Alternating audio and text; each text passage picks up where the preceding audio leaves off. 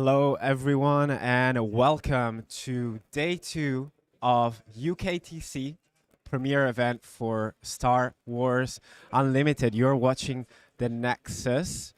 This is M, and today I have a new co-host. Ollie is here with us. You probably remember Ollie from some of the videos, or if you caught yesterday's action, Ollie was on stream with his Hondo Blue. Holly, how you doing today? I'm doing good. I'm very excited to be here. We're going to see some great gameplay today. And yeah, I'm really excited to just get in the players' heads as we watch the games. Very nice, very nice. Yeah. So, as you've probably seen yesterday, we had a full-on tournament. 34 players turned up yesterday for 6 rounds. We've seen some interesting lists. We had a turret blue, a turret yellow. The yellow one was on stream as well. Yeah. Your Hondo, I really loved. And today we're expecting some more spice. What would you like to see today, Ollie? Well, I'd be very happy if I could see someone after my own heart. If I could see another player playing Hondo, I'd be really excited. Yeah. I'd be pretty interested to see like if there's any sort of Jabba or even Palpatine. I feel like we didn't see any Palpatine There was around no yesterday. Palpatine yesterday, I think. Yeah. Yeah, it kind of surprised me because there was really a small amount of Sabine as well. So I feel like Palpatine could do pretty well in that sort of a field. Absolutely. Yeah. Yesterday we saw about 20% of the room was Boba Greens. Yeah. A lot of Bobas, and Boba ended up taking the tournament yesterday.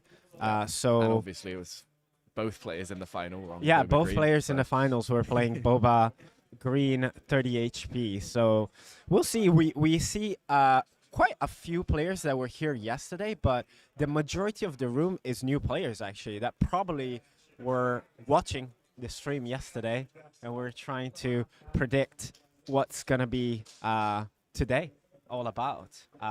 So if you were to play today after yesterday, and let's say you don't want to play Hondo, what would you play today based on the results yesterday? I think one of the decks that I'd be looking into for this kind of a format would be Bosk Blue. It's a deck that I've actually tested myself over the last week or so a Yeah. lot. But also, like, I'm seeing there's really just a lot of mid-range in the format right now, especially with, you know, the huge amount of Boba that's being played. Yeah. And a lot of Boba Green especially. But also just, like, generally, there's a lot of other mid-range decks being played. Yeah. And I feel like Boss Blue can really capitalize on that sort of a play style. And I also feel like people aren't really playing a lot of the tools that can take down a Bosk Blue, like not too much hand control in the format right now. Yeah. I'm not even seeing many copies of like Relentless being played, even in the control decks. Yeah. So yeah, I feel like Bosk So you Blue think can, Boss Blue can Yeah. run free a little bit? yeah, absolutely. And it's obviously done well in the two big tournaments Yeah. recently in Spain and France. So Yeah, huge results. Huge yeah, results. for sure. We have seen yesterday. We've seen 4 Bosk, but they were all green. Yeah. I believe. Boss Green is another, well, a personal favorite of mine. I've been playing it for a bit. I love the interactions. I think Alex, who won yesterday, put out a Facebook post. Yeah. Shout out to Alex Hancock for winning yesterday. And he was mentioning he was playing Boss Green, and he wanted to, but he said ultimately Boba Green is just too good, too consistent. What do you think we need in this game, in this meta, to dethrone the Boba? That's a tough question. I feel like, yeah, Boba just has a lot of good things going for it. Like, it's so consistent in what it does. And also just the simple mechanic of being able to restand your resources is, like, in itself broken. Like, Yeah. there's a reason why the new hand leader is so strong, is because it cheats out resources. And Boba just naturally does that, but in a much more flexible way as well. Yeah, So yeah, it's really hard just really to strong. to figure out how Yeah. to dethrone Boba. Yeah. Like, there's obviously play styles that can beat it, but Yeah. the fact that the leader has such good stats for how early it deploys and how efficient its leader ability is on both sides makes it It's tough. kind of the de facto yellow villainy deck until something just like automatically better comes along. We'll see with set 3, but Yeah, we're getting ready to start. Also, good morning, everyone. Trash Mutant, let's go, Busk. Green. Yeah, it's so good. We've seen it on stream yesterday and off stream doing really great things. But again, you're in for actually 6 rounds of amazing Star Wars Unlimited again today. Thanks very much for everyone who tuned in yesterday and today. So, you know, if you're an early bird, give us a hello in the chat. Tell us where you're from, what you're looking for today. We have the power to choose which decks are on stream. So if there's anything in particular that you want to see in terms of, you know, an off-meta list, we're actually looking at pairings right now, always punctual on time. What would you like to see for the first round? Is there a deck in particular, a particular matchup? Particular matchup. I'd be pretty interested to see if there's like any sort of Kylo about. I'm a big fan of Kylo. I know one of my locals who's come along with me played Kylo Green in Manchester and managed to go 4-2 with, or no, 6-2. It was 8 rounds there. Is that Kylo Yellow? Like, no, Green with the whole reanimator stuff, like discarding stuff, Palp's Return. I've just seen someone say in the chat, and that's a very good suggestion, Cad Red as well. Cad Red. Cad Red absolutely destroys Sabine, which is what really makes me want to play it myself. And I know, again, one of my mates has been on the deck and like absolutely destroying with it. Okay, I can and I think it's also meant to have a pretty good matchup into Boba, if I'm not mistaken. Okay. I think the main issue with that matchup will be that the leader deploy is like 1 turn later, but just the amount of aggression and tempo you're able to put on in those early turns, especially with like a double 1-drop start. The 1 mana 2/3 with Saboteur being able to take off their shields and get really clean trades. I think Cad Red is a potential contender for this format. I think obviously its main issue will be that it struggles quite a lot into control. Right. Being able to remove a lot of their threats throughout the game and just get to the point where they run out of steam. But yeah, into a meta that's predominantly Boba and Sabine, I'd say Cad Red has a pretty good shot, and I'd be pretty hyped to see some Cad Red on stream today if there's any knocking about on the pairings. I have to say, I'm looking at this list, and there's some fire here. Yeah? Like much more varied from yesterday. So I'm thinking for our first match... Oh, wait. I did find a Cad Yellow, though. Cad Yellow? Oh, Cad Yellow against a Chirrut Yellow. That sounds like a fun matchup. Chat. Cad Yellow against Chirrut Yellow. Let us know what your thoughts are on Let's that. do it. I think We're that gonna sounds like a ask good shot, our yeah. judge Rob to grab table 9, please. That will be Mark and Simon. Yeah? Thank you. Yeah, and we were chatting about it on the way here, actually, because we were kind of hoping, obviously we knew that there'd be some familiar faces from yesterday Yes. here. We saw Simon yesterday. And we were kind of hoping that there might be some players who played yesterday and had played like, you know, Boba Yellow or Boba Green or Sabine. Yeah. And then came along today and thought, you know what, I did pretty well yesterday. Maybe I'll give it a try with something fun. Maybe I'll bring out the Cad or the Chirrut or Kylo, that sort of thing. So I'm really hopeful that we have some more interesting matchups rather than just seeing Boba every round, obviously. Totally, yeah. We're gonna try. I know, guys, you're probably like a bit sick of Boba. You know, the counter argument is you gotta learn how to play against it. So you have to see top player playing it. But that being said, we'll try our best. Yeah, absolutely, and we'll definitely be keeping an eye out for any interesting matchups throughout the day. Awesome. I imagine once it gets closer to the finals, there'll probably be a little bit more Boba and Sabine and, you know, standard stuff popping up, maybe some Kira here and there. But especially in these early rounds, we can kind of pick and choose some of the more interesting matchups that are doing well. And who knows? Maybe in the finals we'll see a Chirrut there or something interesting. Yeah. Keep the chat hyped. Get some YouTube controversy going on what the best deck is. That's always a good fun way to go. We have our players setting up. We just getting hold of some of the visuals for you guys. It's not quite CAD red, it's CAD yellow. Oh, So, I think I just saw some green cards in a deck. It might be card green. oh, is it actually? Yeah. Oh, I can't read then. My bad. Mark is Yeah, playing. it's in card green. fact- I can see Yes, there. it is. It is. Card green. Very Whoa. exciting stuff. Okay, I love that. Yeah. That's even better than CAD yellow, to be honest. Yeah, that would be very interesting. Lots of Yeah. underworld synergies with obviously McClunky and maybe some Xanadu blood. I don't think I've ever seen CAD green. I've seen CAD yeah. red and CAD yellow. It's Have not you- something I've seen in tournaments, no. But yeah, I think it'll be a very interesting matchup. I do hope that the card isn't just like a Boba Green in another shell. I'm sure it'll be a little bit more interesting than Yeah. that, with like some underworld synergies going on, trying to control the board a lot more, and then going into some more interesting top end. I think the Xanadu Blood is a really interesting card that We saw it is maybe- yesterday. yeah, I was gonna say, I think Yeah. I saw a couple copies floating around yesterday in Joshua some was Boba Greens playing list. it, yeah. That's the kind of the replacement, I guess, for the Boba Fett jet spray. Yes, yeah, the can't- fire spray, The yeah. Fire spray, fire spray. Yeah, and it's a very interesting idea because obviously if you can get initiative with it and just play it on 6 resource immediately, you're going to tap them under to 5, and then from there they might be, you know, reliant on playing a 6 mana card, like Chirrut in particular might be trying to play an Obi-Wan or even a Vigilance for 6, that sort of thing to try and catch up in the game. Tapping an enemy's resource is almost just as strong as untapping your own resource with Boba sometimes. So yeah, it's definitely got some potential there. And then the fact that it's also flexibly able to just exhaust opponents' units as well. Yeah.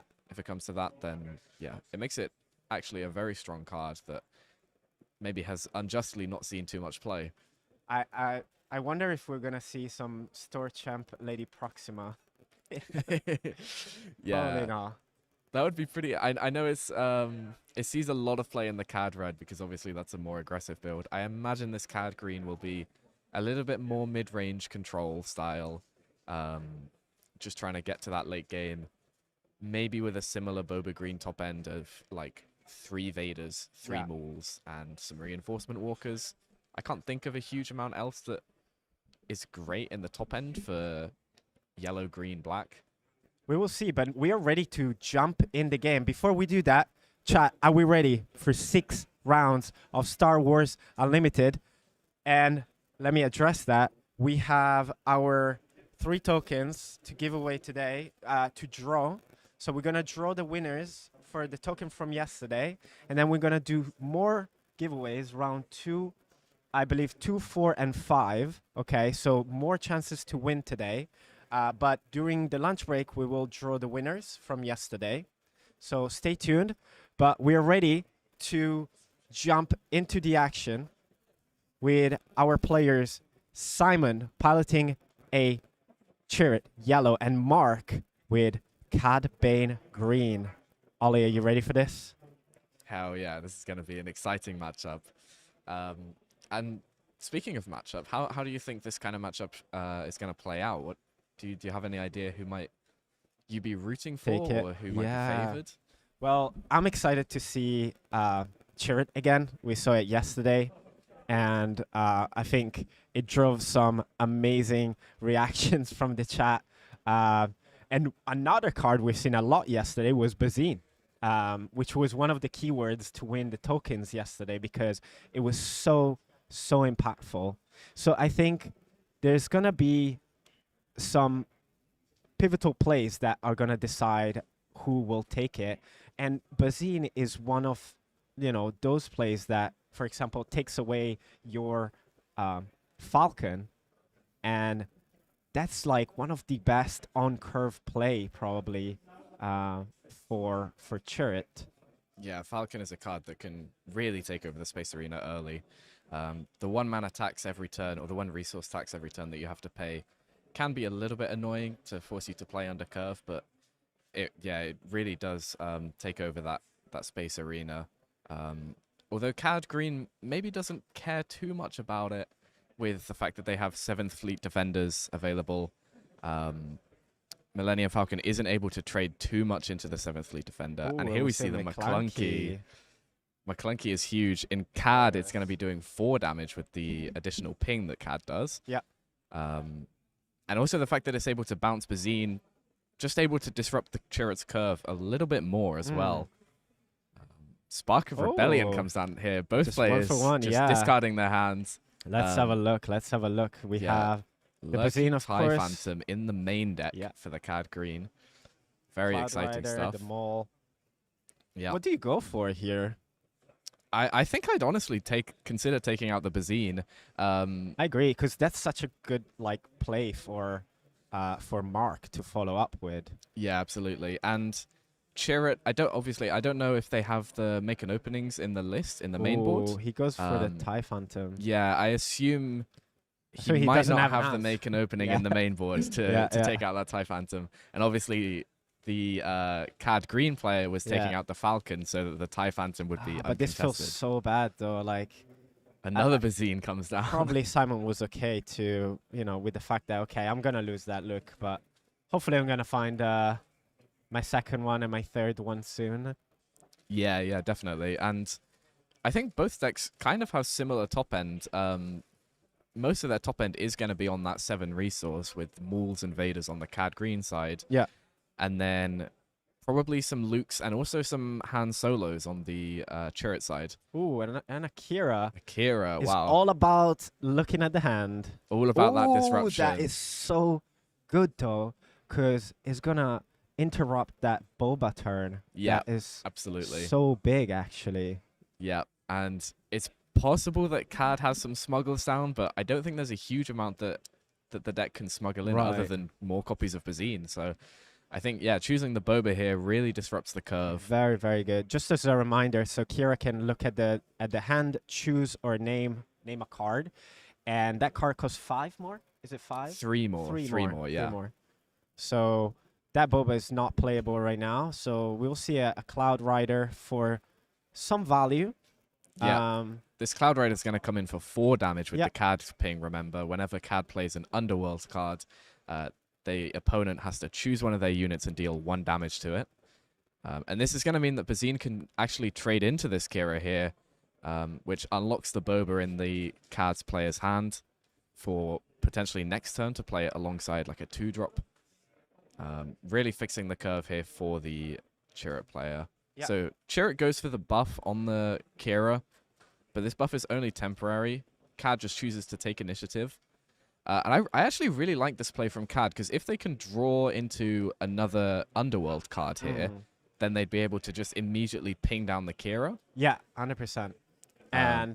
But I also, actually, it's a good point, because if you're Simon, you could have just not do that and accept the trade with the Bazine. You know what I mean? Yeah. I think Simon could have probably done with just claiming initiative there, because the health buff is only temporary. So if the CAD player here does end up taking the trade, then the result ends up being the same anyways. Pretty it just much, dies at the end of the turn. I wonder if Simon did that because he wants to force the opponent to kind of play a unit to deal with it next turn. Yeah, or do this, I guess. Yeah, so it looks like just delayed. CAD player here, Mark, hasn't seen that Underworld card, or is maybe just holding it. And we see the Chirrut flip coming out. I think this might be a bit of an issue for CAD Green. A lot of their removal is going to be damage based because they're not a blue deck. And the Boba now is free to come down. Yep. I guess you want to keep the Forces with me. Yeah, Forces with me. We've seen how impactful this card was yesterday, giving Chirrut so much survivability. Yeah, and this is gonna let Chirrut just take a really clean trade into Boba if he wants to, which I think would be really strong as well, because CAD generally can just ping off any shields that are hanging about. So making use of it now will be really, really strong.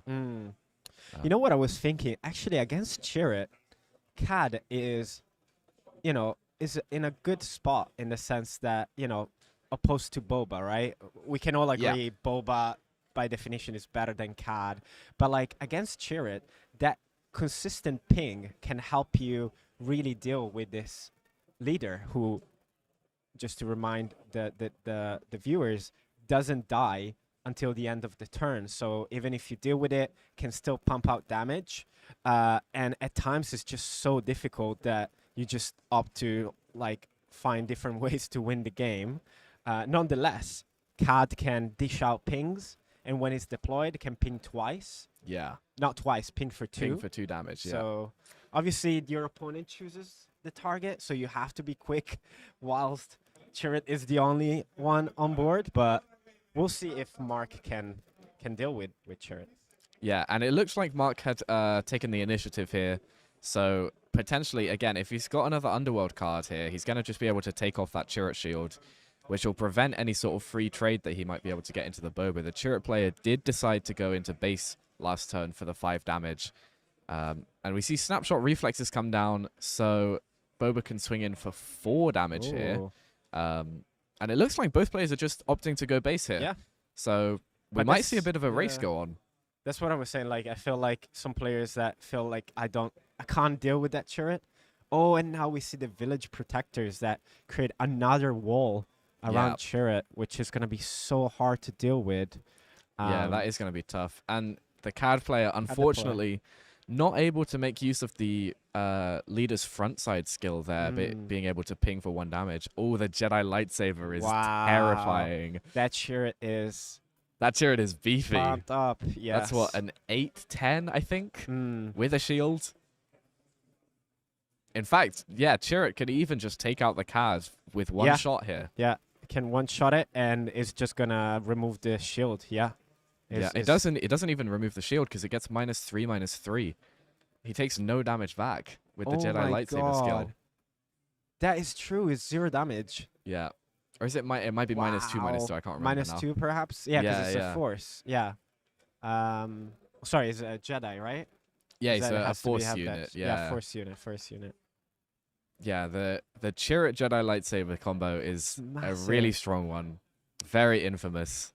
And we see both players go to 7 resource here, which means potentially a Luke or a Han Solo from Chirrut side, but also potentially a Vader or a Maul from CAD side. Yeah, that's the key resource point where we see Villainy Green bringing out all these powerful boss monsters or boss units.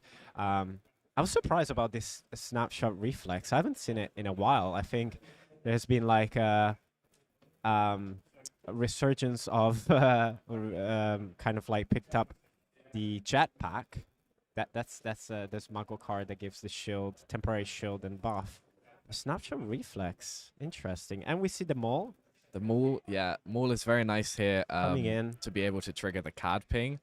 So very good. Now Chirrut's either going to lose a shield or the Village Protectors. I think the Chirrut personally should be the one to lose the shield because you don't want to let Maul just ambush into this Village Protectors for free now. Yeah.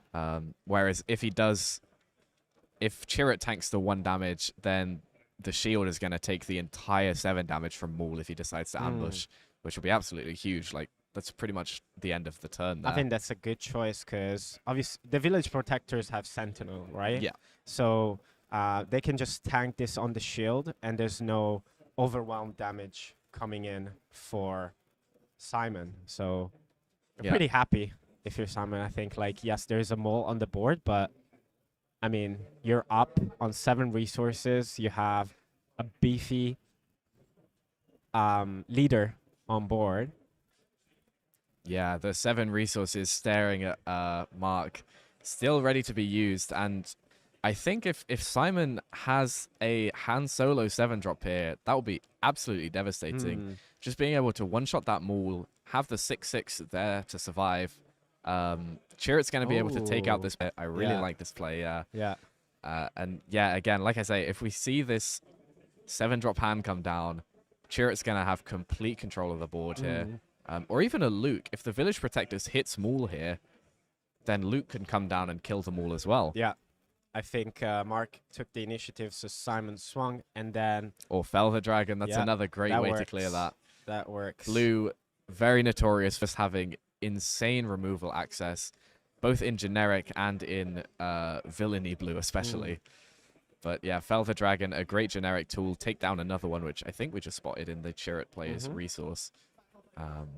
And we see as A Mago. covert strength. Coven's strength is so good. This card. What does it do? Yeah. We heal 2. Heal 2, and you give out an experience to the unit that you healed. Yeah. This is a really cool inclusion into Chirrut, and Yeah. not one that I've actually seen too much, but I think is probably a little bit underrated. I really like this inclusion. Obviously, being able to heal some damage off of Chirrut and buff it up again, especially when it's in kill range there. Yeah.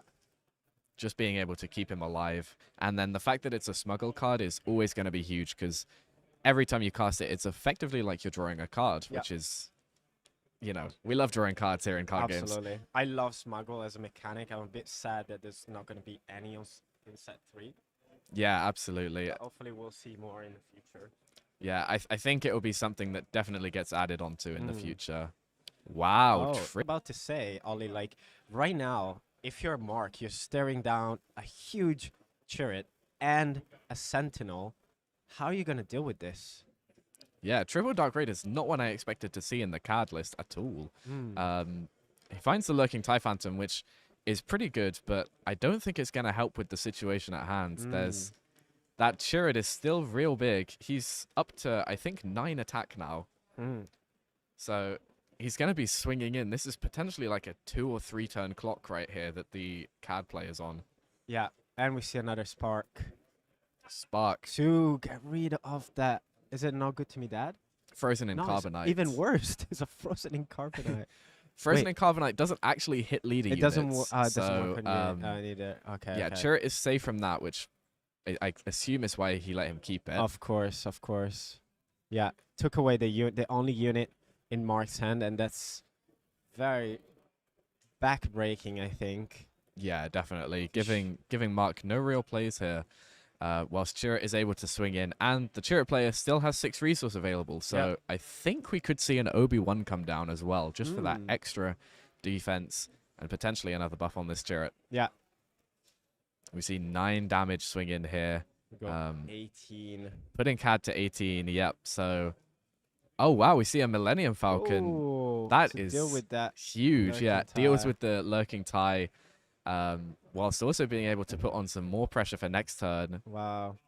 And we see currently Chirrut's board is threatening, what, 14 damage for next turn? So if Mark can't deal with this board, this is going to be game here. Absolutely. I think, like, what really sealed the game was the ability from Simon to time correctly the curve to make sure to, like, essentially execute his game around the Chirrut, finding himself on the flip turn for Cad Bane with a Chirrut with 8 attack and just clear the leader. Yeah. Which I think was really, really like destructive for Mark. And now Mark is like trying to play defensive with that Frozen in Carbonite, but is getting 2 from the Village Protectors. And probably we'll see another 9 into face, but we tap 4 for We see Forlom. Forlom come down, ambush into the Village Protectors, and a 1 damage ping off of Cad potentially.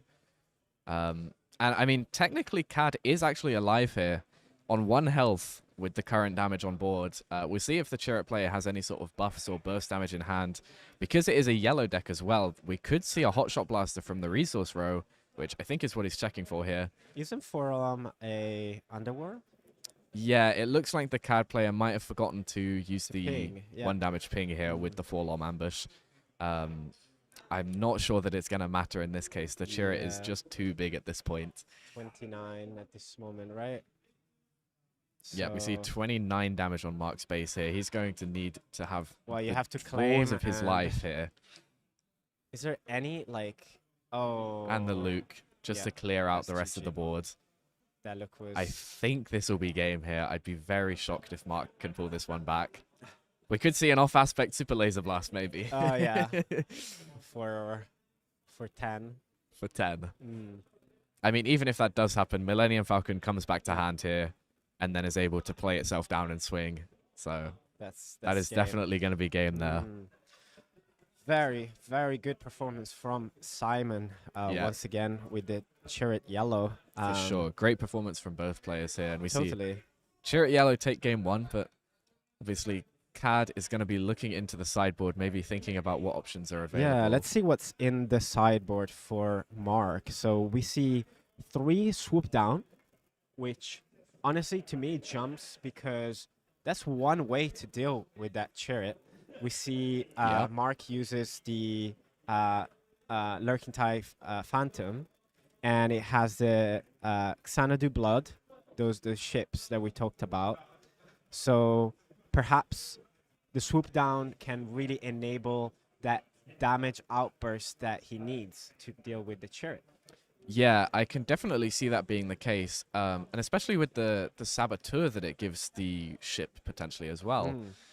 Being able to take off any shields from the forces with me will be absolutely huge there. And yeah, I'm very interested in the direction that the Catalyst has actually taken with the triple dark raids, with the swoop downs in the Yeah. sideboard, going for a much more vehicle-oriented route. Yeah. And probably looking to make it a lot of use out of the Xanadu Bloods in the main board that we've seen. It's funny though, because like this swoop down is like perfect against this Chariot almost. As a reminder, swoop down is a 1-cost cunning card that lets you attack with a space unit, and that space unit gains Saboteur, as Ollie said. And if it attacks a ground unit, it can attack a ground unit, and if it attacks a ground unit, it takes +2 attack, and the defender gets -2 attack. So it's really like, for example, with Lurking Tide Phantom, you can swing for 6 with Saboteur. So that could be huge. So we have swoop down, we have 2 jetpack. I was Yeah. mentioning being like a favored choice over the snapshot reflex more commonly. And then what do we have? 3 cunning and Yeah. 2 choose sides. Ooh. Choose sides, one of my favorite cards It's in the just game. showing up everywhere. Yeah. Yeah, I'm really glad that people have caught on to this card. I think in general, like we said earlier, in fact, blue is the color that has removal in this game. All of the other colors' removal is generally pretty tied to damage, which can be a real pain against things like these shields or just the Chariot leader in general. Choose sides is kind of green's best hard removal, but you also get to take the unit, which is a very strong in itself when it comes to cards like Avenger, Relentless, Devastator, all of the big Star Destroyers. But even just like middle of the road things like taking a Maul or taking a Vader is going to feel good. You're paying 7 to get yourself a Maul or a Vader, but you're also removing one from their board. Yeah. Well, from Simon's side, what are we gonna see coming in? Because I think like Simon has seen quite a few cards from Mark's list. He plays 3 top target inside, 2 first throw, 2 make an opening, 1 waylay, 1 fell the dragon, and 1 rivals fall. Off the back here, make an opening can be huge for the Lurking Tide Phantom. Yeah, absolutely. I really like decks in general that have good answers for this Lurking Tide Phantom, and I think this Chariot list is one of those because it's obviously got the Millennium Falcons in the main board. Yeah. But then, yeah, having that extra 2 copies of the Make an Opening come in from the sideboard to make sure that it's definitely going to be answered, it's not just going to take over the game as soon as it comes down on turn 2, is going to be real good. And also, Make an Opening is just generally quite good into yellow villainy decks in general. We might see Crafty Smugglers come down early for this card, or 7th Fleet Defenders. So Make an Opening really useful to clear out those small health shielded units from yellow, as well as obviously dealing with the Lurking Tide Phantom. Totally. Well, actually, Mark plays the Bazines we've seen early game. Cloud Rider also has, guess what, 3 Lady Proxima. Wow. So he is playing the Lady Proxima. I love We might that. see those Store Showdown alt arts come out this Yes. game. Would be very exciting. I'm really, really excited for this game too. Simon is up 1 with his Chariot yellow, and Mark is trying to revert this score with his Cad Bane green. Now the players are getting ready to set up for game 2. Yeah, and what do you think we're looking to see in this sort of game from either players? Do you think we'll see any sort of difference in play style from either of them? Or do you think it'll just sort of be? I know last game they were each of them just swinging at base quite a lot. Yeah. And ignoring the units that are on the board. Do you think we'll see that same sort of play style from each player, or do you think one of them might look to shake it up and take control of the board? Yeah, no, it's funny that you say that because I think at the beginning they weren't even looking at the bases. They were trading the units, but as soon as, they were a bit more established, they started swinging at the bases. And I think Simon is going to think, if ain't broke it, don't fix it. I'm just going to do the same. I'm going to start with my Spark of Rebellion. I'm going to work my way to deploy my turret and then buff it up and close this round. Whilst Mark really needs to adapt his play style, I think, to be very mindful of what is the top target for him, which is that turret, right? So how do you set up to make sure that either on the flip turn or the turn after, you have enough gas to deal with it with the turret? Yeah, absolutely. I agree with that. And we see the Spark of Rebellion take out the Bazine here. Obviously, in game one, we saw a lot of trading back and forth with hand control tools early. We saw Bazines come down, McClunky to bounce it and then play it again. We saw Spark of Rebellion come down as well. And Simon's just putting a stop to all of that. He's the only one going to be ripping cards this game. Exactly. We might see some more Bazines come down later, or even some in the resource row to be smuggled in.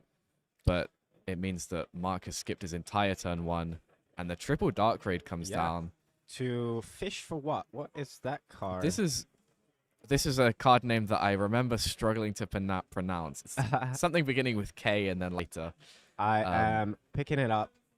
I believe it's a 3/3 with Overwhelm, and on attack it can maybe buff itself by 2 attack, or This buff is something by called 2 attack. Yeah, you're very close. This is Kirak's Heavy Fighter. It's a 4-cost command, 3/3 vehicle with Overwhelm, and on attack, you may exhaust a friendly unit. If you do, you get +3/+0 for this attack. So I've not seen potentially a this being played much. 6/3. Yeah. So lots of damage. Yeah. Like a big damage output. It's the first time I'm seeing this card being played, to be honest. Yeah, same here. I assume it's mainly there to look to try and finish off games. Getting that 6 damage swing through with a triple Dark Raid will be absolutely huge there. Yeah. The Millennium Falcon is able to come down and really cleanly take it out, even though it's going to get returned to the hand at the end of the phase because of triple Dark Raid. Just being able to deny that potential replayability of it on 4 resource, but also effectively take it out of the opponent's hand entirely. It's going to be really strong. And then Falcon just bounces itself back at the start of the next phase to potentially be replayed again if we do see a lurking TIE Phantom appear on the board. Totally. Such a, a downside, upside, the one of being able to just take it back to your hand, It comes back, you can replay it, you take away the damage. And we see Akira as an answer to the Greedo. Oh, we see another heavy fighter in the hand of Mark here, as well as a Forlom and a McClunky. Yeah, I would imagine that McClunky could be a good target. Although would it be next turn that the Forlom? Yeah, the Forlom could come down next turn. Yeah, so Mark is on 3 resource available right now, with just McClunky playable in his hand for that cost. Forlom is a pretty big threat next turn, which looks like is what the turret player here decided to choose. And I think we're just going to see McClunky to chip away some damage on the I would Kira. have probably chose the McClunky, because that was the only playable card. So I think the reasoning for choosing the Forlom here is if McClunky had been chosen by the Kira, then next turn, so Mark could just immediately claim. Yeah. And then next turn could pay the 4 for the Forlom. Cad would ping the Kira for 1, and then Forlom would ambush it for 4 to just really cleanly trade it. Yeah. We have to really consider that Cad ping, especially when That's a good line, the Kira player only has the 1 unit in play. Yeah. And I think I just spotted a choose sides in Mark's hand, which I'm very happy to see. I think that's what he's just top decked there. Yeah. Choose sides. We pay 7, and we choose one of our units and one of our opponent's unit, and we just swap it. Yep. Forever. And then if our opponent just happens to be using the same sleeves and I steal a Hyperfoil Avenger, it's getting shuffled into my deck. That's that's the risks of the game. But yeah, we'll see what Simon is deciding to do to answer. Yeah, and this is a very dangerous turn for the CAD player. Chirrut is able to deploy here. 5 resource available and not too much going on the CAD's board right now. Just a Greedo. We know they've got a Forlom in hand. So that could potentially allow for some instant damage, especially with the CAD ping. But if we see Chirrut deploy come down with the 5 resource available and is able to start getting buffed up, it could be a real threat here. I think Mark is having PTSDs now that this Chirrut is being deployed, and we'll see if Simon is able, to repeat what has been done last game. Yeah, I do think if Mark is able to get to the late game here and is actually able to deal with this Chirrut, he should be in a pretty good spot just because of this choose sides being able to steal things like the Luke 7 drop or the hand 7 drop later on in the game. And obviously CAD as a deck wants to run some quite cheap units early on to get those early damage pings, so it'll have a lot of options to trade in for that choose sides. But the main issue right now is going to be dealing with that Chirrut, and we see Mark here going into space, which is really not ideal, presumably hasn't really drawn anything, and that Kira locking down the Forlom is really choking out his options to contest the ground arena here. So Chirrut might just be able to run away with the game. The Chirrut player looks like he's got 5 cards in hand, so a lot of options for cards like the Force is with me or Jedi Lightsaber. Yeah, we could see some scary stuff, and we do see the Force is with me. We've seen it last game, and we'll see it again. I think we're all getting like more familiar with this card now. It's so strong in Chirrut. We see some more damage being pumped into the base. Yeah, putting CAD to 8 damage, whereas Chirrut is on 6 damage. And we see the covert strength from hand. I think this is a great play. Yeah. Really preventing one, any sort right? of CAD ping value. Yeah, just for the 1 from hand. And the issue here, we see the UKTC experience token making a showing. Shout out. Trust me, guys, these experience tokens look amazing in so person. Good. Metal experience tokens that you can win, so stay tuned. But right now, 100%. chat, I want to hear from you. Who's going to take this? Who's going to take this game? Chirrut or CAD? We're seeing Chirrut in a good position, but I think it's definitely a better game for the CAD. Yeah, 100%. I really think that covert strength was a huge play there as well. Yeah, it was. It gets the Kira out of the CAD ping range, so CAD ping isn't able to get so much value here because before it could either kill Kira or take off a shield off Chirrut, whereas now he can just stack the damage on Kira. It also puts the Kira out of kill range for a Greedo trade, so this Kira is going to have to tank the Greedo trade, and either the Greedo's going to have to hit a non-unit card off its effect, or CAD is going to then have to ping it down as well, which then the Chirrut player can potentially just keep the Kira alive by losing the shield on Chirrut. So we are seeing that effect being used for the spaceship. Yeah, it looks like CAD might just be trying to race down damage here. Yeah. Which, depending on the Chirrut's hand, could be a pretty strong play, especially if we see like a Xanadu Blood come down on 6 resource here. I think Xanadu Blood is going to be a really strong card to help this race, being able to bounce this Greedo back, exhaust the Chirrut potentially, and also establish a Raid 2 ship there. Oh, we see the Lurking Tie. Lurking Tie. Potentially here, like this, like some big output in damage that can come from both sides, really, because Simons decides again to go face, bringing Mark to 12 damage as well. So very evenly matched. And now he's able to deploy CAD, which will probably get confronted immediately once again. Yeah, CAD just gets deleted. one shot there by the Chirrut, which does have a lightsaber down now. That play. It's the second time, unfortunately, that CAD just vanishes. And we see that Falcon that was in the hand earlier get replayed down like we were talking about. Just to kill that TIE Phantom is going to be huge.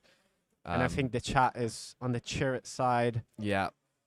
Yeah, it does look like Chirrut is really being able to stabilize here and just has overall a bit more damage output on the board now. Chirrut is really going to be able to take over this race, I feel like. And we see going to 7 resource here. Again, Mauls and Vaders on the CAD side, but Luke's and Hans from the Chirrut side. And it looks like Chirrut is bouncing the Millennium Falcon to keep that 7 resource open for those big threats there. Yeah, absolutely. You want your opponent to just even think, you know, that you might have it, even if you don't. 100%. I think bluffing is something that is really big in this game. You have to play around every card that exists in your opponent's deck. And something that's huge here for Chirrut as well is if we see a Vader or a Maul come down from CAD, I think it's more likely going to be a Maul because of the Underworld synergies. Both Luke and Han can immediately take out the Maul just on play with their skills. So the 7 resource for CAD is actually not as scary for Chirrut. And the Xanadu Blood comes down. The Xanadu Blood. So this is actually a really cool synergy that Marcus got going here with the Heavy Fighter being able to tap the Greedo just to get an additional 3 damage through, but in the same action. Yeah.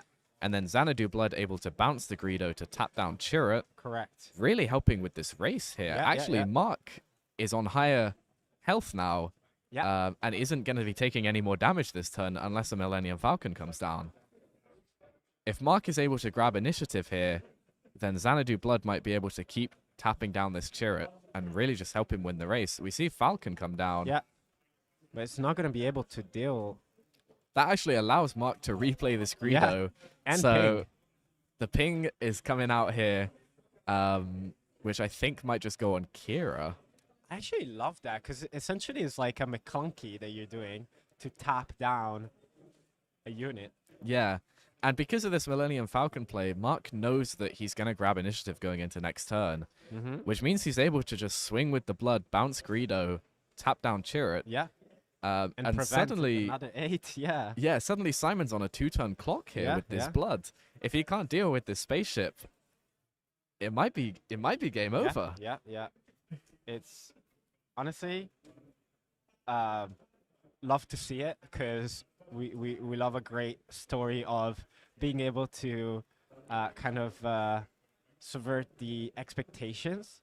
Yeah. But how unexpected. I love this shift to space and this more tacky option, I would say, with that spaceship that we can't pronounce and the blood here. And just works. Yeah, this Xanadu Blood is actually going to be really strong into blue. Being a 4/6 is perfect stat lines. It's just underneath Felder Dragon range. It's just above takedown range. Yeah. But it's also got the raid too, so it's still swinging in for 6 damage, even with being able to dodge both those removal spells. Yeah. And I think we also saw a Maul enter Cad's hand here. Ooh. So if this Village Protectors loses the shield at any point, maybe due to a ping from the leader skill, Maul might be able to deliver the finishing blow once this Xanadu Blood connects to base.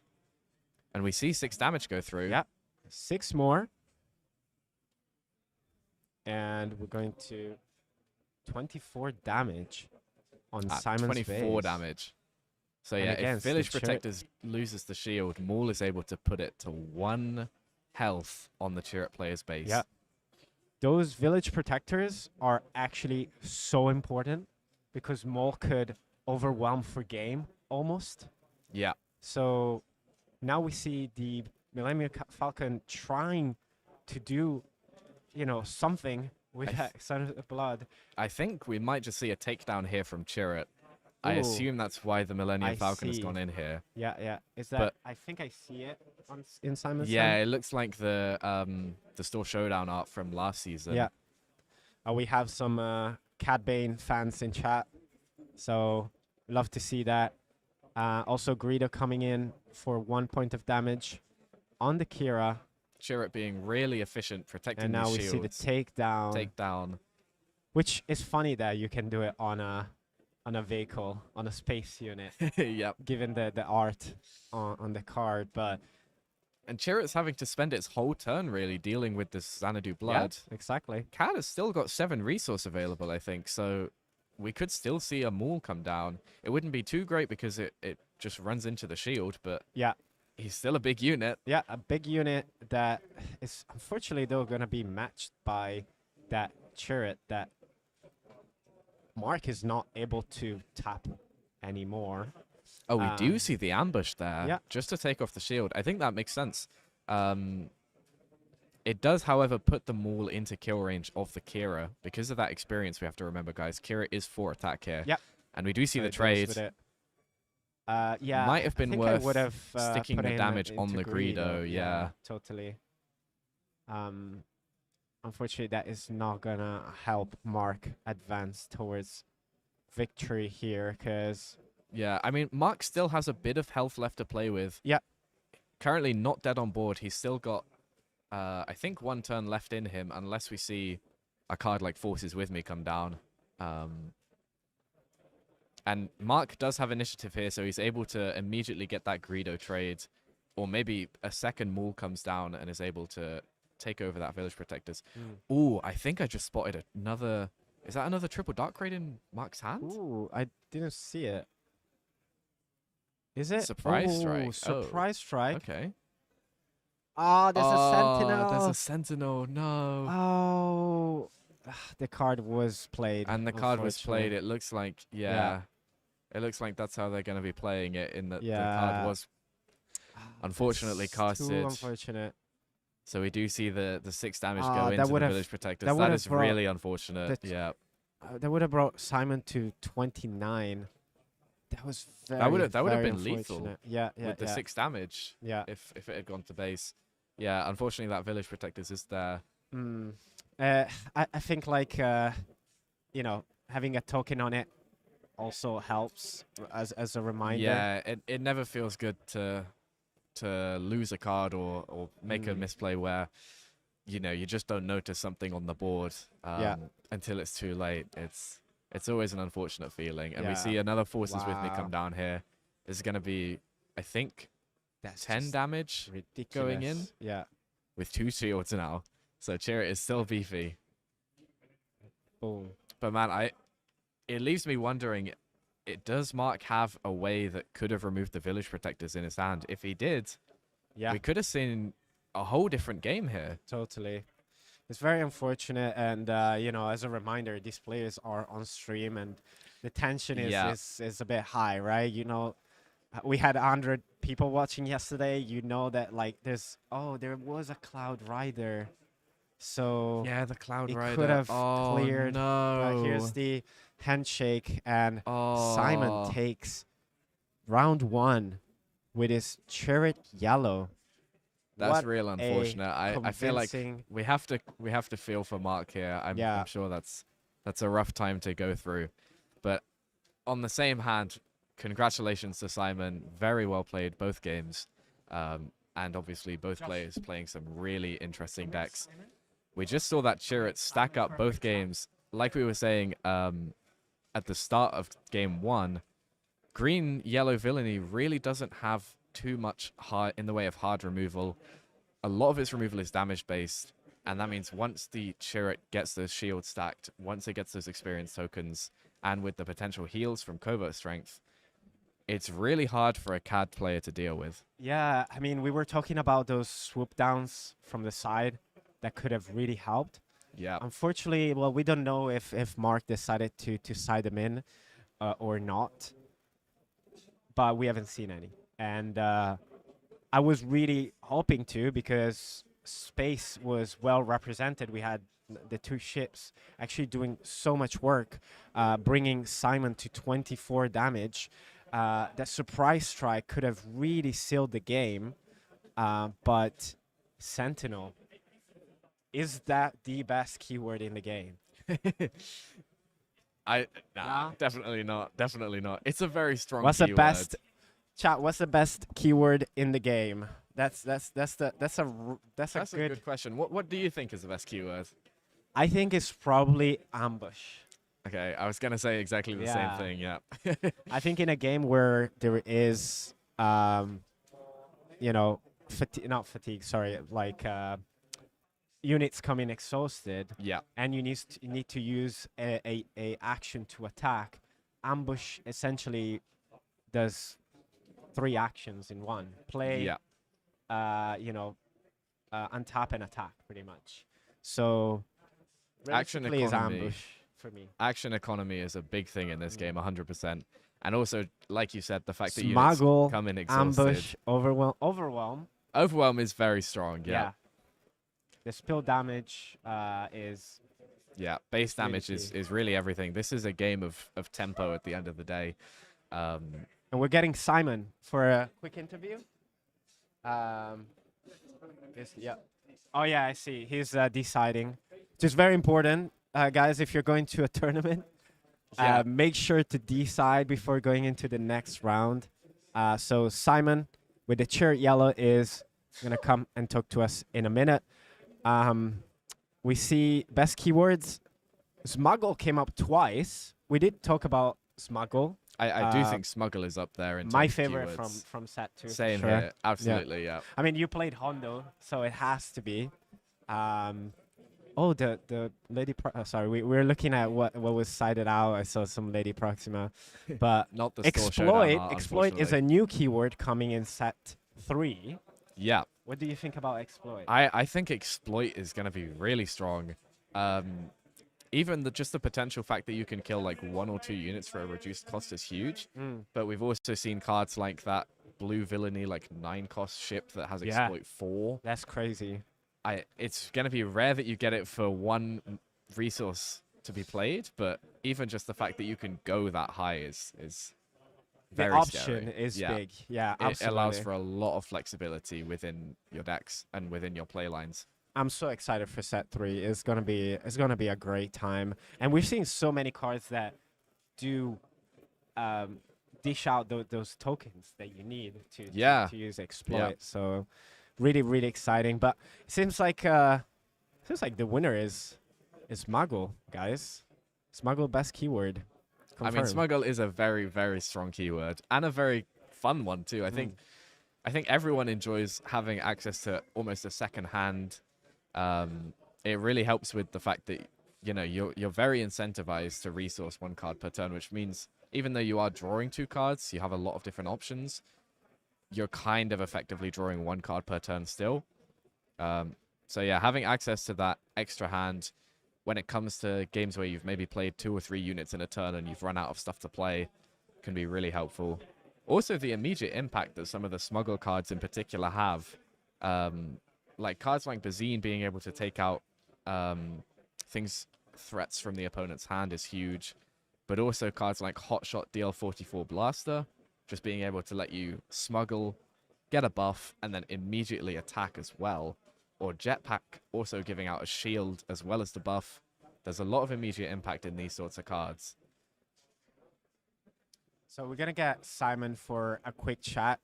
Simon, do you wanna come this way? Any questions from the chat for Simon on chair yellow? What do you guys want to know? We're gonna pull up Simon's list, and we're gonna discuss it a little bit. But if you have any questions for Simon, we're gonna have to move the bench a little bit. There you go. Thank you. So let's see. Just wanna grab your list. Simon, welcome. If you can use your outside voice on the mic. Okay.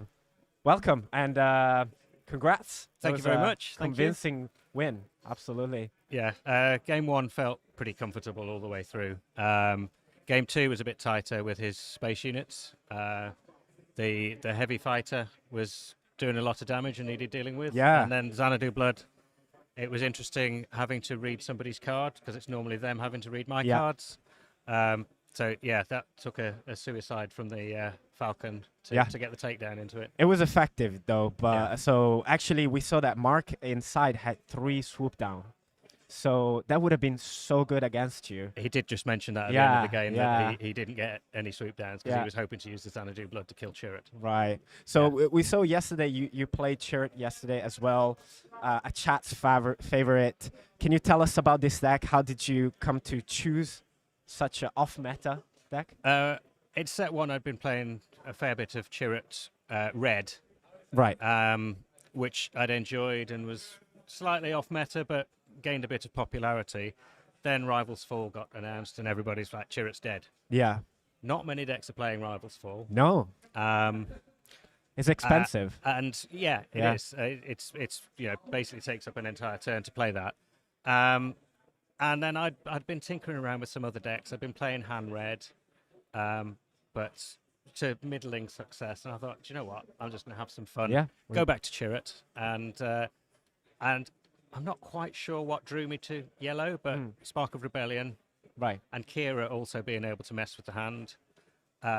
Yeah, we've seen how Made it that quite hand resilient, control yeah. is so important, especially in a matchup where your opponent has a Bazine and you can start with a Spark of Rebellion and prevent, that disruption on your side. Yeah. So it seems like yellow is, cunning is a good kind of like complementary color. Absolutely. Right? Yeah. And in set 2 for Chirrut specifically, I think there's some good cards. Like we've seen that Coven Strength. That is so key for you, I think. Yeah, and being able to play that from Smuggle as well as from hand is great. My son in set 1, whenever I played Jedi Lightsaber, it was just, oh, Jedi Lightsaber. Yeah. And now it still has that effect. Yeah, on who's people. laughing now? Both games there, I was able to kill Cad with taking no damage back. Yeah. I think it might have been a misplay to deploy certainly in game 2 like that. But yeah, it's fun. I enjoy it. I enjoy the different decisions that you get to make with the deck. Yeah, no, very, very good. We have a question from Emmanuel. Welcome, Emmanuel, from Argentina. Thanks for watching. Emmanuel is asking, why don't you choose Ray Yellow? We've seen Ray from set 2 get some really good results, and it's another, heroism, blue, cunning. Have you ever considered it? I hadn't considered it until the Manchester tournament. I think there was a Ray Yellow that top 8'd there. Yeah, actually, it was Alex, which was here yesterday. I don't know if he's here today. Yeah, he is here today. I think. He is here today, yeah. It wouldn't surprise me, yeah. Which, yeah, it's an interesting one. But and Ray I found very powerful in sealed and draft. Yeah. But I don't know. It's probably just Preference. falling back on my old habits from set 1 and playing Chirrut. And Yeah. I was thinking about switching decks today, but one of my friends back home said, no, stick with the blind dude. Sure. So, Yeah. yeah. No, great results. This was round 1. We have 5 more rounds. How are you feeling today? What's the goal? It's always good to get off with a win. I got off with a loss yesterday playing against my son. Right. So that yeah, doesn't feel at great. least- so we've both started with a win Yeah. today. which Shout is out nice. to your son. What's his name again? Lewis. Lewis. Shout out to Lewis. What is he playing? He is on Kira ECL. Kira ACL. We might see Lewis on stream later. But Simon, thank you so much. Any shout out, anything you want to share with the chat? Where they can find Just you? yeah, keep playing different decks. I think the way that the game's been designed is fantastic to allow that flexibility, and it doesn't all have to be Bobber and Sabine. Awesome. Simon, thank you so much, and good luck for the Pleasure. rest of the tournament. All right, thanks a lot. See you later. See you soon. Awesome. So this was Simon with Chirrut Yellow, and we are actually ready for round 2, guys. What do you want to see in round 2? So we have quite a lot of different decks today, whilst we welcome back Ollie. Try not to knock over the microphone again. Yeah. Ollie, what are we wanting to see today? Well, I think we have some good choices here to make. I want to hear the chat. If there's anything in particular that the chat wants to see. We're just having a look. I want to pick. Yeah, guys, let us know in the chat if there's any recommendations. We saw Chirrut Yellow and Cad Green in the first round. So some very cool decks. hopefully looking to switch it up, but with same sort of, level of interesting. I'm But trying to find. We'll have to see what has been doing well. I saw a Kylo. Yeah? Yeah, I wanted to see if I can bring a Kylo up. That would be very cool. There's a Vader, Vader that I ECL. really like. Okay. Let's see. There is. Okay, that's what I just looked at. It looks like there's a lot more Sabine here today than I saw yesterday, right? I think, yeah. I'm seeing a few Sabines. Yeah. I wonder if. I'm should we seeing do the some Vader? suggestions in the chat. People are interested in double cunning Han from the first set. Okay, we have that. Bosk, Sabine, and Kylo Red. I'll tell you what. Let's go table 1. We have a treat for you. We have Joshua, table 1. We have Joshua Freeman Birch, which One of our we know finalists from yesterday. as a finalist from yesterday, as the 11-0 winner, the Manchester premier event. champion, yep. And yesterday he was playing his iconic Boba Green. Yep. But today he's here with a Han Solo, Audacious Smuggler with Chopper Bays. Yeah. And he's against, let me have a look. Against Goran, Goran, which on is Boba Yellow. actually on Boba Yellow. Very exciting stuff. And I actually know Goran. I Oh, you bumped do? into him a couple of times just at Star Wars events. And Right. as with most of this community, everyone here is super, super friendly. Agreed. He just happens to have been someone that I've paired into quite a lot, and we both played quite a lot of Boba Yellow as well, so we've played the mirror match. So we keep pairing into each other randomly at these tournaments, and from there we've just kind of got luck. along as good mates. We will bring you the Kylo, Michael. Yes, yeah, we're Promise. going to definitely keep an eye on that Kylo. Yeah. So we're gonna go with a fan's favorite, and with we're gonna do both. We're gonna do both. Yeah, we'll definitely get a good variation of decks in. Obviously, this round is Han Yellow versus Boba Yellow, so a little bit more of a meta matchup. Han Yellow, obviously, still quite an interesting deck. It's got a lot of very cool play lines, and it's going to be piloted by a very strong player. I think both players are very strong in their own right, personally. Yeah, you have a bit of an history now with Joshua, don't you? yeah. I've happened to have played both these players on some top tables at events quite a few times. Yeah. So I can definitely confirm the skill level of them. Both very, very strong players. Totally. And both on double yellow decks, we're going to see whether heroism can prevail or if villainy takes over here. Boba versus Han. Who do you think might be favored into this kind of a matchup? It's tough because we've seen. Let me just find the Han Solo showcase. It's tough, man, because we see how dominant Boba Yellow is, and in double yellow, Boba shines for me. Like Boba Green is great, but Boba Yellow get access to such amazing resources. Well, first and foremost, the cunning, but also like cards like Cantina Bouncer, right? And you play more into that yellow with a whole yellow package that is very, very scary. So it's gonna be a tough one. Chat, what do you think? We have a huge match coming up. I'm really, really excited for this. Yeah, 100%. And I think specifically going into the matchup, like when it comes to playing Boba Yellow into a Han Yellow, it is going to be very interesting. The Han Yellow, well, both decks really are going to be super tempo oriented, both looking to just temporarily remove or exhaust the opponent's units so that they can push some more damage onto base. Yeah. Boba has the ability to deal with the Han leader a lot more, I feel like, with cards like No Good To Me Dead. Just being able to stall that out for a couple of turns, and then maybe use like a Surprise Strike or a Hot Shot Blaster to one-shot it with their own leader. Yeah. Whereas Han only really able to tap down the leader for a turn at most at a time with a card like Cunning. So yeah, we're ready. We're ready to go. Looks like both players have mulliganed as well. So Ooh. we have just sorted out the transition. Both players here on the double yellow. We'll see which one prevails. Very, very exciting. I don't know if they're both using chopper base. I'm just putting chopper base for both. Yeah, it's, Uh, neither of them are using Jeddah City. I think that's what matters, right? yeah, that's true. Right, let's see. So we have Andre in the chat. Shout out to Andre. Shout out Andre. Speaking only facts there in the chat. I can see Is that. Andre playing Star Wars Unlimited? He's played a bit. I know he played at UKG, and he's keeping up with the game. As with all card games, he's a master of all. All games. Yeah, Master of all yeah. games. 100%.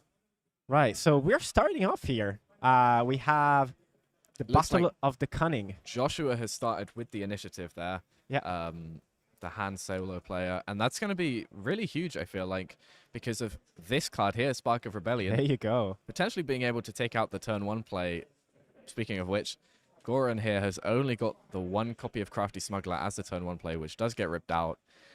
Going into the Han yellow matchup, and just generally any deck that can run Spark of Rebellion, you do really want to look to keep like potentially 2 turn 1 plays just in case the Spark rips one of them You out. have to. Yeah, Yeah. absolutely. So obviously both players have ways to interact with each other's hand. We have seen the Spark, we've seen the Bazine that could come out from Boba. We've seen the Kira as well. Yeah, and both players have access to Bodhi Rook in this kind of a matchup too. Yeah. But here's we see Joshua starting with the kind of like Han engine, which is Tac and DJ, right? Yeah. What is this deck trying to do? What is this Han yellow trying to do? Yeah, it's a very cool deck. I'm a real big fan of how it's developed over time. The main premise of the deck is really to just disrupt your opponent as much as possible. It's got those hand control tools. It's got Spark of Rebellion. It's got Kira that we saw last game. And then it's also got the Tech DJ combo, which can, during the early turns, just steal an opponent's resource and then delete it from the game with Hand's effect. Really just trying to disrupt opponent as much as possible throughout the game, prevent their early turns, take over the board in the early game, and then from there just try and close out the game with cards like Hot Shot Blaster from the Smuggle Row. Yeah. Jetpack as well, a really great tool to stabilize the board, take a value trade, and then have a buff remaining on your unit for pushing more damage. Yeah, and Hand can actually use DJ to steal potentially. Oh, is that Ooh, no? No, sorry. What's that is Spare the Target. spare the target? Yeah. Controversially, the better waylay. It's spare the target. A new card bounces. for heroism from the set 2, and not one that we've seen a huge amount of play in, even in those heroism yellow decks. Yeah. A lot of the time we have seen Waylay get played over Spare the Target, even in those decks, just for the simple ability that you can return your own unit to hand. Yeah. Whereas Spare the Target can only return an enemy unit, but it does allow you to claim bounties that are attached to it. So I wonder if like that choice is because there are some Yes. bounties. I think I saw in Joshua's hand, actually, there was a copy of Enticing Reward, which correct. I There's think is 2 enticing rewards in Yeah. Joshua's deck. I think that is a very strong card, and again, a card that doesn't see a huge amount of play, but is potentially really strong, like just being able to draw 2 cards, Yeah. but 2 cards that you get to choose from the top 10, as long as they're not units, I believe. It's really, really great. And we mentioned like how Kira can be really strong, and we see Joshua playing one. Boba unit comes down, and Boba leader gets deployed. So Yeah, I didn't quite catch actually what Kira had chosen from the selected. hand, but looking at the hand of Goran, I wonder if it was the No Good To Me Dead, because you can see Han here has used its leader skill to ramp up to 6, potentially looking to deploy this round. And if No Good To Me Dead was chosen by Kira, then it would in theory prevent the No Good To Me Dead from being casted on the Han leader. But we see the Surprise Strike killed the Kira with the Boba leader. No Good To Me Dead live again. Maybe Surprise Strike was the correct call with that Kira there, just to defend itself. Greedo comes down. And this is a huge swing for Boba here. Yeah. Being able to not only take control of the board, but also you have to remember Han lost a card in hand this round because they used the leader skill. and wasn't even able to make use of that resource, nor were they able to deploy safely just because of no good to me dead as a threat. I really like saving the deploy here, though, because it means that you are guaranteed to be able to ramp to 7 here. And that means that 7-drop hand, which we can see in Joshua's hand, is coming down. Yeah. Able to potentially clear out the Boba leader or the unit. For 4. I wanted to see if Goran is playing one of the MVP cards, I would say, we've seen in Boba's list. Boba's armor. Yes, that would be... Can I see him? So we see 2 Boba's armor.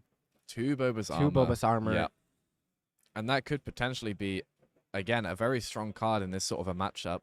Like we mentioned earlier, Han really only has a way to temporarily deal with the leader by just tapping it down once every turn. There's no copies of No Good To Me dead, most likely.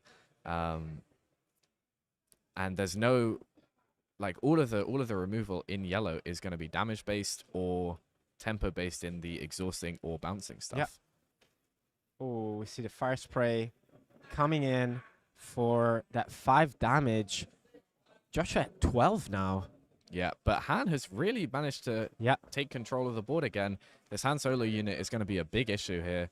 And the Han leader has managed to deploy safely as well, not even threatening the No Good To Me dead, because the fire spray is just such a big bomb to drop. Yeah. It's going to be interesting to see if Goran is able to get back into the ground arena at all, or if this Han Solo unit is just going to put in too much work here in taking these free value trades. We do see a Cantina bouncer here, but also the No Good To Me dead might be prime removal or pseudo removal to use on the Han here. Yeah, we see Joshua discarding the resources from the hero power or the leader action. And the right Joshua's on a very small number of cards in hand here, but we can see those 2 cards are actually really strong. I think I can make out Cunning and Change of Heart, which Change of Heart on Fire Spray is going to be pretty big. Cunning in general, just being able to tap down both the units and buff up. We see a Cunning first being used. We might see both Cunnings come down from each player here, I think. If Goran goes for this buff on one of the units, would you not swing with the fire spray to begin with? It's not a bad play, but the fact that Change of Heart. The fact that the 7-drop hand would then just be able to take a free trade into your Boba unit, or even go 6 damage to base. Right. Makes it super hard to justify it. Oh, not good to me. Oh my god, No Good To Me dead on his own fire spray. Yeah. That unit will remain tapped when it comes back to him. Yeah, but at least it's not taking that extra 5. Although, I would have really helps with the tempo here. Yeah, I would have considered just using the No Good To Me dead on the Han unit, I think. And then I agree. Once the fire spray gets taken, you can drop the Cunning to tap it down, and then you just have it back for next turn. To be fair, we have the Cantina bouncer, so I think maybe we're trying... Oh, never mind. Oh, the Boba unit was what got buffed. Yeah. No. The fire spray was probably what got buffed, but the Boba unit used its ability. So to do the 3 damage. Yeah. Something that I think a lot of players, myself included, just now forget about it. Yeah. But the Han Solo unit did come in play last turn, but because of the Boba being able to exhaust it with Cunning, the Boba unit was able to take that value trade. So here we really see, where the Boba unit can actually have more value than a card like Toro. We didn't even consider that. That was hilarious. Shout out to Lukey. Commentaries are great.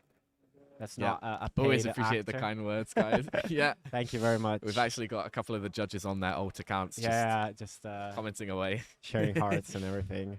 Now, thanks everyone for following the stream. If you're not subbed yet, please leave a sub, leave a like if you like, and if you write in the chat, we can have a good discussion with you as well.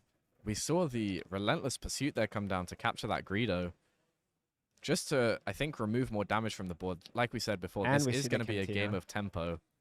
and a Cantina bouncer again. To answer the bouncer, that is so much value, actually, because removing that fire spray, even if it's just back to hand, is huge, considering that they're pretty much on the same damage. It's Pretty yeah, great. and again, like we said before, the Han player is maintaining this ground arena control just in a crazy way. That 7-drop Han unit, I think, really turned the tide of the game. Being able to drop that, clear some units out, and then deploy and just really keep the presence on in the ground. Yeah. There's really no see way the for Boba to swing. come back on that arena, I don't think. No, and we see it's just a trade there. With the And a hotshot blaster. spark. They're just swinging right now. Shout out to KTOD Mari in the chat. Thank you so much. Guys, if you want some great advice for how to excel in tournaments like these players, check out KTOD Mari and all his tips and tricks on how to stay focused in a tournament, how to prep in a tournament, how to build your deck, how to choose your deck. So big shout out to KTOD and KTOD Mari. Yeah, 100%. And we see a lot of damage here has been pushed onto Boba's base.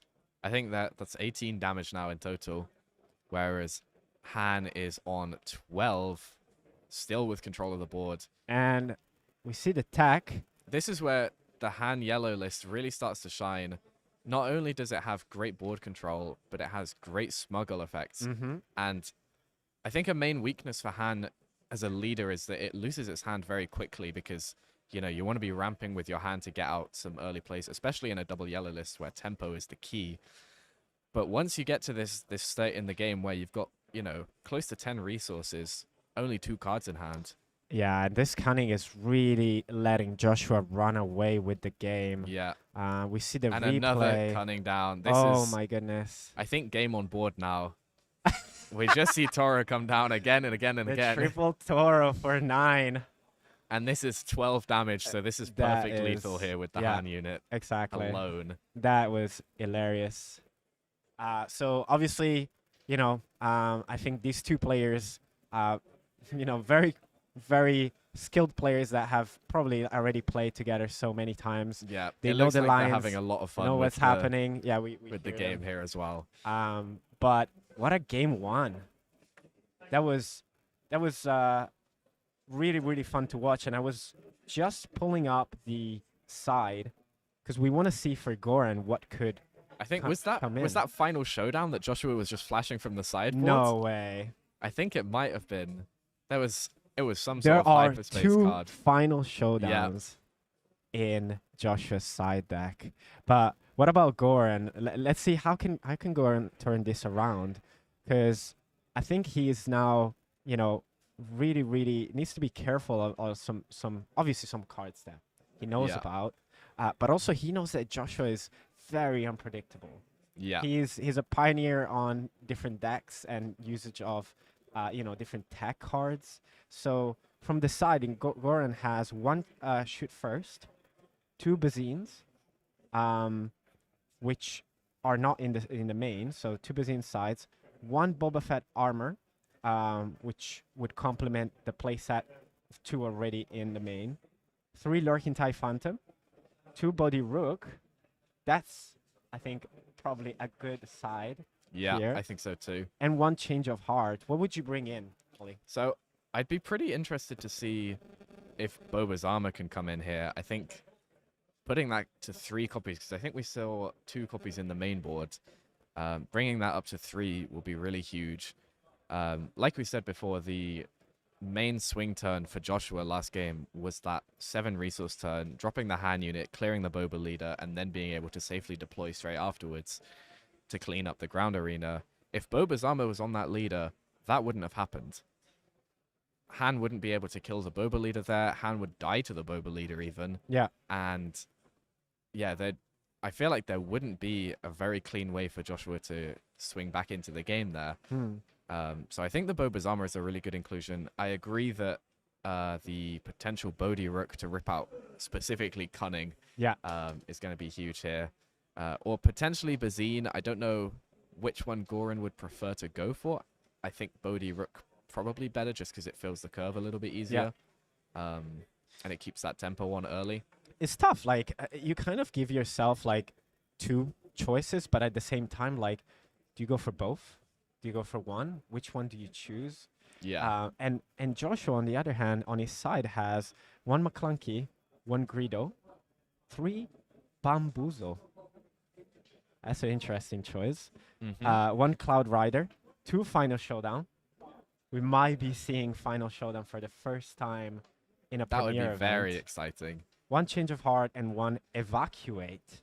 So we could see Evacuate for the first time in a premiere event. Yeah, Evacuate, a very cool card. I think one that everyone thought was going to be very exciting from the set's release. Yellow getting like a pseudo board clear with 2 mana cheaper than blue. Yeah. But then it's really not seen all that much play. It is quite interesting because at the beginning, I think a lot of players saw the card and were like, this is good. Yeah. This is good. And I haven't seen it being played. Chat, what do you think? What do you want to see more? Final Showdown or Evacuate being played? Personally, I want to see that Final Showdown for the Final Showdown. Yeah, you know I what think I'm that saying? would be amazing. I think especially if we could get to a game 3 and Final Showdown came down to win or lose the game. That would be insane. That would be very hype stuff. Oh, wow. We see Boba starting with Mercenary Gunship. and Han another tech. just decides to go for the turn 1 tech play. Yeah. Han's hand. I think I saw 2 spare the targets in there. Tech gonna have a couple of options. I know we saw the DJ and resource, so if we get to next turn and Han's able to ramp with the tech on board, that's gonna be crazy. Boba is definitely gonna need to deal with this tech as soon as possible. Yeah. So, just a good trivia fact. We know Joshua has built that very impressive Boba Green deck of 54 cards. Today he's playing Han Yellow. Guess how many cards are in this deck? Chat, I want you to guess how many cards are in Joshua's deck. I wanna hear from you. But in the meantime, we see a race on 2 different lanes here. Yeah, it really does look that way. I think this is honestly favorable for Han here. The Ezra and the Tech both able to create some serious value as well as swing some good damage through. Whereas these spaceships here, Mercenary Gunship and 7th Fleet Defender, they're definitely very well statted, but they just don't have the same impact when it comes to Ezra and Tech. Ezra and Tech might be able to generate a lot here for the Han player, and we see Han go for that ramp. Yep. Goran needs to answer this tech right now before Immediately. DJ comes Yeah, down, and we see the waylay. Yeah, Very nice. very good. The Cantina Bouncer comes out as a backup 5 We need to resource tap option. that leader, but it's fine. One resource was resent without the leader being tapped, but we know what's happening. Again, these 2 are very experienced players, and maybe sometimes they just skip some like hygiene factors, I would say. Yeah. I'm definitely guilty for that in some games myself. I can see some players typing in the chat there with some guesses. I saw Ooh. 54 cards. Obviously, that is the standard for Joshua with his Boba Green Yeah. list. Andre there with the straight 60 card consistency. I really hope not. We have a 51. 51. Very close. It's actually 52. 52. So, Okay. You know, he's sticking to his guts on, I'm playing the cards that I want to play. I'm Yep. not sticking to 50, but not as high as 54. Yeah. And we can see a big turn here for Joshua. It looks like Han has just been able to deploy uncontested here. And there's been no copies of No Good to Me Dead, not even a copy of Cunning to try and exhaust the hand so that it can't swing through. Oh, this is huge. And we see Joshua's reaction there as well. Definitely backs up that statement. It was like, The I thought Boba's you were not playing it. You were not Oh, supposed to-" no. What happened? We see there's a 7-drop hand in Joshua's hand. If he hadn't swung with the Cantina Bouncer and he'd just taken He out would the have Boba cleared unit, the Boba, he would yeah. have killed it. It goes Although up it to- looks, no, I think the Cantina Bouncer swung onto the Boba to try and set up that trade. But yeah, either way, the Boba's armor here is absolutely huge. And now we see We see the Hot Shot Blaster Yeah. as well. We're just stacking this Boba like it's Yeah. Chirrut right now. 20 damage on Joshua's base here. boom. this thing's swinging for 8. I don't think he gets the restand too, because I don't think we've seen a unit leave play on Joshua's side. No. But man, this is crazy. Like we said before, Han yellow, its removal is damage, or it's going to be tapping stuff down to try and race. I don't think even tapping down the leader for next turn is going to be able to make up for the fact that he's 10 damage behind. Yeah, I like how Josh is just like, give me that resource. We see the DJ coming in, stealing the resource that will be promptly destroyed from the leader effect. Yeah. And that's actually a pretty big play, because that does set the Boba player here back down to 5 resource. No Fett's Fire Spray this turn. Yeah. If Joshua is able to exhaust this Boba leader, although, does Boba have initiative here? I think see it on Boba had, Joshua's side. it looked like Boba was able to get that swing in before anything else happened. Oh, yeah, of course. Yeah. So that puts him to 28. Ezra hoping to find Evacuate, right?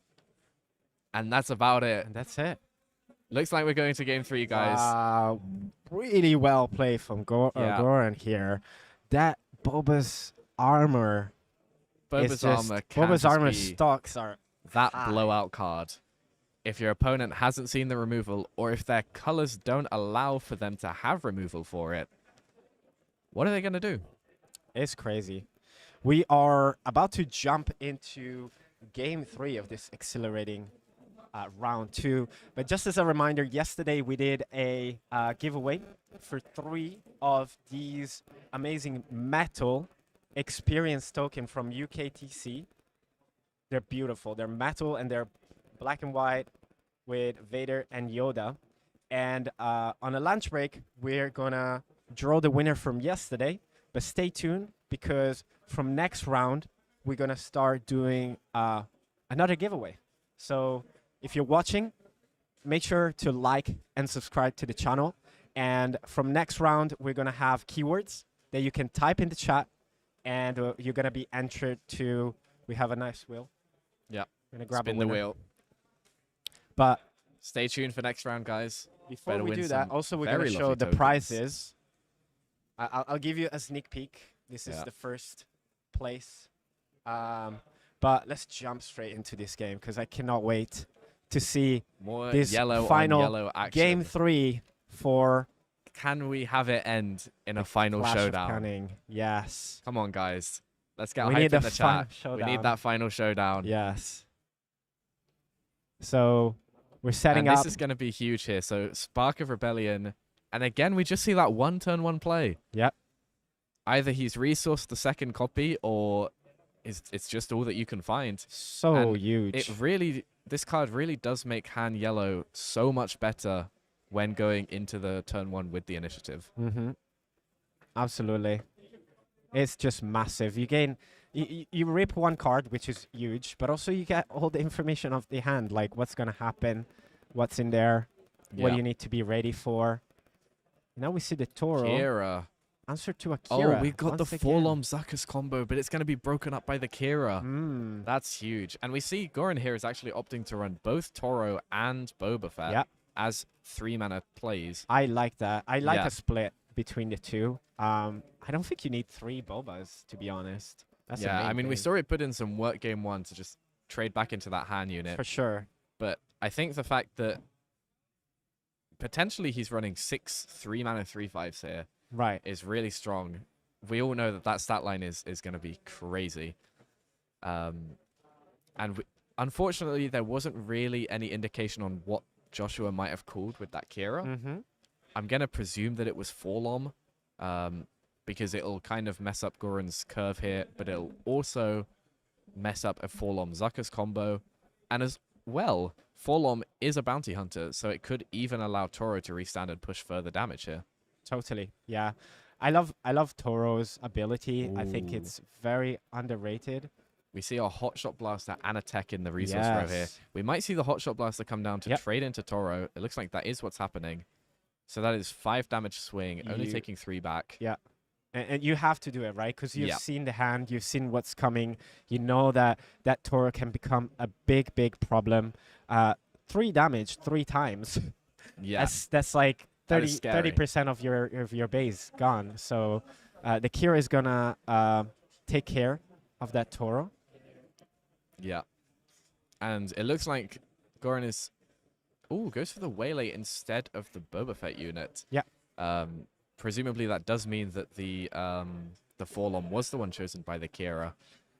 I do think... I don't know about you. I'd be curious to hear your opinion on this. I think that Han is probably more favored the later the game goes, with all of the smuggle value that it can get with techs. Totally. So I think the fact that, you know, we've gone on to 5 resource here. Joshua's only got 3 damage on his base. The damage overall is pretty low, and the board is clear. I think that's pretty good for Han in general. Yeah. I mean, that Waylay on the Kira really set it up for, you know, another blockage. But I definitely agree. Han wants to go the long game. Tech, remind the viewers, Tech allows us to smuggle any card in our resource for 2 more. And that is any card, not just units, right?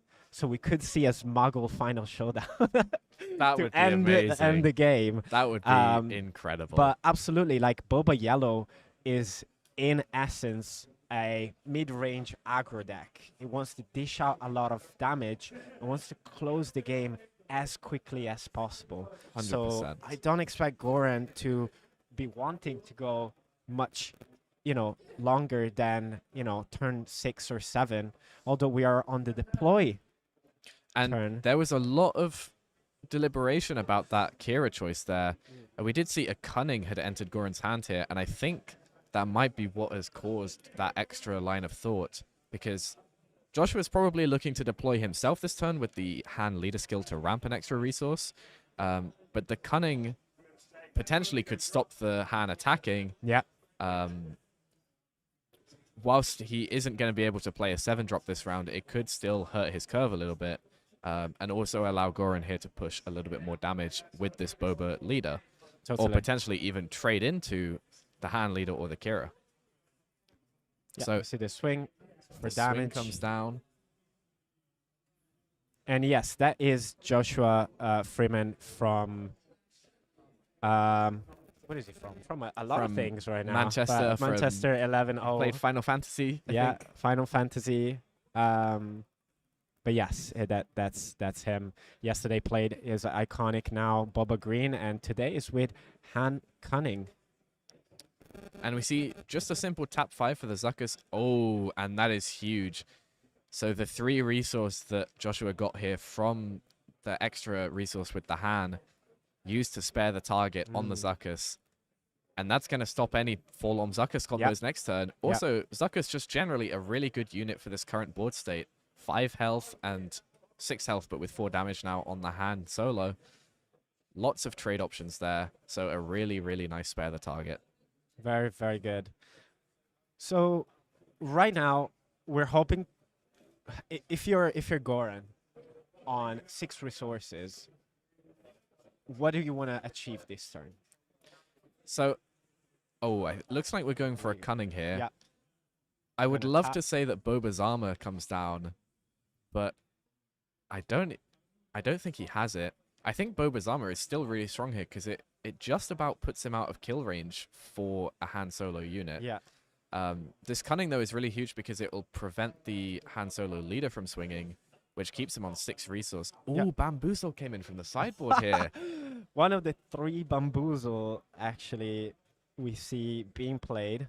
And that's just ended the turn. Yeah, yeah. I assume the Cunning buffed the Boba to try and push more damage. Bamboozle just taps it down, saves him 8 health, and he's even able to smuggle in a tech. That is It's, a crazy turn for Joshua. Absolutely huge turn. What a choice. Bamboozle is an event that costs 2, and it says you may discard a Cunning card from your hand instead of paying this event's cost. And then it says exhaust a unit and return each upgrade on its owner's hand. Yeah. So I wonder why the choice of Bamboozle. Just the extra bounce? Yeah, so I Cheap mean, bounce? I think Han Yellow as a deck is probably going to struggle quite badly into these aggressive matchups, Boba Yellow and Sabine Green especially. Mm-hmm. So I think Bamboozle is great to help with that. potentially just using it as a free way to exhaust and save some base damage. But also the added benefit of being able to bounce upgrades is going to be huge again in those two matchups. We see Darksaber played a lot in Sabine, and obviously Boba's armor is a big problem for Joshua in this kind of a matchup. So just forcing them to spend those extra resources to replay those kind of upgrades when Bamboozle can come down for free is a huge tempo swing here. That is true. Yeah, essentially it says it's either free or for 2, and it says you have to replay all that. As well as preventing any damage on base or any nice trades going on. Which what we have seen happen. And it looks like, is that the third cunning that we've seen from Goran or the second? I can't remember at this point. I think in this game is the second probably. And another cunning. It feels like you play against a double yellow deck. Ooh. They just managed to have Is it gonna pick card. the cunning? Is it gonna pick the cunning? Oh, Boba's armor. Oh my god. No way. That's a huge hit, I feel like. Oh my goodness. Oh no, he didn't have a cunning in hand. That was Oh, Relentless Pursuit though. amazing. I think this is... That is really good. Wow, okay. That's a crazy swing as well. Whoa. This Relentless Pursuit could allow Boba to take out the hand leader next turn and What? take control of the board again. Wow. Man, that Dude, that Boba's armor exchange rip was was so so cool. huge, though. Yeah, that was insane. And it was actually the card that was poking out. That was Yeah. so funny to watch. If we'd seen Relentless Pursuit come down and then Boba's armor, if Boba's armor came down first action this turn, I feel like it would be so hard to deal with. The shield plus the -2 damage on every it would have instance. been Wow. insane. What a good hit for Joshua. Yeah, yeah. Good skill, right? To pick the right random card. That's Sometimes the better player just draws and rips the right stuff. yeah, yeah. Just learn how to draw better. And Yeah. how to pick random cards better, for sure. 100%. And so it looks like Goran has quite a few units in hand. I'm seeing Toro and I think a Forlom and a card in the middle that I'm not too sure on. So Forlom is coming down. Okay, Forlom just used to trade with the hand leader is very interesting. I was expecting for the Boba leader to take that trade, but maybe he values the shield in case a hand unit comes down for 7. I guess so. Yeah, I mean, at this point, you're expecting that, and also, you don't want to, yeah. You don't Oh wanna- my god, we see another cunning in the hand of Joshua as well as Bodhi Rook. I don't think Bodhi Rook hits anything here. No, it doesn't. And we see the Zuckus. Oh, okay. Yeah. This makes me even more curious as to why Goran decided to trade in that Forlom if he's got a Zuckus in hand as well. Well, we knew that, right? I think was it probably trying to Yeah. stop that ramp with Han? I don't know. Yeah, I'm not sure either. Interesting. And we see Tech just used to take off the shield. So, yeah, maybe trying to keep the Forlom alive to get the Zuckus ambush would have been pretty impactful, I feel like. But Ooh. Goran has only been able to do 10 damage. Yeah, at this and point. we've hit the later stage of the game. Han here is on, I think, 8 or 9 resource with another cunning in hand.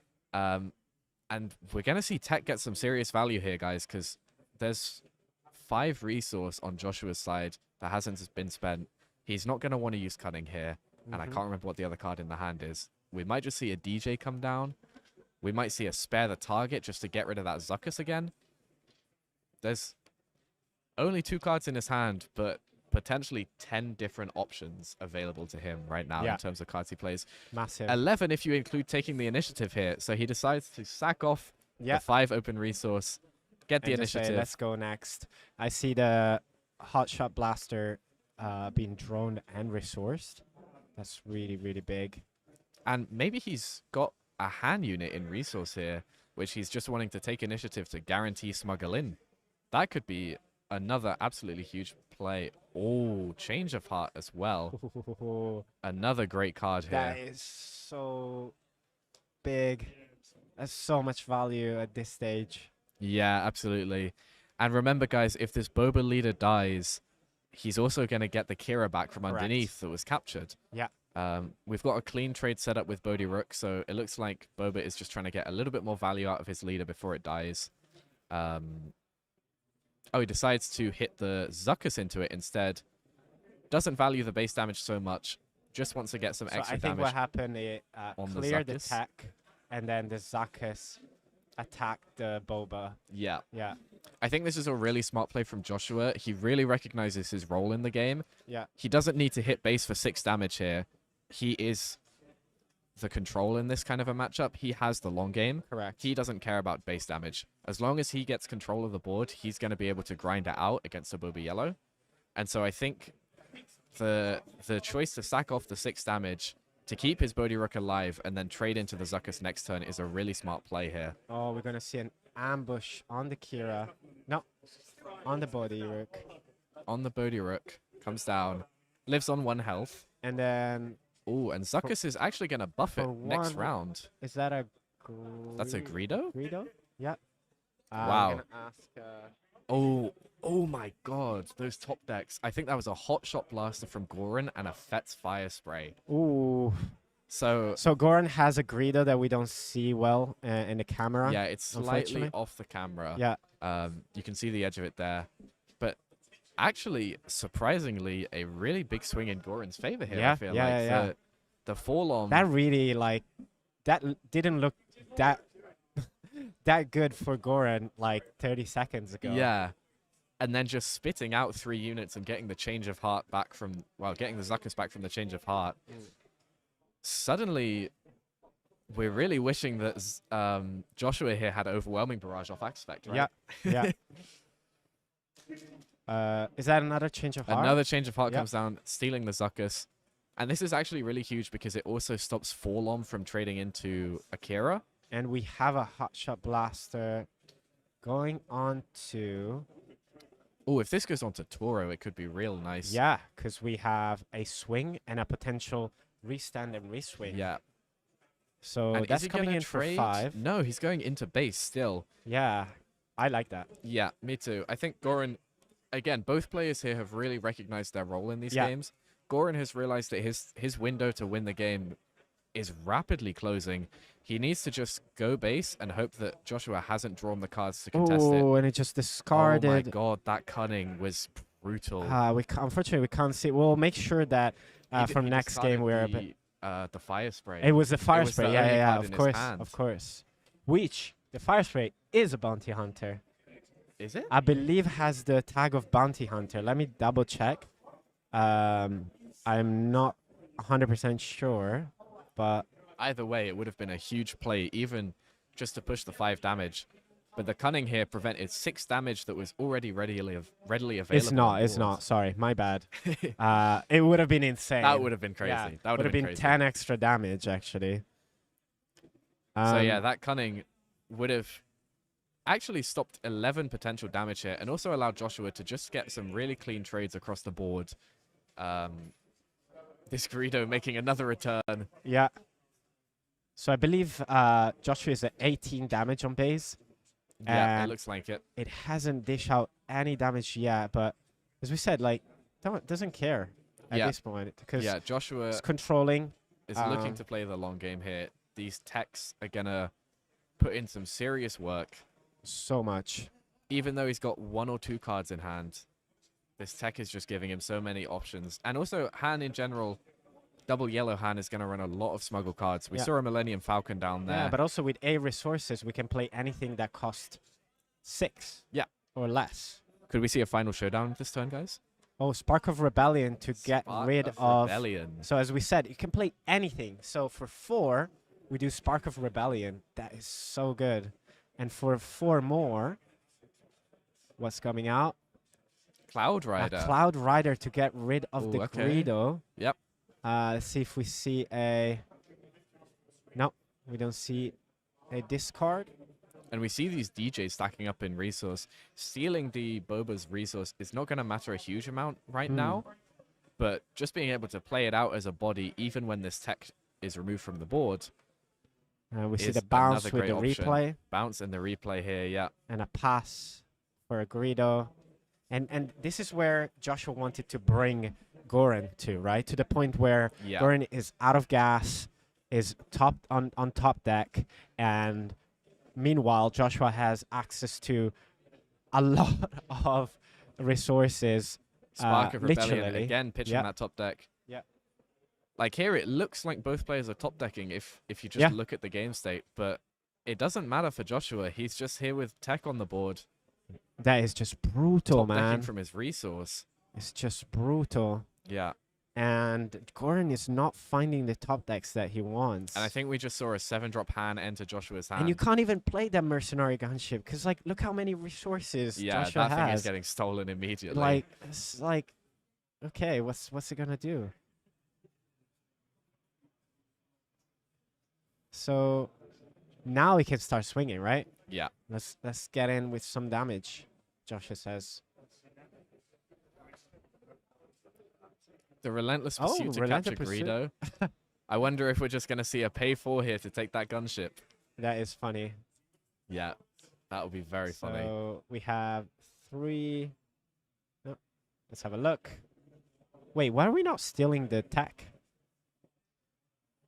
I think with relentless pursuit, it has to cost less than the unit capturing it. Yes. I know some of them are based on you're power, right. some of them are based on cost, but I Yeah. believe relentless Let pursuit is me based on cost. triple check, but you're absolutely right.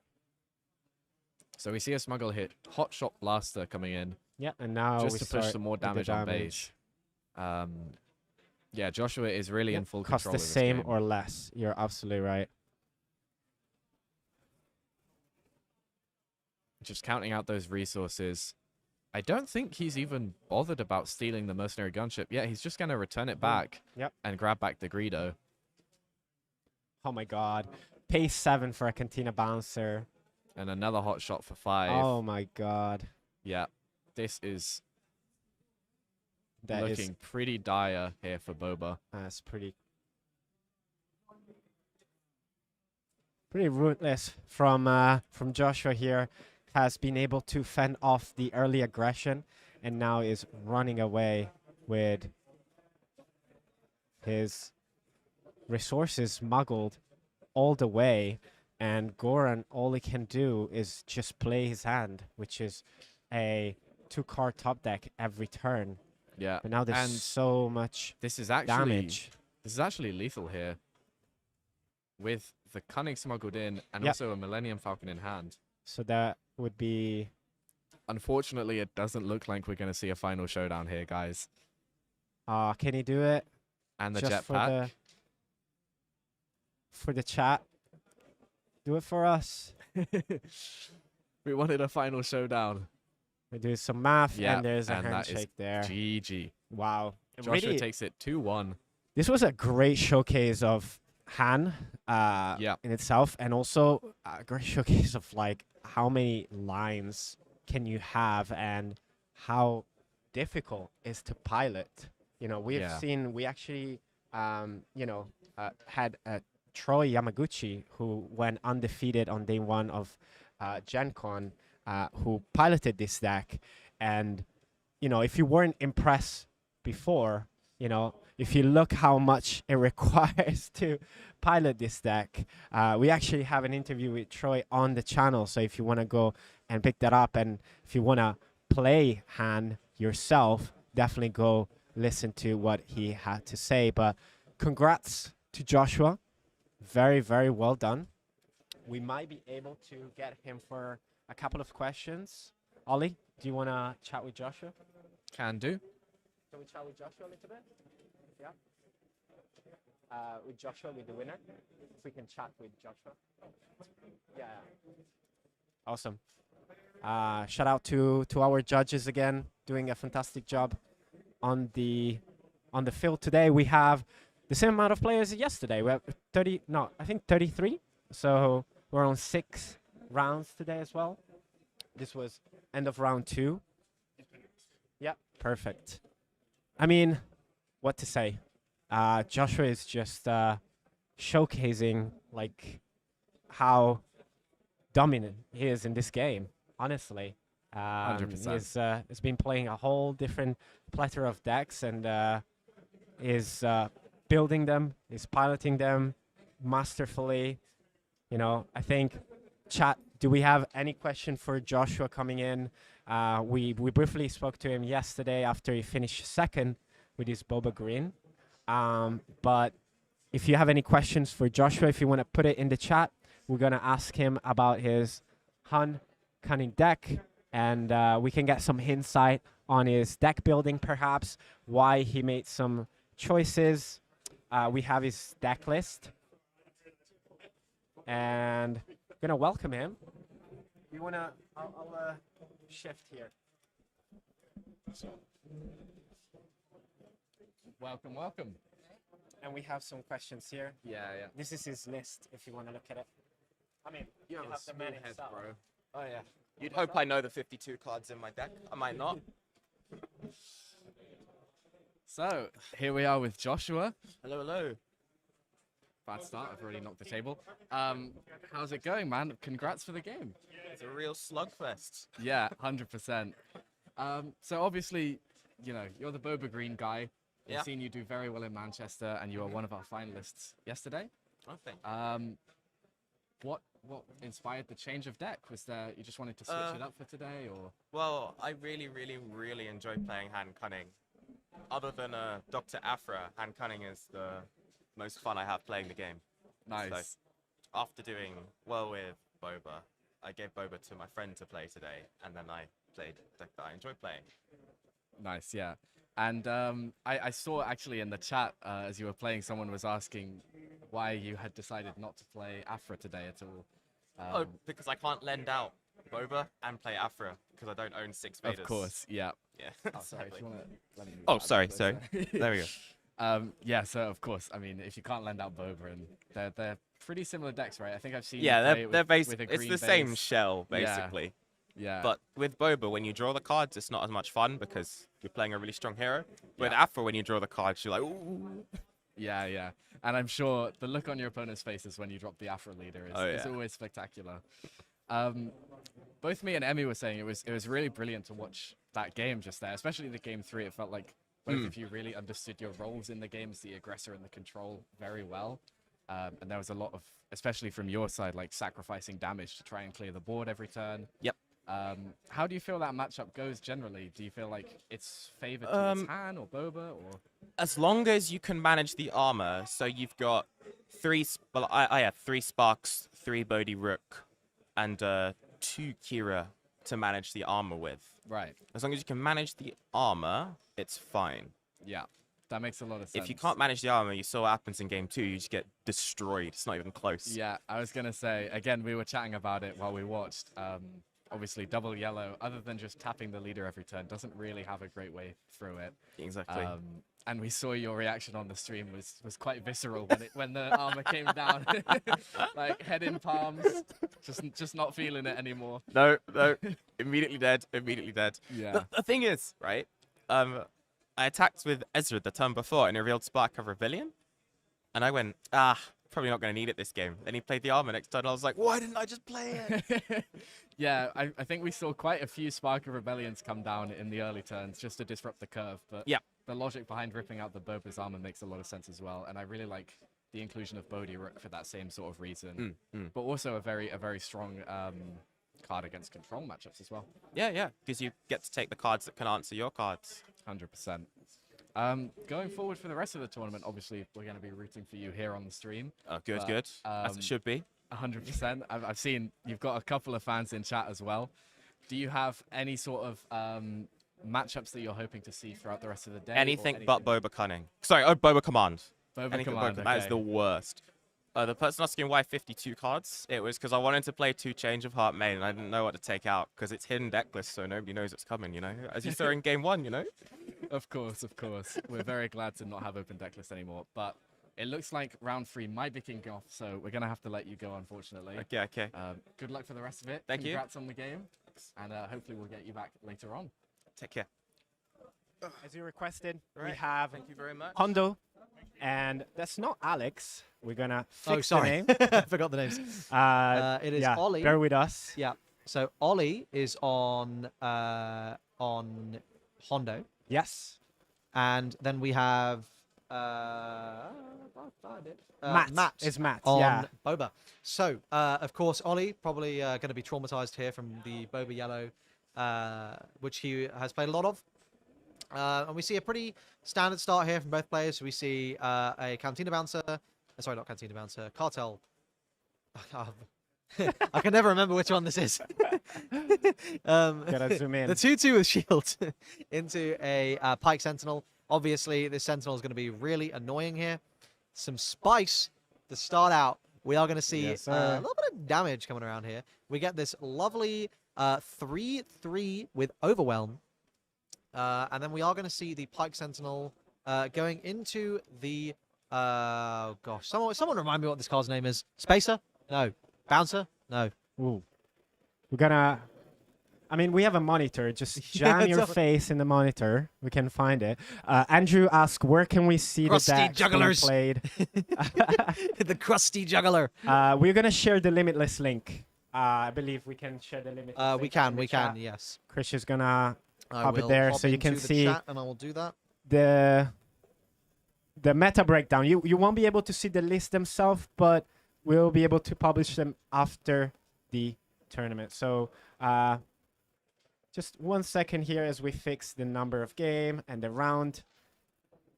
But there we go. Yeah, also, thanks so much for the feedback on the stream. We were splitting like a video signal. Our production team jumped on it straight away. So there shouldn't be any lag. If there's any lag, please let us know. But let's jump back into this game, Chris. Yes. So we have seen a cunning come down here, which is going to be pretty bloody annoying. I suspect... I'm sorry, I didn't catch what the two modes were. Obviously, one was bounce. I didn't catch whether one was plus power. So we are going to see lots of trading happening here. And we're going to move on. I suspect it's probably discard. I guess probably bounce and discard. Not sure. Sorry, I was sending the Limitless and I got distracted. Yeah, we're on many jobs. Yes, but we're back on it. We're back on it. So we are going to see the Boba flip turn here. And there is going to be some serious damage coming in. I think, obviously, this is a matchup that Ollie has played many times. Ollie himself is a Boba player. But as we look what Ollie's doing, can we remind what Hondo does? Because it's a bit of a less played leader, right? So what Hondo does is, and you know what, I will read out the exact effect, so I don't just say something that's blatantly incorrect. But basically, Hondo's whole deal is that he's going to be giving you experience tokens when you smuggle the card. Yeah, exactly. So Hondo on his leader side says when you play a card with smuggle, you can exhaust the leader. If you do, give an experience token to a unit. So that's what we've seen there. Yeah. We've seen smuggling out. But obviously that's not going to be great for Ollie's ability to stop incoming damage. And then on his flip side, Hondo is a 3/7 with raid 1, and that says when you play a card using smuggle, you may give an experience token to a unit. So it's not once per turn, and he deploys on 6. Now here's the problem. Here's the problem. We have a Boba deploy and a Cunning. So the Cunning is not going to be able to bounce, but the Cunning is going to be able to discard and buff by 4 power, and Ollie is tapped out. Yep. So there's a lot of damage coming in here. Exactly. A lot of damage. We are going to see a nice card there, getting yoinked. We're going to see a trade here. Yeah. And then we are, I think, start out. We are going to see Yes, a little bit of damage coming around here. We get this lovely 3/3 with Overwhelm. And then we are going to see the Pike Sentinel going into the... gosh, someone remind me what this card's name is. Spacer? No. Bouncer? No. Ooh. We're gonna... I mean, we have a monitor. Just jam your face in the monitor. We can find it. Andrew asked, where can we see Crusty the decks being jugglers. played? The crusty juggler. We're going to share the Limitless link. I believe we can share the Limitless link. We can, yes. Chris is going to I pop it will there hop so you can into the see chat and I will do that. the meta breakdown. You won't be able to see the list themselves, but we'll be able to publish them after the tournament. So just 1 second here as we fix the number of game and the round. But there we go. Yeah, also, thanks so much for the feedback on the stream. We were splitting like a video signal. Our production team jumped on it straight away. So there shouldn't be any lag. If there's any lag, please let us know. But let's jump back into this game, Chris. Yes. So we have seen a Cunning come down here, which is going to be pretty bloody annoying. I suspect. I'm sorry, I didn't catch what the two modes were. Obviously, one was bounce. I didn't catch whether one was plus power. So we are going to see lots of trading happening here. And we're going to move on. I suspect it's probably discard. I guess probably bounce and discard. Not sure. Sorry, I was sending the Limitless and I got distracted. Yeah, we're on many jobs. Yes, but we're back on it. We're back on it. So we are going to see the Boba flip turn here. And there is going to be some serious damage coming in. Hey everyone, so sorry. We had some internet issues, but we are back with round 3. We're bringing you Pulp Blue against Tark Yellow. Ollie, what are you thinking about this matchup? Yeah, so this is a very interesting matchup, and we can see here on the board the Lurking TIE Phantom has come down, which I think is going to be a big problem for the Palp Blue player here, unless we see any sort of make and openings throughout the list as well. But if the if the Palp Blue player is not able to deal with that, then can you try? If the Palp Blue player is not able to deal with that Lurking TIE Phantom in good time, then there's going to be really big damage coming from this Tarkin here. Oh, sorry, Josh. So looking at the current board state, we've got 11 damage on the Palp space already, and only a Dr. Pershing on the board. Palp Blue is not a deck that plays a lot of units in the early game generally. I think it's a lot more event-based, and it just uses its removal early on to get to the late game where you can deploy and make a very nice flip turn. So we see a resupply coming down, putting the Palp to 8 resource. Right. Palp can now deploy here, guys. And I think it can steal Lurking TIE Phantom, which is why the Lurking TIE Phantom here is swinging in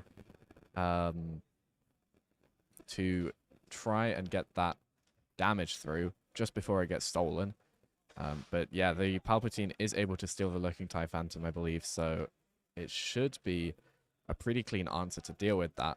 However, Tarkin still got a few ground units going as well to push damage. Tarkin leader's been deployed for a couple turns now. Palpatine comes down, steals the Lurking TIE Phantom. And we see the frozen in carbonite.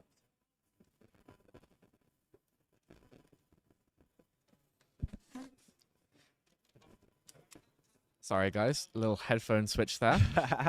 All right, we're almost back entirely. We're almost back 100%. We're trying to balance like going, keeping a good pace for the game and streaming every single game for you guys. So thanks for your patience as we work through this. Apologies for the technical issues there as well. So we saw the Lurking TIE Phantom get hit with the Frozen in Carbonite. It looked like it had been killed there, I think, by the Palpatine skill to just draw a card. Makes a lot of sense because the Frozen in Carbonite has made the card pretty useless. A takedown... Oh no, a Power of the Dark Side comes down. Tarkin really deliberating what they want to be killing here. I have to say, I am surprised that we didn't see the 2 experience from the TIE Advanced go on to the Grand Moff Tarkin himself. Would have made the unit really tanky, and only a Rivals Fool can really deal with that, or a Super Laser Blast. So, would have been really expensive for him to have to deal with that, as opposed to just being able to trade into this Phase 3 Dark Trooper that died last turn. And this leaves Tarkin just with his leader deployed, not threatening a huge amount of damage, really not what you want to see. And you can see Palpatine right here has really built up a hand. I think that's 6 cards in hand after resource. Potential for a lot of removal spells. We do see I think that's the Arquitus Assault Cruiser in Tarkin's hand. Could be a pretty big unit to drop. But with the size of Palpatine's hand, I think we're just going to see more and more removal and healing come from that side now. And even though there's 20 damage on Palpatine's base, it's going to be tough for for Tarkin to bring back the game. I'm surprised. Tom in the chat saying, I'm surprised he went for Frozen in Carbonite before swinging with the phase 3 Dark Trooper. Missed some damage there. That's very true. The Lurking TIE Phantom had already swung last phase, so wasn't threatening any damage. And that could have been, like you say, a potential 5 damage that was missed there. Could have been the game changer here, especially with potential for like a surprise strike or hot shot blaster from the resource as well. And we see Vigilance come down with a heal 5. Maybe considering giving a shield to Palpatine just to have a bit more board presence, but goes for the mill instead, trying to hit those potential game finishes, I imagine. Things like Triple Dark Raid, things like Surprise Strike. How do you feel about this matchup, Emmy? Looking at the board state. I think maybe Michael is trying to, will try to go for that mill strategy. Right now is, stabilizing, but I believe it's 19 damage already, and he hasn't touched Dylan's. I think we triggered the celebration on the camera with that. Hasn't touched the base yet, so it's gonna have, and now we see Alp getting removed as well. So we know Michael from previous premiere events. I believe he was in the final against Joshua, or sorry, top 8 maybe. Yeah, I think he was in top 8 in Top 8, Manchester. He didn't make the finals, but he's I believe he's a dedicated PAL player. yeah, We've seen him on Pulp Green. Today he's playing Pulp Blue. yeah. So I'm expecting great things for sure. Definitely played a lot of Palpatine. I've seen him at a few tournaments, like you say, playing the Palp Green.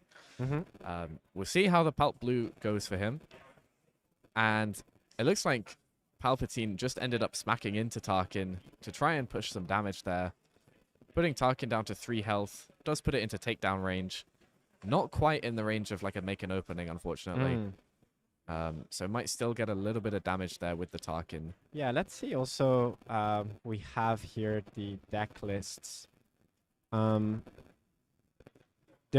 are 2 making openings, and it's a very control-y deck. We've seen Controller kind of making a appearance, I would say, in the meta. Yeah. Truly for the first time as hard control decks. Would you say? Yeah, 100%. And we see this assault cruiser come down. Oh, is this a timely intervention reinforcement walker? Yep, it is. That is absolutely huge. That is just straight up to discard. Don't even look at the cards. Yeah. So we Heal triggered the 6 one play. and kill the Tarkin. Yeah. And also the 2 discards and cards you discard even if you had looked at them. Just a super laser tech and a resupply.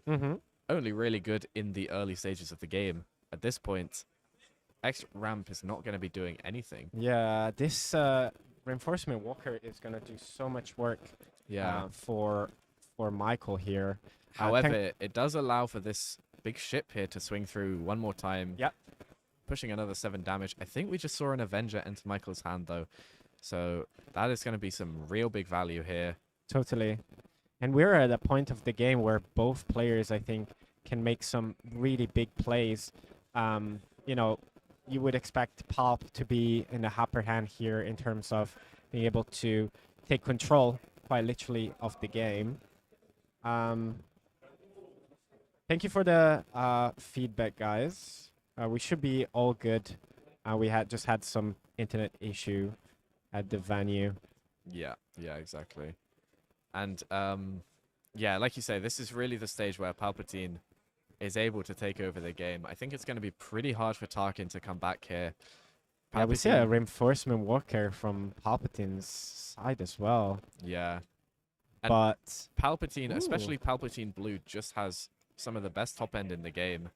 With the cards like Avenger, with all the removal spells like we see here, the Fell of the Dragon. Exactly. Reinforcement Walker able to stabilize their base health as well. So we remove that threat in space, and we're quite well matched on the ground. Now, we're seeing the kind of like heavy sentinel ground from Dylan.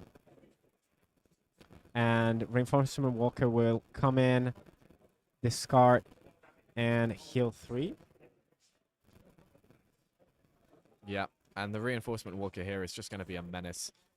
Really able to get those clean trades, especially into the pirate battle tank being a 4/6. Yeah. This phase 3 Dark Trooper can trade back into it next Yep. turn, even without the Tarkin buff. So that is nice, but Vader comes down to prevent that.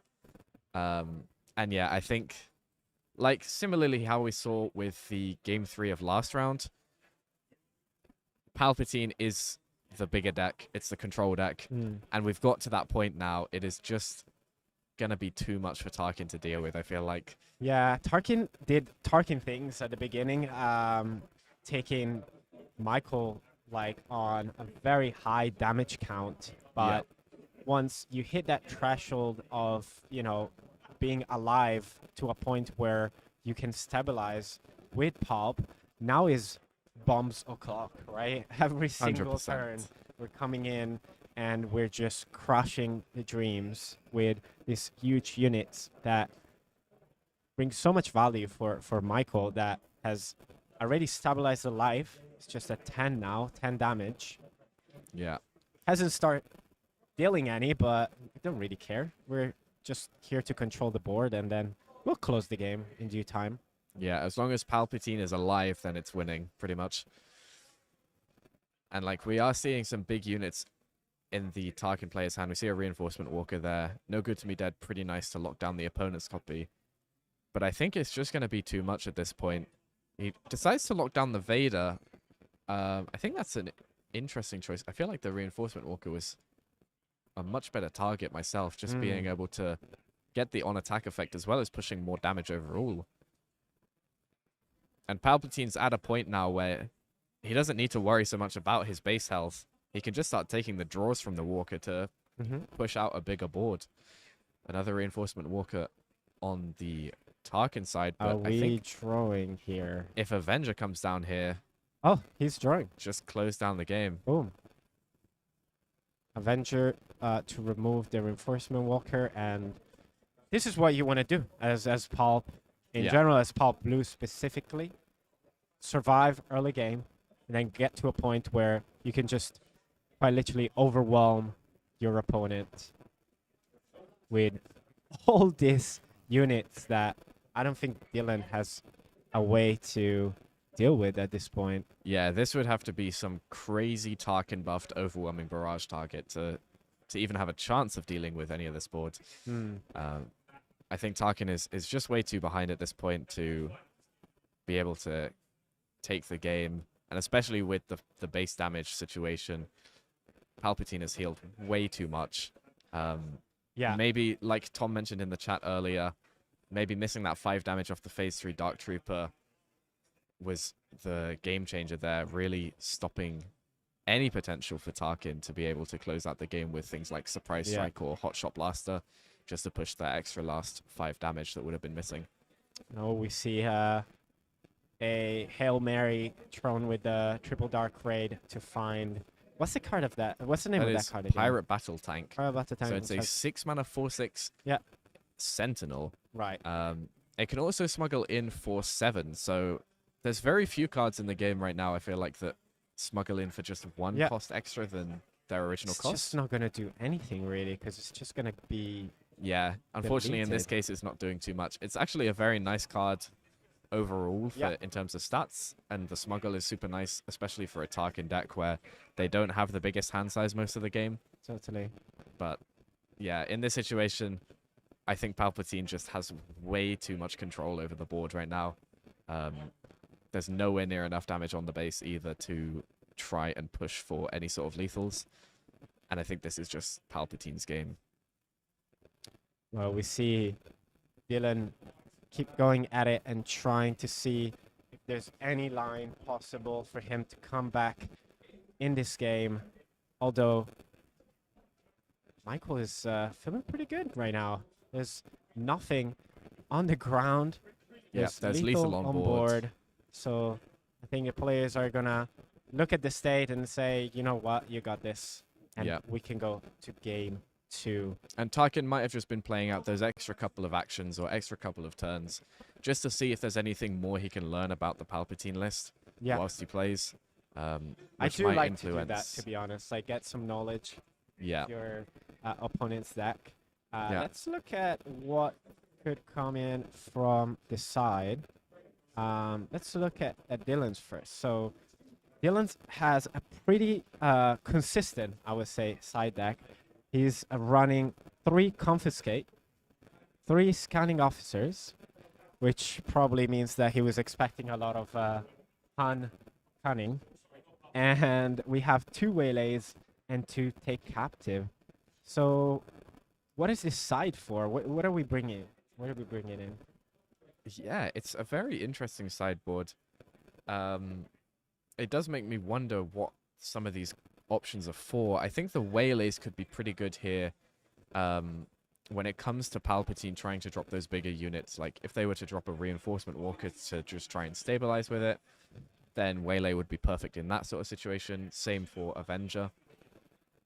Waylay can be a massive tempo swing in these sort of aggro versus control matchups. Absolutely, yeah. And you need to deal with those big units that Yeah. take a whole turn to set up. Or even just using it to bounce a Sentinel, even especially if there's a big Sentinel on Palpatine's side. It looks like Palpatine, I think I just saw choose sides go in. Yeah, Which- so Michael with his pop on the side has 2 restock for the, I guess, the control mirror. Yeah. 1 make an opening, 2 pulps return, 2 choose sides. I think I love that this we're seeing choose sides It's everywhere. almost in every green list. Yeah. We have 1 mole, 1 Snoke, and 1 relentless. What is coming in? So I think we saw the choose sides come in. Yeah. It does surprise me a little bit. I feel like there's not a huge amount on Tarkin's end that Palpatine can't remove with its like natural removal anyways. I have to assume that it's for being able to deal with a lurking TIE Phantom. Yeah, I was about to earlier. say. I think like the lurking tie is really like the I imagine that con. would be prime target for choose sides there. Because one of the great strengths about Tarkin is the standard removal for a lurking TIE Phantom is that make an opening to give it -2, -2. Yeah.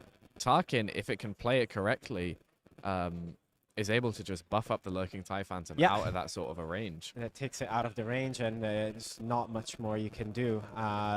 Hello there is still not a playable card, so it's not an option. Yeah. But these players are ready for game 2. So Michael won game 1.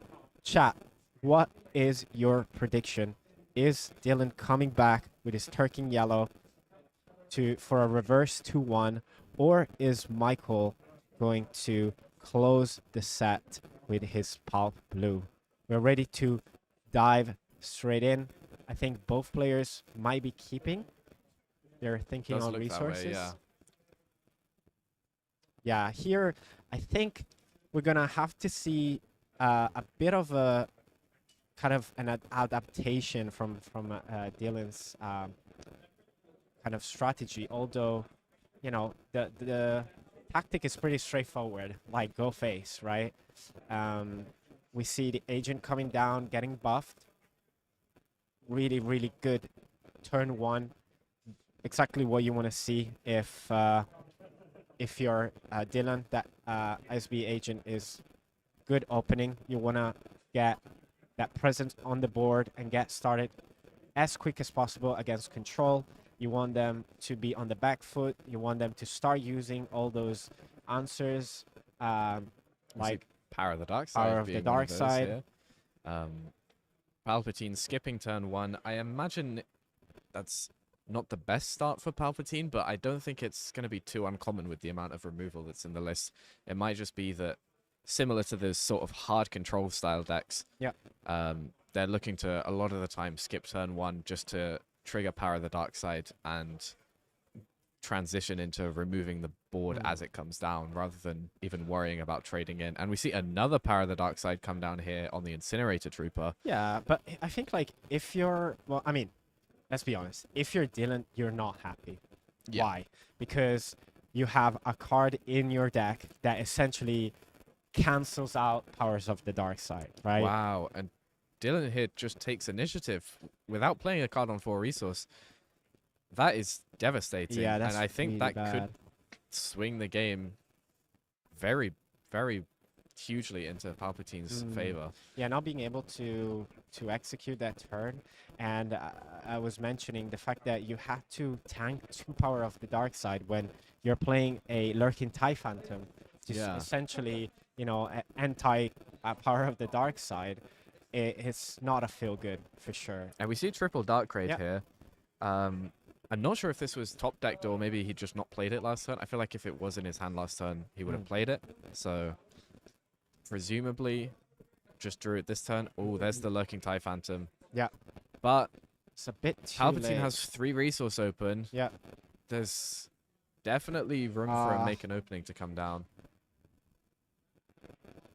Oh, yeah, that triple dark raid should be in the discard. Yeah. The list will be posted when we make a video next week. I believe also we're gonna share on our X, so make sure to subscribe. And we do see that make an opening that's the come make an down. opening. And Yeah. Oh my God, just the perfect answers. yeah, to be honest, I feel like this is Dylan just hasn't really been able to get off the ground here. Yeah. Ironically enough, being the Tarkin space stack. And there's Doesn't gonna be even another deploy. claim. Yeah. I feel like deploying here is still a decent play. We've already seen 2 power of the dark side come down. It's probably unlikely want to that do there's a that. 3rd copy. Yeah. So just getting the extra 2 damage in and getting the extra action. It looks like Dylan's got Devastator in the list. That perishing is just gonna draw so many cards. I can't see it leaving the field too quickly either. Yeah. I'm seeing a lot of top end in Dylan's hand here.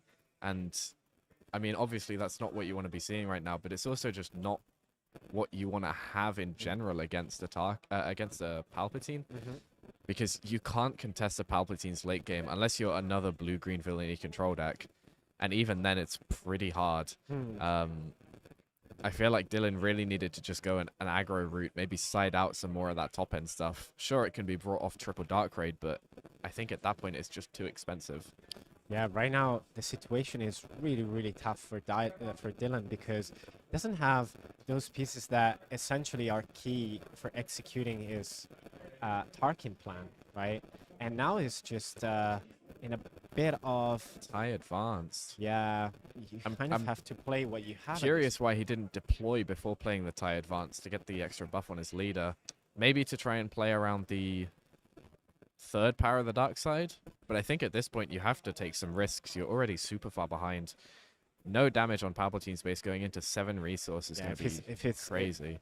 If it's there, it's there at that point, probably. And we see Entrenched come down to buff the Sentinel.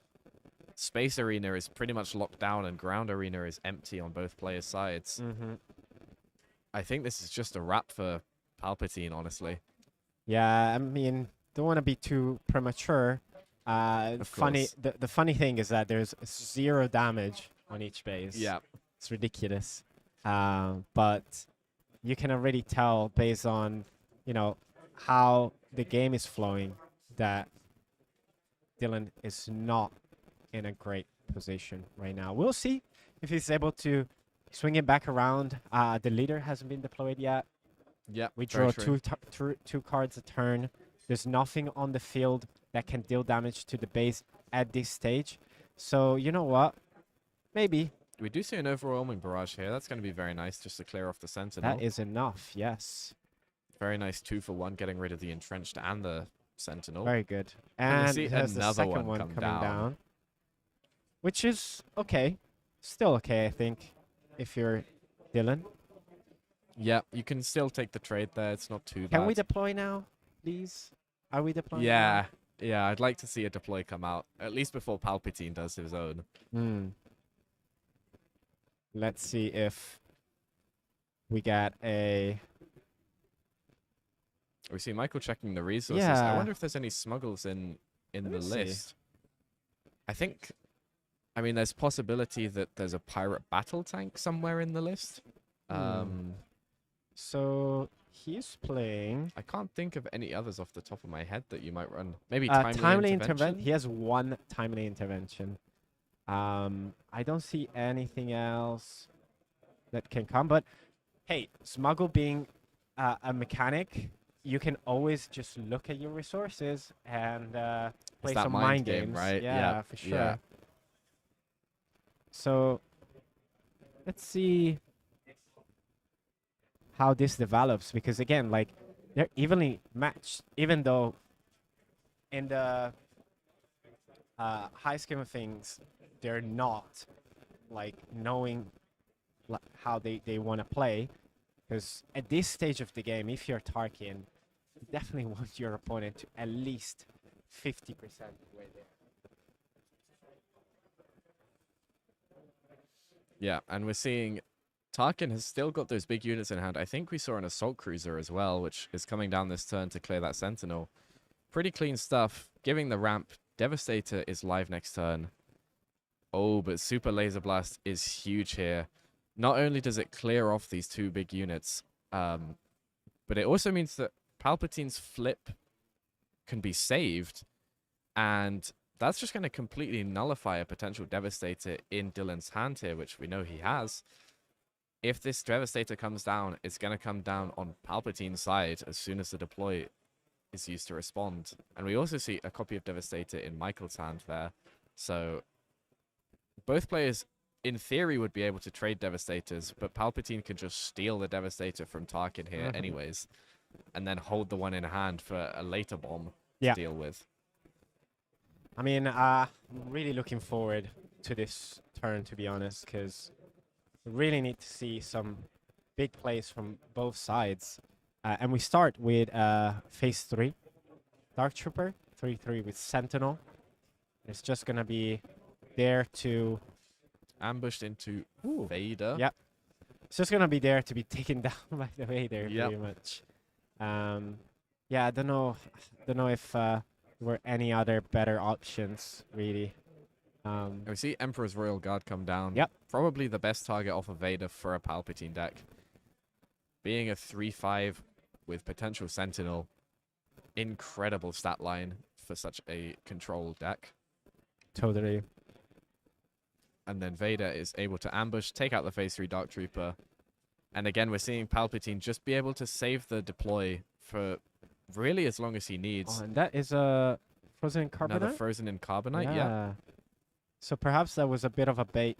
And it was the claim and pass. Oh, we see a triple Dark Raid Yep. come into That doesn't Tarkin's restand. hand. I always do that myself. Oh, is this not good to me, Dad? Sure, I'll restand it anyway. Sorry. Yeah, you need those like indicator markers to put on them. I'll always forget it too. So look at that spread of resources on Tarkin. Is ready to roll. Starting with a 3. Looks like we might see triple Perhaps. Dark Raid come down here. I don't really know what he'll be looking to hit. Maybe a Reinforcement Walker to try and rebuild that hand. Yeah. I think that's probably the best target. The issue with that is Palpatine can, defeat this Vader with his leader skill to draw a card and ping some damage, and then immediately steal it. Lurking TIE Phantom, not the worst hit. Still a very strong card. And I don't think Michael has a make an opening in hand. It's just more of a question of, is it going to be enough to race down what Palpatine is cooking in the ground arena? Yeah, that's the real question. Because, I mean, we are in range for an Avenger. So, that could come down and just confront it away. Devastator can also deal with this. Yep. Can't deal the damage to the Lurking TIE Phantom, but is able to act as a sentinel to We prevent it. finally see the deploy on The 11 Tarkin resources. is down. And, And he is down. devastated away. Yeah. So That the nice is thing is not Tarkin good can news. respond with his own Devastator next turn. But like we've been saying, Palpatine Flip is just going to be able to steal it immediately. Yeah. It's just Palpatine is that kind of leader that just, lurk away, and then you kind of remind yourself, oh, shoot, yeah, I need to remember that that's going to happen soon. Yeah. it's really an ability that you have to bait out as early as you can, even though the body of Palpatine is so strong, being a 410, can trade into some really nice units, but also it's just super sticky. Yeah. And Dylan decides, I think, in my opinion, correctly, to just forget about that 5 damage, just claim, so he can play his own Devastator, I would assume. Yeah, because Devastator's a Sentinel as well. The Lurking TIE Phantom isn't swinging anything valuable in. And I think that's another triple Dark Raid in Dylan's hand. And we do see the Palpatine skill here, pinging the damage on the Devastator. I think that's about to get stolen, guys. Along with maybe Most an likely. Avenger or a Reinforcement Walker from hand. Yeah, that just feels bad. Wait. Oh, not the buff as well. Michael's rubbing his hands together in thanks. glee right now with that +1/+1. That's not great for Dylan. We need to see a bit of a miracle now, I think, if we want to change. I'll keep stories going of the back to game. it. That off aspect Super Laser Blast. Yeah, We see pay 7 for the Vader. I would definitely pay 10 for a Super Laser Blast right now if I was Dylan. Yeah. And Vader looks like it completely whiffed. Yep. Oh, wow. I wouldn't be surprised if that's a common thing in Yeah. Palpatine. I know you want to run a lot of officials as your 2-drops. Cards like Yularen or Scanning Officer to turn on Emperor's Royal Guard. Yeah. And you probably spend a lot of your slots also on removal as well as your top end. Yeah. So I imagine the units that Vader can actually pull out are pretty few and far between. I imagine it's probably just Crumb, Royal Guard, and Super Laser Tech. Maybe one or two more. Well, yeah, it's not running. Yeah, it can pick like some quite impactful cards actually. The Royal Guards I think is the best card you can Yes, find, yeah. as you said. Crumb come in and heal one. Is it Yularen? Is the official- Yularen Yularen? isn't a villainy unit, so he Is- can't. it Yeah, isn't? he's just Ooh. mono green. Mm. I'd be very curious to know if Michael is playing any 2-drop villainy units, maybe Seasoned Shore Trooper, or I don't know if there's. You guys have to let me know in the chat. Is there any official villainy 2-drop green units, or 2-drop blue units? In fact, Pershing can be brought off of Vader. Yeah, It's one you of the have to targets. remember that it can be off color. Yeah. So I think one of the real strengths of playing a card like Salacious Crumb with Vader is if you're able to play a 2-drop alongside it, it can be absolutely huge value. And also big protection into cards like Power of the Dark Side. We see the Avenger come down. that's the seal. Yeah, and that's that the looks like that handshake, is the and handshake. Michael with the convincing 2-0. Yeah, Pop blue. Tarkin just really not able to get off the ground there. Yeah, I mean, wow, that was pretty crazy. I think the chat was calling that. I think, yeah, you can have Michael. That'll be awesome. Chat, what are we thinking about this game? What has what has been the highlight for you? I think we're really blown away by Palp Blue. And so in honor of that, what are we going to do now, Ollie, is we're going to run our giveaway for the experience token. This is a metal experience token provided by UKTC. And what we're going to do, we're going to give you a keyword. I'll choose it for this time. The keyword for this round is control. So if you're in the chat, leave a like, leave a sub, type control in the chat for a chance to win a metal experience token from UKTC. And we just finished. Yeah, we're gonna do not now. We're gonna do the interview first. Oh yeah. Then we're gonna do a quick break, and we're gonna do the draw after lunch. Awesome. The controls are rolling in. I'll give you guys another minute. You have 1 minute to type control in the chat for a chance to win a metal experience token. Ollie yesterday used this with Hondo on stream and you won. Yeah, it's the good luck experience tokens. And as you can see, they are really beautiful. They're also double-sided, so you can run in your heroism decks, you can have Yoda as your experience. In your villainy decks, you've obviously got Vader. Yes. So very beautiful Love stuff. it. Control in the chat, and we are welcoming Michael. I'll take this. Okay. Yes, yeah, we mentioned it. Yeah, which things have changed from one screen. Yes, I know. So yeah, thank you. Shout out to Josh, our production head judge extraordinaire. And we welcome. Thanks for watching. And we welcome Michael. We're just gonna give you the right name here, and tell me if I'm butchering it. That's right, yeah. My name's Silk. Silk. Oh, Silk. Yeah. So- S-I-L-K, but it says, yeah, it's just what it is. Gotcha. Yeah, we'll remember for next time. So nice to meet you, man. Nice to meet you. Congrats. Thank you very much. That's awesome. You're keep racking up amazing wins. You're just rocking that pulp all day, all night. Yeah. But you're switching it up. Yeah, Going from green to blue. yeah, I try everything as different as I can. So I've done green, I've done blue. Yeah. I did yellow in set 1. Right. And I won a few store showdowns with that. But I think, I went to not Twicket, UKGE in set 1, and I played Palp Blue there. Right. But I wanted to see if set 2 had changed it much. Right.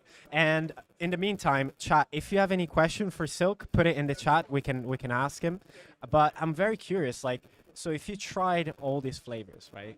The choice of blue, was it driven from the fact that what you've seen perhaps yesterday here? Is it just a preference? No, so I was actually at a stag do yesterday, so Right. I'm pretty we tired. missed you here. but Yeah, so I left at 4 o'clock this morning, and Wow. I told Josh that he was like, yeah, it's fine. So I had to submit the deck list there because I didn't have any cards. I had to get my cards. Gotcha. So the blue was because I was like, I could probably play that on autopilot I see. without being too tired, Yeah.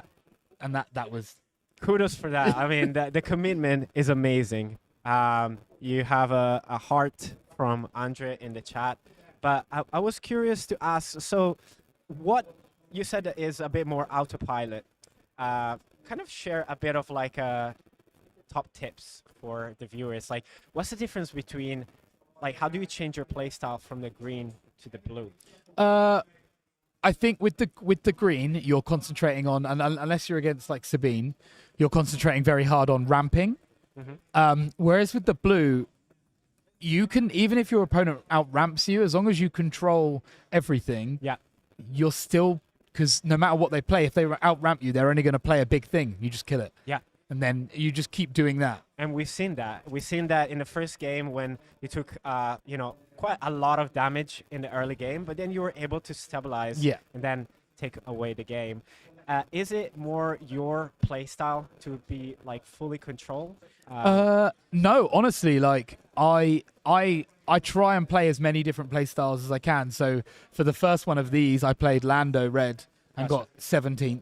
Okay. And then that was like Respect. a few weeks ago. Lando is great. So like I play aggro. I don't like Sabine. Right. I think it's a bit boring for personally. Hot takes. Yeah, sorry, but I also don't like Boba, and I don't think it's because Boba's boring. I just don't like Boba as a character. Right. So I'm not going to play a character I don't like. Yeah. And that's literally it. I just pick on things that I like, and I might see something. I mean, obviously, Lando has Childish Gambino as Yeah, exactly. so I was like, well, I'm going to play Don't it. look over. It Yeah, has to yeah. be represented. Yeah. 100%. It was easily the same reason I'm playing Lando myself. Yeah. But just one more question. Obviously, I'm sure we're going to see you at PQs, the Planetary Qualifiers. What are you looking for in those tournaments, and what do you think about the meta right now? I think the meta's in a really good place. I think we see a lot of Sabines winning early and then sort of drifting off. Yeah. But I think that any deck can sort of, we've got Bobas, we've got Kira's. I still think Kira's severely underrated. I don't play her myself that much. But I think it's underrepresented. yeah, at the I think it's moment. underrepresented. Like, I think it's got such a good matchup. Obviously, there's this new Bosk Blue coming out. I think that the meta's doing quite well and it's getting broader and broader every time. So we see cards that, you know, you have like a triangle effect. My deck might be great against one thing, but it's terrible against another. Yeah. So I try and always build my decks to beat its weakness more than be good against its favored matchups, which is why I'm so good against Sabine. That's great insight. I love that. I think we have a question. I think ERG will be better in set 3. What are your takes on Charleston version of the deck? So ERG, what's that? Yeah, I was trying to I- decode that. I get what he means about Charleston in the deck. I did Yeah. try it for quite a while, but because you play so many green cards, I didn't find the value. Right. I felt that Gamorrean Retainer for 2, becoming a Sentinel, was just better. It's better. Like Really? 2-3, like Yeah. it's gonna die, but it's gonna hit back hard. Yeah. And sometimes my Charleston or whatever it's called Yeah. is only a 3-3 or a 4-4, and it costs me 4. Oh, Royal Guard, or Royal Guard. I see. Oh, Emperor Yeah, Royal Guard. Royal Guard in set 3 will be so good because Yeah. of the. So many officials. There's a new that new official that rests itself and looks at the top Yeah, and it's draws. crazy. Ah, Yeah. yeah, I'm so excited. Yeah, for you set must 3. be excited. Yeah, no, great Double question green there. Double green Palp comes back hard next set. Yeah. Amazing. Silk, it was such a pleasure. Congrats again. Good luck for the rest of the tournament. Any shout outs anywhere? I mean, anyone who's watching, anyone who's supporting the game, shout out to all of you. And you guys that are killing it in the tournament scene, like putting on these really cool tournaments. It's amazing to see. Awesome. It's just a really humble and nice community. So thank you. And Fantastic. obviously, big shout out to my boy Andre. Oh, yes. Yeah, he's a good guy. Shout out to Andre. Amazing. So thank you so much. Thank you. Good luck for the rest of the tournament. Thank I'm sure you. we'll see you later. Thank Yeah? you. Take care. Bye. Awesome. So, guys, so many good games so far. We're going for a lunch break, if Josh, the boss, allows for. We're gonna come back. We're gonna draw the winners from yesterday for the experience tokens. So we're gonna be right back soon. Don't go anywhere. We're gonna be back with round 4, 5, and 6. Ollie, I just said that we're going for a quick lunch break, so we can get some food. We're gonna open some packs as well. Oh Chat, yeah. do you want to see some packs being opened? We can open them on stream. But we'll be right back. Give us 15 minutes, 20 minutes, and we'll be back with more great high-level Star Wars Unlimited. See you soon. Stay tuned.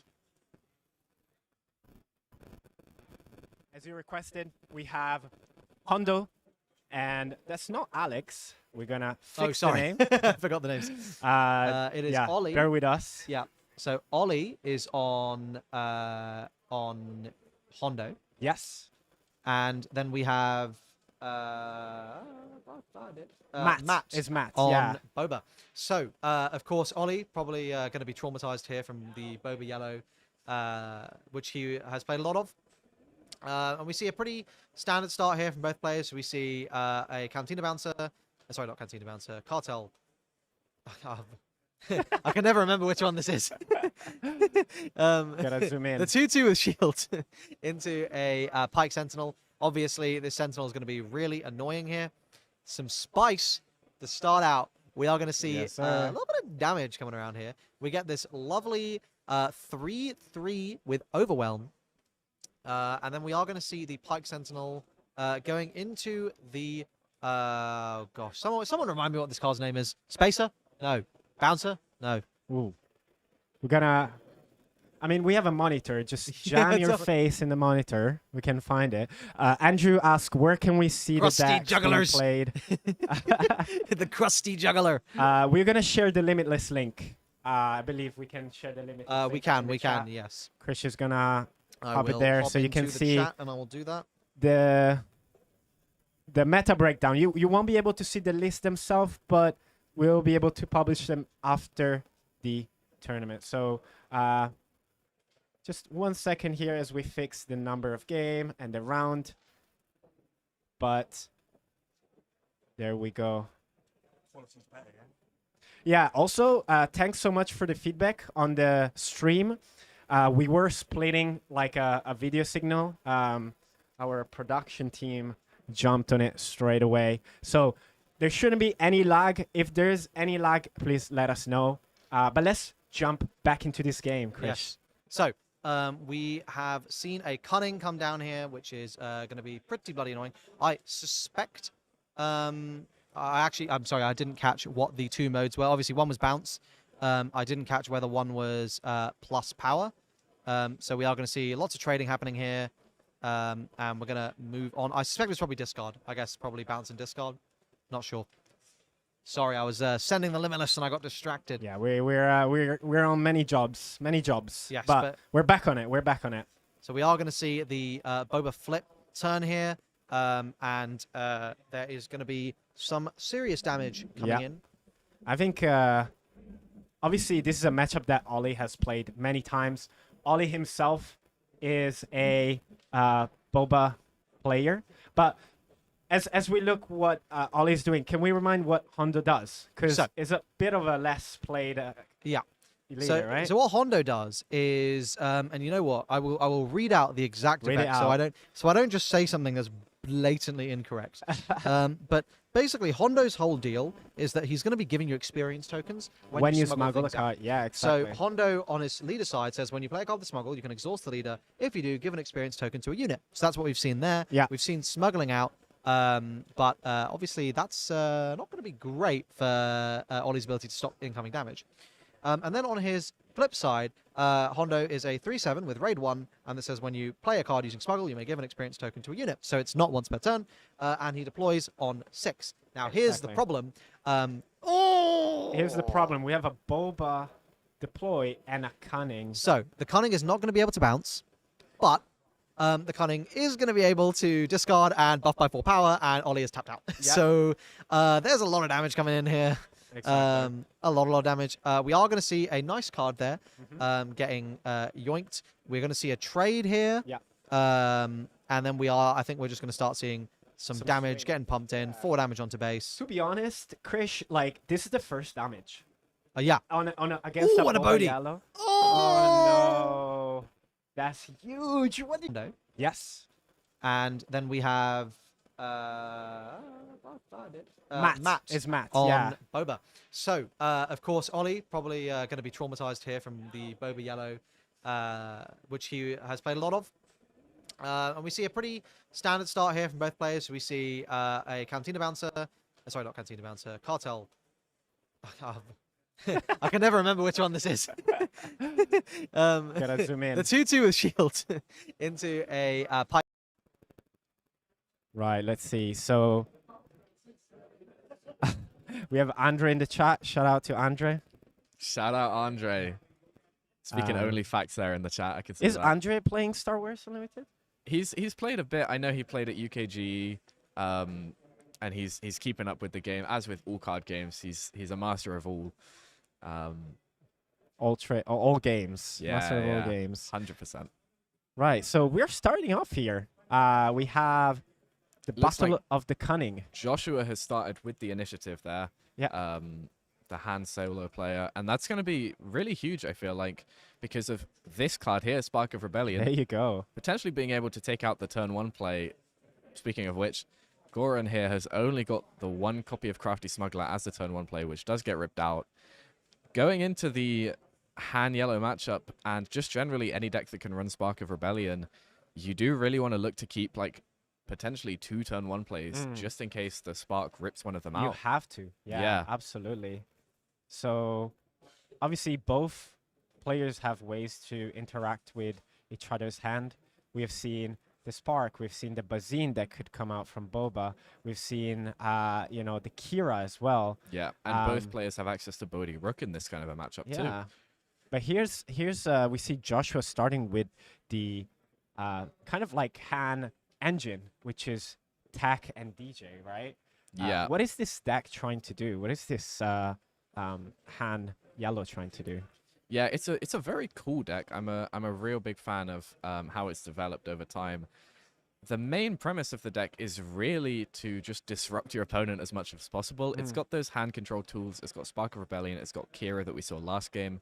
And then it's also got the Tech DJ combo, which can, during the early turns, just steal an opponent's resource and then delete it from the game with Hand's effect. Really just trying to disrupt the opponent as much as possible throughout the game, prevent their early turns, take over the board in the early game, and then from there just try and close out the game with cards like Hot Shot Blaster from the Smuggle row. Yeah. Jetpack as well, a really great tool to stabilize the board, take a value trade, and then have a buff remaining on your unit for pushing more damage.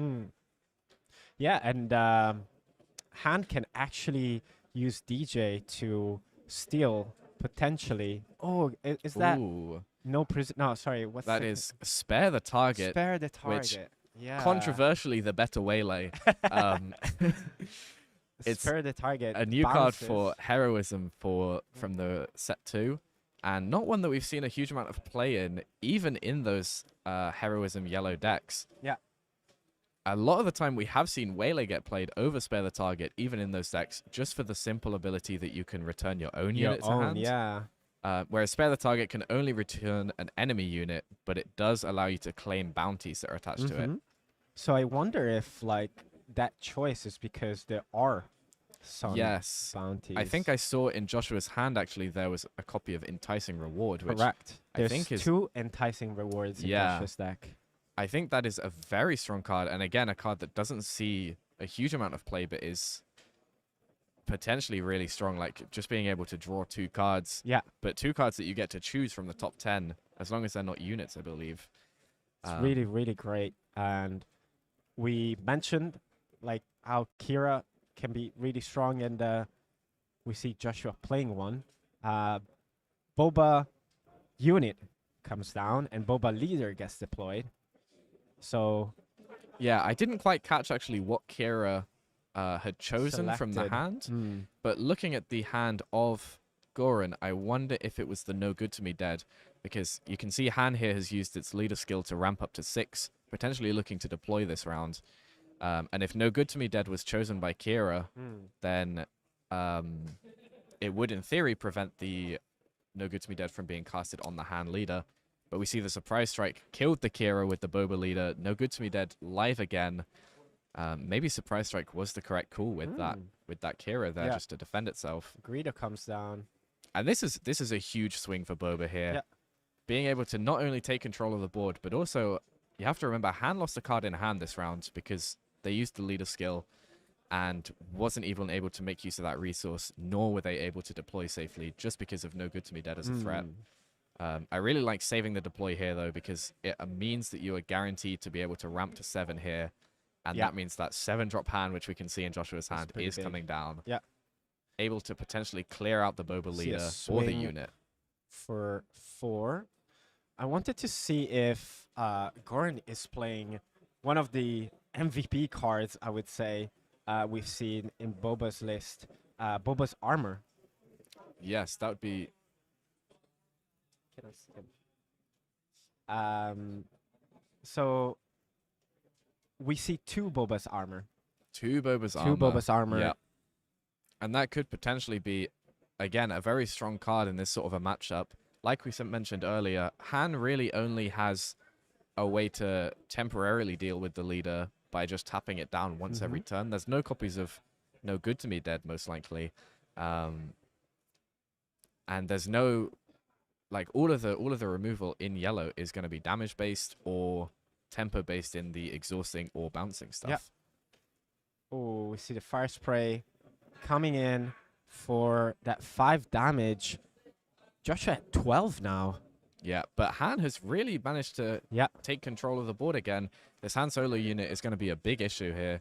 And the Han leader has managed to deploy safely as well, not even threatening the No Good To Me Dead, because the fire spray is just such a big bomb to drop. Yeah.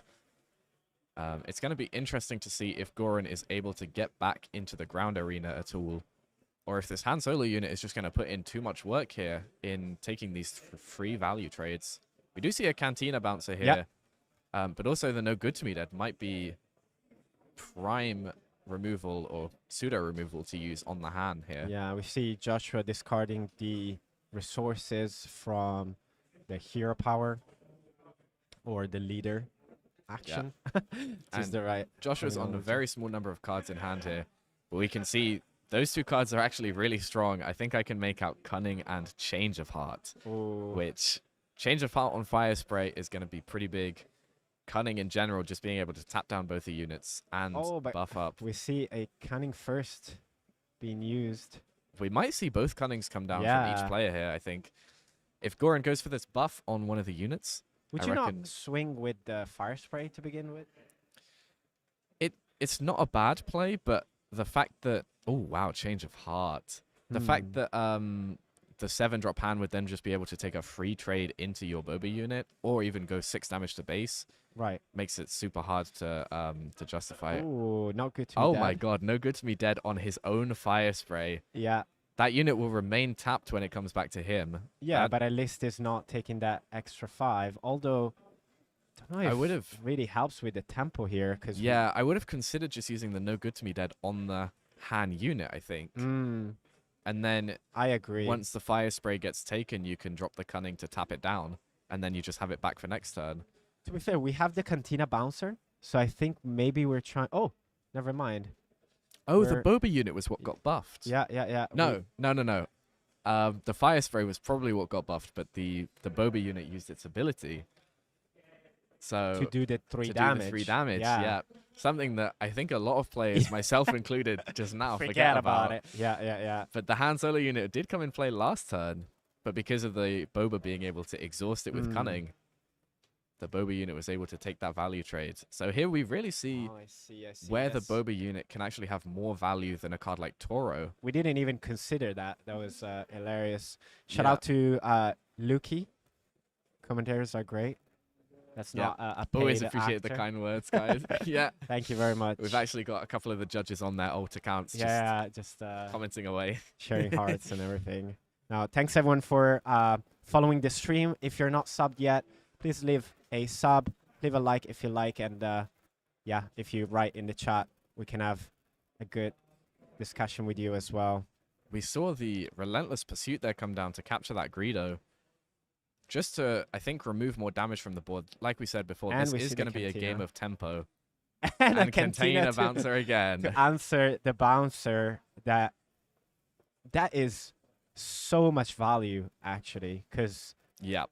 removing that Fire Spray, even if it's just back to hand, is huge, considering that they're pretty much on the same damage. It's pretty great. And again, like we said before, the hand player is maintaining this ground arena control just in a crazy way. That 7-drop hand unit, I think, really turned the tide of the game. Being able to drop that, clear some units out, and then deploy and just really keep the presence on in the ground. Yeah. There's really no see way the for Boba to swing. come back on that arena, I don't think. No, and we see it's just a trade there. With the And a hotshot blast there. spark. They're just swinging right now. Shout out to KTOD Mari in the chat. Thank you so much. Guys, if you want some great advice for how to excel in tournaments like these players, check out KTOD Mari and all his tips and tricks on how to stay focused in a tournament, how to prep in a tournament, how to build your deck, how to choose your deck. So big shout out to KTOD and KTOD Mari. Yeah, 100%. And we see a lot of damage here has been pushed onto Boba's base. I think that's 18 damage now in total, whereas Han is on 12, still with control of the board. And we see the tech. This is where the Han yellow list really starts to shine. Not only does it have great board control, but it has great smuggle effects. And I think a main weakness for Han as a leader is that it loses its hand very quickly because, you know, you want to be ramping with your hand to get out some early plays, especially in a double yellow list where tempo is the key. But once you get to this state in the game where you've got, you know, close to 10 resources, only 2 cards in hand. Yeah, and this cunning is really letting Joshua run away with the game. Yeah. We see the And replay. another cunning down. This Oh is, my goodness. I think, game on board now. We just see Toro come down again and again and The again. triple Toro for 9. And this is 12 damage, so this is That perfect lethal is- here with the yeah. Han unit Exactly. alone. That was hilarious. So obviously, you know, I think these two players, you know, very very skilled players that have probably already played together so many times. Yeah, They it know looks the like lines, they're having a lot of fun know with what's happening. Yeah, we with the hear game them. here as well. But what a game one! That was really, really fun to watch, and I was just pulling up the side because we want to see for Goran what could. I think co- was come in. that final showdown that Joshua was just flashing from the sideboard? No way. I think it might have been. It was some There sort of are hyperspace two card. final showdowns in Joshua's side deck. But what about Goran? Let's see how can Goran turn this around, because I think he is now, really needs to be careful of some obviously some cards that he knows Yeah. about, but also he knows that Joshua is very unpredictable.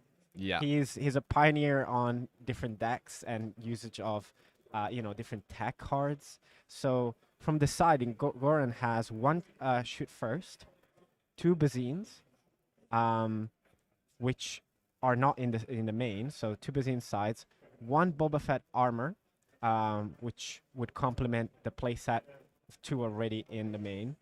Three Lurking TIE Phantom, two Body Rook. That's, I think, probably a good side. Yeah, here. I think so too. And one Change of Heart. What would you bring in, Ollie? So I'd be pretty interested to see if Boba's armor can come in here. I think putting that to 3 copies, because I think we saw 2 copies in the main board.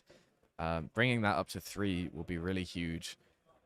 Like we said before, the main swing turn for Joshua last game was that 7 resource turn, dropping the hand unit, clearing the Boba leader, and then being able to safely deploy straight afterwards to clean up the ground arena. If Boba's armor was on that leader, that wouldn't have happened.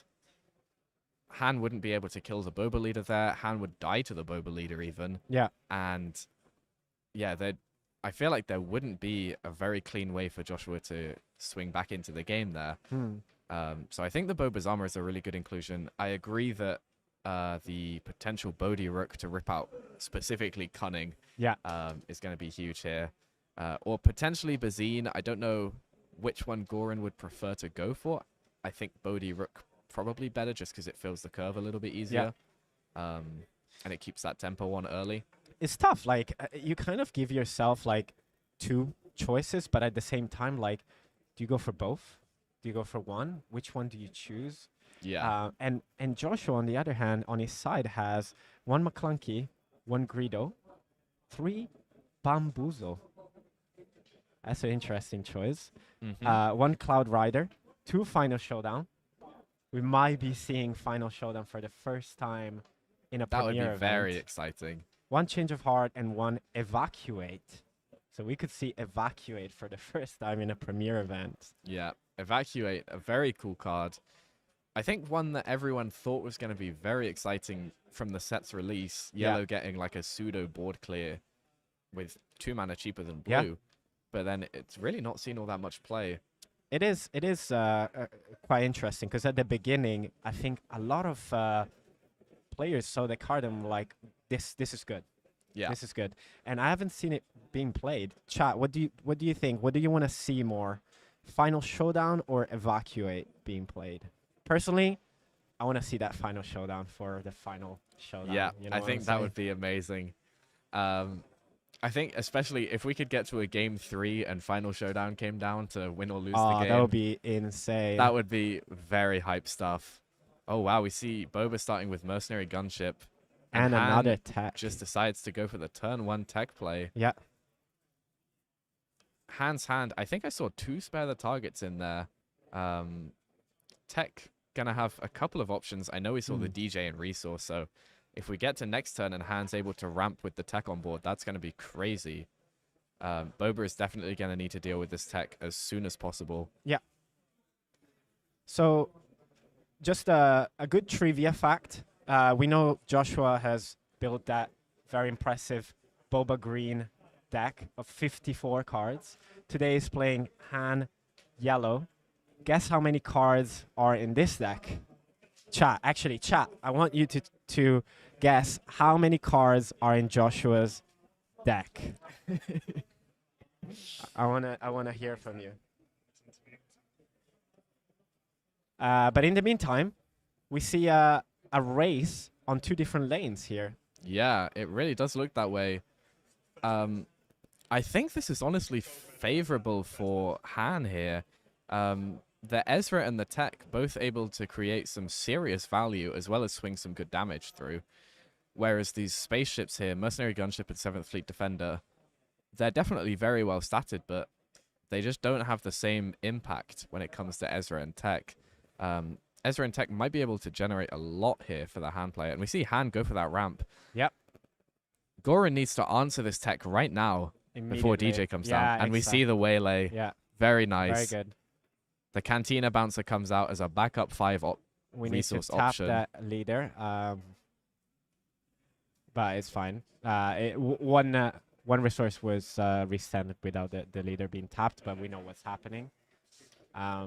Again, these two are very experienced players, and maybe sometimes they just skip some like hygiene factors, I would say. Yeah, I'm definitely guilty for that in some games myself. I can see some players typing in the chat there with some guesses. I saw 54 cards. Obviously, that is the standard for Joshua with his Boba Green list. Andre there with the straight 60 card consistency. I really hope not. We have a 51. 51. Very close. It's actually 52. 52. So, okay. You know, he's sticking to his guts on, you know, I'm playing the cards that I want to play. I'm not sticking to 50, but not as high as 54. Yeah. And we can see a big turn here for Joshua. It looks like Han has just been able to deploy uncontested here. And there's been no copies of No Good to Me Dead, not even a copy of Cunning to try and exhaust the hand so that it can't swing through. Oh, this is huge. And we see Joshua's reaction there as well. Definitely backs up that statement. It was like, I thought you were not playing it. You were not. Oh, no. What happened? We see there's a 7-drop hand in Joshua's hand. If he hadn't swung with the Cantina Bouncer and he'd just taken out the Boba unit, the Boba, he would have killed it. Although it looks... No, I think the Cantina Bouncer swung onto the Boba to try and set up that trade. But yeah, either way, the Boba's armor here is absolutely huge. And now we see... We see the Hot Shot Blaster as well. We're just stacking this Boba like it's Chirrut right now. 20 damage on Joshua's base here. Boom. This thing's swinging for 8. I don't think he gets the restand too, because I don't think we've seen a unit leave play on Joshua's side. No. But man, this is crazy. Like we said before, Han Yellow, its removal is damage, or it's going to be tapping stuff down to try and race. I don't think even tapping down the leader for next turn is going to be able to make up for the fact that he's 10 damage behind. Yeah, I like how Josh is just like, give me that resource. We see the DJ coming in, stealing the resource that will be promptly destroyed from the leader effect. Yeah. And that's actually a pretty big play, because that does set the Boba player here back down to 5 resource. No Fet's Fire Spray this turn. Yeah. If Joshua is able to exhaust this Boba leader, although, does Boba have initiative here? I think Boba had, it looked like Boba was able to get that swing in before anything else happened. Oh, yeah, of course. Yeah. So that puts him to 28. Ezra hoping to find Evacuate, right? And that's about it. And that's it. Looks like we're going to game 3, guys. Really well played from Goran here. That Boba's armor. Boba's armor stocks are that blowout card. If your opponent hasn't seen the removal, or if their colors don't allow for them to have removal for it, what are they going to do? It's crazy. We are about to jump into game 3 of this exhilarating round 2. But just as a reminder, yesterday we did a giveaway for 3 of these amazing metal experience token from UKTC.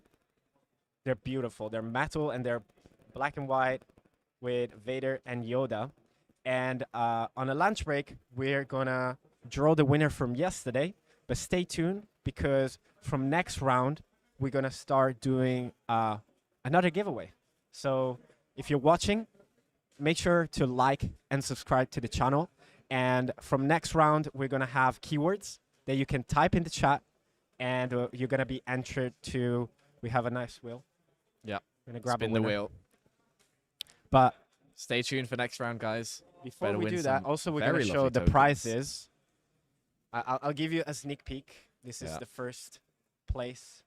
But let's jump straight into this game because I cannot wait to see More this yellow final on yellow action. game 3 for Can we have it end in a final Clash of showdown? Cunning. Yes. Come on, guys. Let's get We hype need in the the final chat. We showdown. need that final showdown. Yes. So we're setting And up. this is going to be huge here. So Spark of Rebellion. And again, we just see that one turn one play. Yep.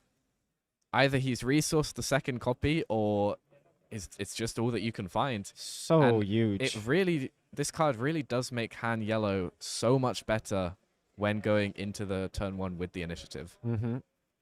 Absolutely.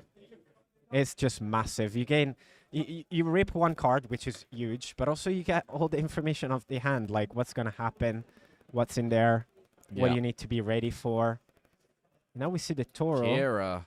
Answer to a Kira. Oh, we've got the once again. Forlom Zuckus combo, but it's going to be broken up by the Kira. Mm. That's huge. And we see Goran here is actually opting to run both Toro and Boba Fett Yep. as 3-mana plays. I like that. I like Yeah. a split between the two. I don't think you need 3 Bobas, to be honest. That's the Yeah, main I mean, we thing. saw it put in some work game 1 to just trade back into that Han unit. For sure. But I think the fact that potentially he's running 6 3-mana 3/5s here Right. is really strong. We all know that that stat line is going to be crazy. And unfortunately, there wasn't really any indication on what Joshua might have called with that Kira. Mm-hmm. I'm going to presume that it was Forlom, because it'll kind of mess up Goran's curve here, but it'll also mess up a Forlom Zuckus combo. And as well, Forlom is a bounty hunter, so it could even allow Toro to restand and push further damage here. Totally. Yeah. I love Toro's ability. I think Ooh. it's very underrated. We see our Hotshot Blaster and a tech in the resource row here. Yes. We might see the Hotshot Blaster come down to Yep. trade into Toro. It looks like that is what's happening. So that is 5 damage swing, only You- taking 3 back. Yeah. And you have to do it, right? Because you've Yeah. seen the hand, you've seen what's coming. You know that that Toro can become a big, big problem. 3 damage 3 times. Yeah. That's like That is scary. 30% of your base gone. So the Kira is gonna take care of that Toro. Yeah. And it looks like Goran is... Ooh, goes for the Waylay instead of the Boba Fett unit. Yeah. Presumably that does mean that the Forlom was the one chosen by the Kira. I do think... I don't know about you. I'd be curious to hear your opinion on this. I think that Han is probably more favored the later the game goes, with all of the smuggle value that it can get with techs. Totally. I think the fact that, you know, we've gone on to 5 resource here. Joshua's only got 3 damage on his base. The damage overall is pretty low and the board is clear. I think that's pretty good for Han in general. Yeah. I mean, that Waylay on the Kira really set it up for, you know, another blockage. But I definitely agree. Han wants to go the long game. Tech, remind the viewers, Tech allows us to smuggle any card in our resource for 2 more. And that is any card, not just units, right? So we could see a smuggle final showdown That to would be end amazing. the game. That would be incredible. But absolutely, like Boba Yellow is in essence a mid-range aggro deck. It wants to dish out a lot of damage and wants to close the game as quickly as possible. So 100%. I don't expect Goran to be wanting to go much, you know, longer than, you know, turn 6 or 7, although we are on the deploy And turn. there was a lot of deliberation about that Kira choice there. And we did see a Cunning had entered Goran's hand here, and I think that might be what has caused that extra line of thought, because Joshua's probably looking to deploy himself this turn with the Han leader skill to ramp an extra resource, but the Cunning potentially could stop the Han attacking. Yeah. Whilst he isn't going to be able to play a 7-drop this round, it could still hurt his curve a little bit, and also allow Goran here to push a little bit more damage with this Boba leader. Totally. or potentially even trade into the hand leader or the Kira. Yeah, So you see the swing for the swing damage. comes down. And yes, that is Joshua Freeman from what is he from? From a lot of From things right now. Manchester, but Manchester 11. Played Final Fantasy, I yeah, think. Final Fantasy. But yes, that's him. Yesterday played is iconic now Bubba Green, and today is with Han Cunning. And we see just a simple tap 5 for the Zuckus. Oh, and that is huge. So the 3 resource that Joshua got here from the extra resource with the Han used to spare the target on the Zuckus. And that's going to stop any Forlorn Zuckus combos next turn. Also, Zuckus just generally a really good unit for this current board state. 5 health and 6 health, but with 4 damage now on the Han solo. Lots of trade options there. So a really, really nice spare the target. Very, very good. So right now we're hoping if you're Goran on 6 resources, what do you want to achieve this turn? So, it looks like we're going for a cunning here. Yeah. I would Gonna love tap. to say that Boba's armor comes down, but I don't think he has it. I think Boba's armor is still really strong here because it just about puts him out of kill range for a Han Solo unit. Yeah. This cunning, though, is really huge because it will prevent the Han Solo leader from swinging, which keeps him on 6 resource. Ooh, Yeah. Bamboozle came in from the sideboard here. One of the 3 Bamboozle actually we see being played. And that's just ended the turn. Yeah, yeah. I assume the cunning buffed the Boba to try and push more damage. Bamboozle just taps it down, saves him 8 health, and he's even able to smuggle in a tech. That It's, is a crazy turn for Joshua. Absolutely huge. What tempo a swing. choice. Bamboozle is an event that costs 2, and it says you may discard a cunning card from your hand instead of paying this event's cost. And then it says exhaust a unit and return each upgrade on its owner's hand. Yeah. So I wonder why the choice of Bamboozle. Just the extra bounce? Yeah, so I Cheap mean, bounce? I think Han Yellow as a deck is probably going to struggle quite badly into these aggressive matchups, Boba Yellow and Sabine Green especially. Mm-hmm. So I think Bamboozle is great to help with that. Potentially just using it as a free way to exhaust and save some base damage. But also the added benefit of being able to bounce upgrades is going to be huge again in those 2 matchups. We see Darksaber played a lot in Sabine, and obviously Boba's armor is a big, big problem for Joshua in this kind of a matchup. So just forcing them to spend those extra resources to replay those kind of upgrades when Bamboozle can come down for free is a huge tempo swing here. That is true. Yeah, essentially it says it's either free or for 2, and it says you have to replay all that. As well as preventing any damage on base or for any sure. nice trades going on. Which what we have seen happen.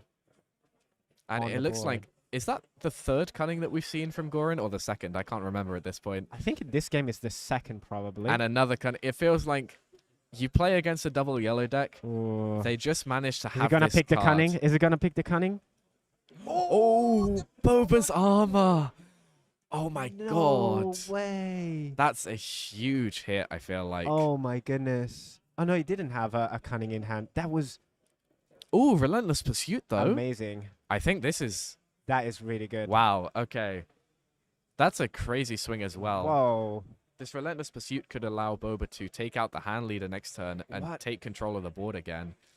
Wow. Man, that Dude, that Boba's armor exchange rip was was so so cool. huge, though. Yeah, that was insane. And it was actually the card that was poking out. That was Yeah. so funny to watch. If we'd seen Relentless Pursuit come down and then Boba's armor, if Boba's armor came down first action this turn, I feel like it Oh. would be so hard to Yeah, deal with. yeah, The yeah, yeah. shield plus the -2 damage on every... It would have instance. been Wow. insane. What a good hit for Joshua. Yeah, yeah. Good skill, right? To pick the right random card. That's Sometimes the better player just draws and rips the right stuff. yeah, yeah. Just learn how to draw better Yeah. and how to pick random cards better, for sure. 100%. And so it looks like Goran has quite a few units in hand. I'm seeing Toro and I think a Forlom and a card in the middle that I'm not too sure on. So Forlom is coming down. Okay, Forlom just used to trade with the hand leader is very interesting. I was expecting for the Boba leader to take that trade, but maybe he values the shield in case a hand unit comes down for 7. I guess so. Yeah, I mean, at this point, you're expecting that, and also, you don't want to, yeah. You don't Oh wanna- my god, we see another cunning in the hand of Joshua, as well as Bodhi Rook. I don't think Bodhi Rook hits anything here. No, it doesn't. And we see the Zuckus. Oh, okay. Yeah. This makes me even more curious as to why Goran decided to trade in that Forlom if he's got a Zuckus in hand as well. Well, we knew that, right? I think was it probably trying to Yeah. stop that ramp with Han? I don't know. Yeah, I'm not sure either. Interesting. And we see Tech just used to take off the shield, so yeah, maybe trying to keep the Forlom alive to get the Zuckus ambush would have been pretty impactful, I feel like. But Ooh. Goran has only been able to do 10 damage. Yeah, at this and point. we've hit the later stage of the game. Han here is on, I think, 8 or 9 resource with another cunning in hand. Mhm. And we're going to see Tech get some serious value here, guys, because there's 5 resource on Joshua's side that hasn't been spent. He's not going to want to use cunning here, and I Mhm. can't remember what the other card in the hand is. We might just see a DJ come down. We might see a spare the target just to get rid of. And we're back. Hello, everyone. Welcome back to UKTC Star Wars Unlimited premiere event. We're here, day 2. We just had 3 amazing rounds, Ollie. Yep, We've seen some great very decks. exciting stuff. We've seen the turret. We've seen the pulp blue. What else? Han double cutting. Hell yeah. Exciting stuff. Mm-hmm. So our players are getting ready for round 4. They're gonna start in about 10 minutes. So we have time to do our prize draw from yesterday. So we're running a giveaway for this metallic experience tokens. Yesterday you had a chance to enter your name in the chat, and with that enter this giveaway.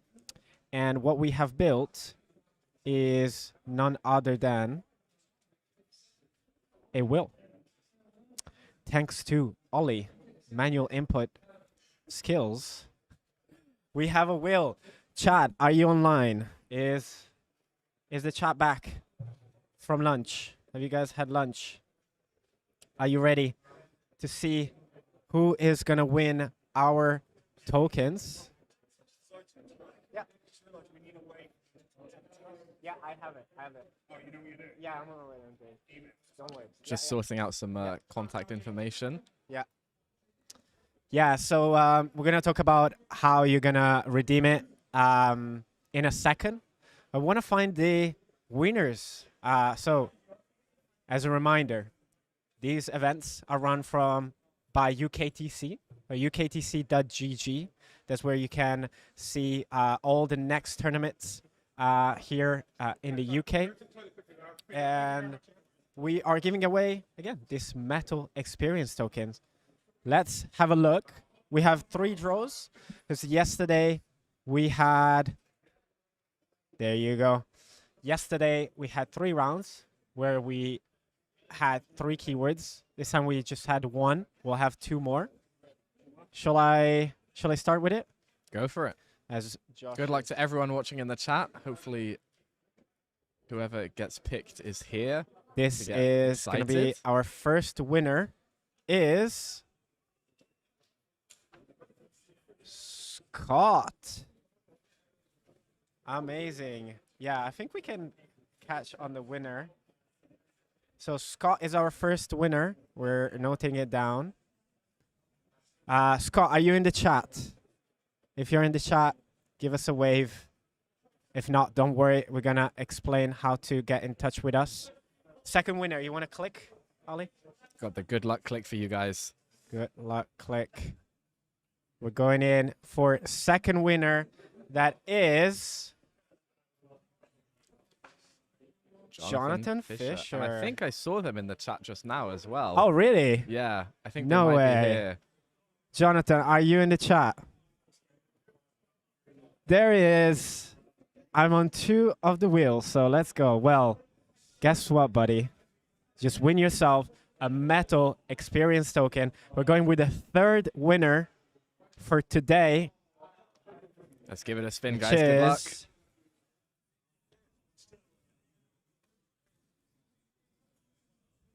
Mia on Movies. These are our 3 winners. So congrats to Scott, Jonathan, and Mia. What are we going to do is, if you, we're going to find the usernames. I think the best thing to do, obviously, like and subscribes. And we're going to post on a community post as well. But I'm going to give you a Gmail here for whoever is in the chat where you can reach out to and claim your prize. Congrats, everyone. As I mentioned, we will do more giveaways today. So stay tuned. In fact, next round, we're going to do a giveaway. Yep. The keywords from earlier today will be used in a giveaway later. So stay tuned for everyone who is watching. Was it the last round? Yeah, thanks for watching, guys. And Chris, thanks for sharing. I'm glad the whole family is catching on the Star Wars Unlimited action. And congrats again for all the winners. Jonathan, you are taking on. Yeah, I wish people could actually see and feel like these are metal. They're like quality of them and how they look is really, really exciting. I don't know if you can hear it. They absolutely are gorgeous. Beautiful. So if you want a chance to win some more, stay tuned, especially because we have a treat coming up with round 4, Ollie. What's coming up next? So next round we have a Sabine ECL, and I think the first one that we've seen definitely today. Yeah, yesterday we had one, Yeah. which guess who it was? Was Kane, the same player. The reason why we're bringing Sabine ECL is because undefeated against an undefeated Kira ECL. Yeah. And I know there's a big debate that goes on in the community whether Kira should be played with a 30 health green base or using ECL. Yeah. So it will be very interesting to see this matchup. I think a big reason why people argue for the 30 health is to help Kira's matchup into aggro, especially Sabine. There's a big argument that the 5 health is way more impactful than the ambush in the aggressive matchups. And I think Sabine can be one of Kira's tougher matchups. It's not entirely unwinnable, but it's a little bit unfavored. I think I've heard people say who have been playing Kira. So we'll see if this 5 health makes a big impact. We'll see how much the ambush makes a big impact on the Sabine. I actually played against a Sabine player, I think, yesterday, and they have some good ambush targets. They have Lompike, Gideon Hask, and Super Laser Tech is always going to be a nice one as well.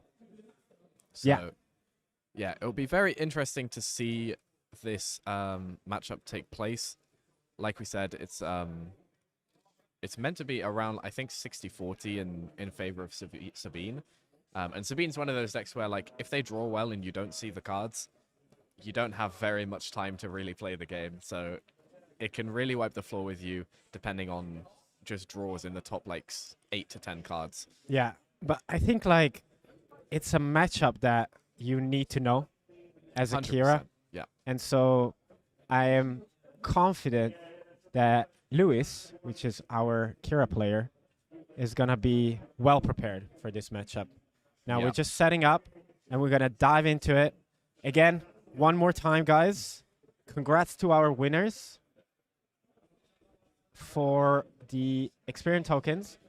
But don't worry if you haven't won yet.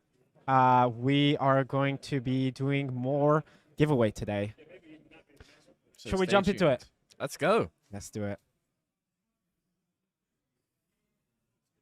Let's set our... So, as you can see, players are shuffling up here. And going into this matchup, what do you think the players are really looking for? I mean, I imagine Sabine's curve is going to be kind of standard stuff, but do you think there's anything on the Kira side that they're going to be specifically looking for to try and deal with the curve? Awesome. Yep. So I think we're finishing the deck checks. But to answer your question, Ollie, I think as Kira, whilst I not secretly open Lewis' deck, which by the way, shout out to Lewis, very young man. He's Simon's son. So we saw Simon Oh, with wow. the chariot yellow. Yep. Yeah. And Lewis is definitely has a good example to follow in the family, and is learning very quickly, and is undefeated today. So, I mean, not to be too biased, but go Lewis. It's a difficult matchup as well for him. 100%. And I think I was speaking to him yesterday, and he was saying that his list was very similar to the one that did well in Gen Con with ECL. He's opted to run 3 Vigilance. I don't know if that remains the same today, but I think that was the main change that he was discussing with me yesterday that he decided to make. And I think the 3rd Vigilance will be really helpful in this kind of a matchup. That's a good Getting shout out. that extra heal. I'm in my heroic vigilance outfit. Yeah, that's great. I just wanted to switch back because we are setting up, and also I see in the chat we have special guests. We have Swoop Racers in the chat, which are our favorite YouTubers, obviously, and it should be your favorite YouTubers. The pioneers of hand to green wide, the Zoo deck that Ollie has been piloting, getting a lot of great results. So shout out to Swoop Racers. Yeah. But Big we shout are out for the ready. lists. Looks like to things are kicking off with the get in. match, so we'll switch back over now. Yeah, they're jumping straight in. So we have Kane on the Sabine ECL against Lewis on Kira ECL. And Kane here has got started out with the Rebel Pathfinder, which is not a card you see in every Sabine list, but one that is actually going to be really strong in this matchup. I feel like Kira really wants to start with that High Lebon Enforcer, making it a 3-2 with a shield in this kind of a game to have great congestion into the early ground units. But the Rebel Pathfinder devalues that massively. It would make it an even trade. And whilst an even trade is not necessarily too bad, normally the High Lebon Enforcer bounty would give Sabine another card in hand. So whilst it delays a little bit of damage on the base, it's not the best, which is maybe why Kira opted to go for an Inferno 4 instead. Doesn't give very much congestion in the ground, but doesn't mean that you just lose a unit and give them a free draw. Yeah, that's very true. And all in all, it's a decent curve for Lewis at this point. Obviously, now we're already in kind of in range for a lot of damage with the flip turn here. But we also have the client down, which is going to be our healing engine. We've seen the client already being played throughout the weekend, but also we get down with a Sentinel that is already confronted away, but blocking that 3 damage coming from Cassian. So yeah, and we're here on 4 resource already. I think everyone in the chat will know how scary of a turn this can be for a Sabine. Not only the deploy, but potentially a K2SO. And then it's going to be followed up by threats like Poe and Wrecker with ECL potentially in there as well. absolutely. The client is going to be really nice to get these heals going. And especially with the fact that Lewis here is using ECL, the client will work very nicely with that. And we see the my Dark god, that is Saber. huge. That So is that is going to be a 7 damage push here. And the thing now, Ollie, is yes, we have a client, but we spoke about it, about the fact that the client is a great, reliable source of healing, but it's very slow. It is. It's Yep. very, very slow. So when you face, a board like that, 5 healing is considerable, but you're losing an action and you need to remove the unit. Yeah. So And not to mention, you don't even get to attack with the client then. we see the Which flip. could be some nice chip damage, especially combined with this leader flip, which we see here on the Kira side. Which we probably know what that means. Although, Yeah. An overwhelming barrage would be very nice. I also see, I think I see in Lewis's hand a Gideon Hask, So that could be a very nice ECL target on this turn. Try and clean up the board a bit. Speaking of ECL, though, I see Poe Dameron in Sabine's hand, and that Ouch. is always a scary card to see come down on 5 resource. Yeah. Potentially killing 2 units or just pushing more damage into the base. It doesn't have the cleanest targets here. It can ECL into 1 unit, but the extra ping isn't going to do a huge amount. Looks like he's just going for the ECL and then pinging onto the base. That is so strong, though. Kira has already taken 14 damage, so Very, only on 11 very health dangerous. because of the ECL. If Kira can't deal with this Sabine, it's pretty much game on board, right? Yeah. You know, Kane has been able to follow a perfect curve, playing cards after cards, and none of this have left the field, really. Oh my god, and he's cliented to trade in with Poe, so Sabine is pushing through for another 7, takes him to 21, and that's for a cause range, guys. If Sabine has a for a cause and doesn't hit a Darksaber, this could just be game. This could be Even indeed if a very Kira quick is game. able to clear up the rest of this And board. yeah, And I think yeah, Lewis just scoops. Because That's it. unfortunately, Sabine was able to do Sabine stuff and just run away with the game. I mean, you know, again, we talked about the fact that you need to be ready for this matchup, but there's no level of readiness that can really prevent a perfect Sabine curve with a Darksaber. yeah. Right now, Lewis is probably looking at his side where he has 3 top targets, 1 confiscate, 1 rook, 2 Palpatine returns, 1 super laser blast, 1 relentless, and 1 devastator. So I would say the second half of this side deck definitely doesn't for help control. doesn't Yep. help us in this one. But the 3 top targets and the confiscate Yeah. and perhaps the rook. Yeah, I could see Rook potentially coming in. It depends on what the main board is looking like. If there's a lot of... If the main board is using a lot of cards to deal with control, like a lot of top end in there as well that he just wants to take out, then Rook might be worth bringing in just as a card that is... You know, it's going to be better than Avenger in this matchup because Avenger doesn't do anything in this game. Whereas Rook has the chance to be an ECL target. Even if it's not the best card in the world, it's just a flexible sideboard slot that you can slot in here. Totally. No, I completely agree. I mean, I would expect the top target being there, especially Yeah, for the Sabine 100%. matchups. I wonder if, like, you know, I guess you play the client main because it's, you know, it's health on a stick. It can be recurred, like it can heal multiple times. It's a great unit, and then the top target is just like the extra help against this aggressive decks. It's very unfortunate, I think, for Lewis for not being able to find some of those key cards to remove Kane's early game. Yeah. But, you know, Kane has been playing perfectly, I would say, and we've seen he had an amazing run yesterday. He's undefeated today, so you can just expect great things from this Sabine player. But we're ready to jump into game 2. Chat, what are we thinking? Is this Kira gonna be able to revert this score, or is Sabine taking away the set? What are your predictions? What is your prediction, Ollie? Based off of this start with the Inferno 4, I have a feeling I think Sabine might be able to take it here. Ooh, although Sabine is Okay. forced to play into space here. A big thing that Sabine wants to do in general is dodge the arenas.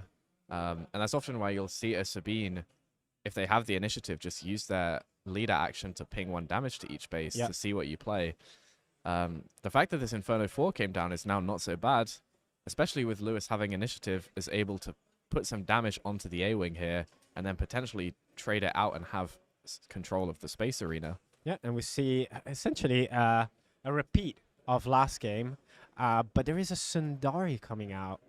Sundari Peacekeeper, Yeah, we not saw a it card yesterday, actually. I'd expect to stay in the list for this kind of a matchup. Hmm. Can't say that I've ever played Sabine personally myself. It's not my style of deck, but I would imagine this is the kind of card that comes in for maybe the Mirror or Right. some of those other aggressive decks, maybe like against a Kylo, where you actually have to think about your base Yeah. Health, and yeah. how it's health. No, I totally agree, but I think there's probably nothing in particular that was worth replacing Sundari with, because it still swings for 3 and it gives you that nice restore. So you might as well. Yeah, it's definitely possible. That Inferno 4 shouldn't die, right? It's got 1 health left? Have we missed that? I think so. I think it had 1 health left because it just hit the A-wing twice. Judge, could you check on stream if the unit was... The Inferno 4, Inferno 4 shouldn't was have not died, I supposed don't to think. die. Sorry? Yeah, it had taken 2 damage from hitting Yeah. A-wing twice, I think. Sorry about that, guys. We're just Yeah, double-checking good that catch, things good are in catch. order. Let's see if we can I could be revert to mistaken, the- but I'm pretty sure the A-wing swung into base there for 3 damage, so it's worth double-checking. Yeah. But either way, that's a huge play on the Kira side. Being able to heal the 5 damage from the bounty there and clear out the A-wing is a great play. And yeah, it does look like it was the case that the Inferno 4 had lived. I'm not sure if they'd resolved the skill to check the top cards is the only thing.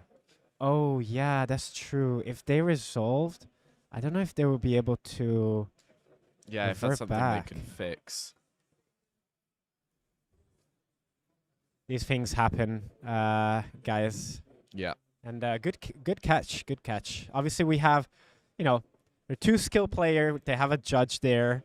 There's also 4 extra eyes, but there's things that just get missed, right? We'll see what the judges decided to do in this situation. I believe there is a case, you know, where we can revert the game state, but ultimately it's going to be a decision on the judges to, decide how to proceed here. Yeah. Yeah. I imagine it's the kind of thing that can be reverted, and it's not, you know, it's not anyone's fault. It's both players just didn't notice that. Yeah, I believe they're going to shuffle Lewis deck. Yeah, I think he probably resolved, and they're putting the card at the bottom. But we can see in Lewis's hand, he does have a top target, which to go along with this client is Very really nice. nice. Yeah. Sabine is going to get to deploy here, but there's a lot of healing coming here from Lewis's Yep. side. So we have for 3. Ooh. ECL. We ECL. Death to Trooper. very nice That's way a to very do, nice to play, handle Sabine. Well played. Well played from Lewis. And that denies any possibility of a Darksaber coming down, which was the turning point of last game. Correct. In the meantime, the chat is not really on the side of the Sabine. Yeah, understandable, to be honest. But I'm with you guys. let's see some Sabine fans in the chat. Yeah. If you play Sabine, if you like Sabine, let us know. Give us a shout out to Sabine. And we see now Kane on the initiative. Yeah, and we see the top target is on the K2. Something that can be done here is if ECL Poe comes down, it's pretty costly on the hand. Yep. But you can discard a card to ping off the shield from the client to ambush that. And you can also discard a card to remove the bounty on That's the K2SO, correct, which yeah. could be Something we a saw really yesterday. big play. So we pitch 1 card to remove the shield, and 1 And it card looks to like that's what remove he's the going upgrade. for. I really like this play, especially because if this isn't the line that he chooses to take, Kira can flip and then hit the client into the K2 to get a clean trade and Yeah. a 6 health heal, because K2SO is unique. That just prevented pretty much like at least 11 heal, Yeah. which is Whilst also being able to push more damage Yeah. and just develop more. Kira does have 5 resources up, but is down on the epic action of ECL, which is a big thing to note. Now ECL is just acting as 5 less health than the 30 health would normally be. so we Ooh, get out okay, with Pike our Sentinel. Sentinel. That is I- immediately confronted. That away. doesn't feel great because Kira would have dealt No. that 2 damage to the K2SO anyways. I wonder if there was any better way that could have been sequenced to try and... It prevented a bit of damage on base, but it doesn't help him in terms of trading So the back into ping- units Oh, I here. don't like the ping from Kane here, because then you're leaving the initiative to Lewis that can decide to overwhelming barrage. He could have Yeah, just that could he be could have just huge. claimed. Yeah, I believe. if we see an overwhelming barrage come down. Yeah. Oh, and he's tapping 5. Yeah, there it is. Oh my god. Okay, so we So- got 3, 2, and 1. I think So- Sundari is living here. Yeah, but you don't care about that. You just remove those 2 Yeah. guys, leave the Sundari on 2 lives, and wow. And now That because of was- the ECL Poe play from earlier, Kane over here has only got 2 cards in hand. Looking at the resource, maybe a Smuggle Cassian can come in, but Kira can basically wipe out anything that comes down. That's right. I think that ping was really, really, you know, I wouldn't say a mistake, because at the end of the day, if you're facing and your opponent just deployed a leader, you expect them to swing in, right? Yeah. But I think it really needed some extra consideration, because what you really care about is dodge, or at least like get less value as possible from that overwhelming barrage. Yeah, But props to Lewis for being able to pull it off like that. Very, very huge for him to be able to, at 15 damage now. 18 damage now. Yeah. Getting a bit of control over the board with Sabine being offline, no ECL. But we see a timely for... I think this Sabine would really like to have a Wrecker in hand right now, just to be able to clear the Kira and develop another threat. Oh Wait. my god. Ooh, timely into the K2. I think Sabine is just trying to finish the game here, right? Yes. So, Timely costs 2, right? yeah, it costed Yeah, 2 to that's it. smuggle in, and then the 4 with the Four, K2. yeah. Sabine's just looking to close out the game here. That puts 21 damage 21. in total. Yeah.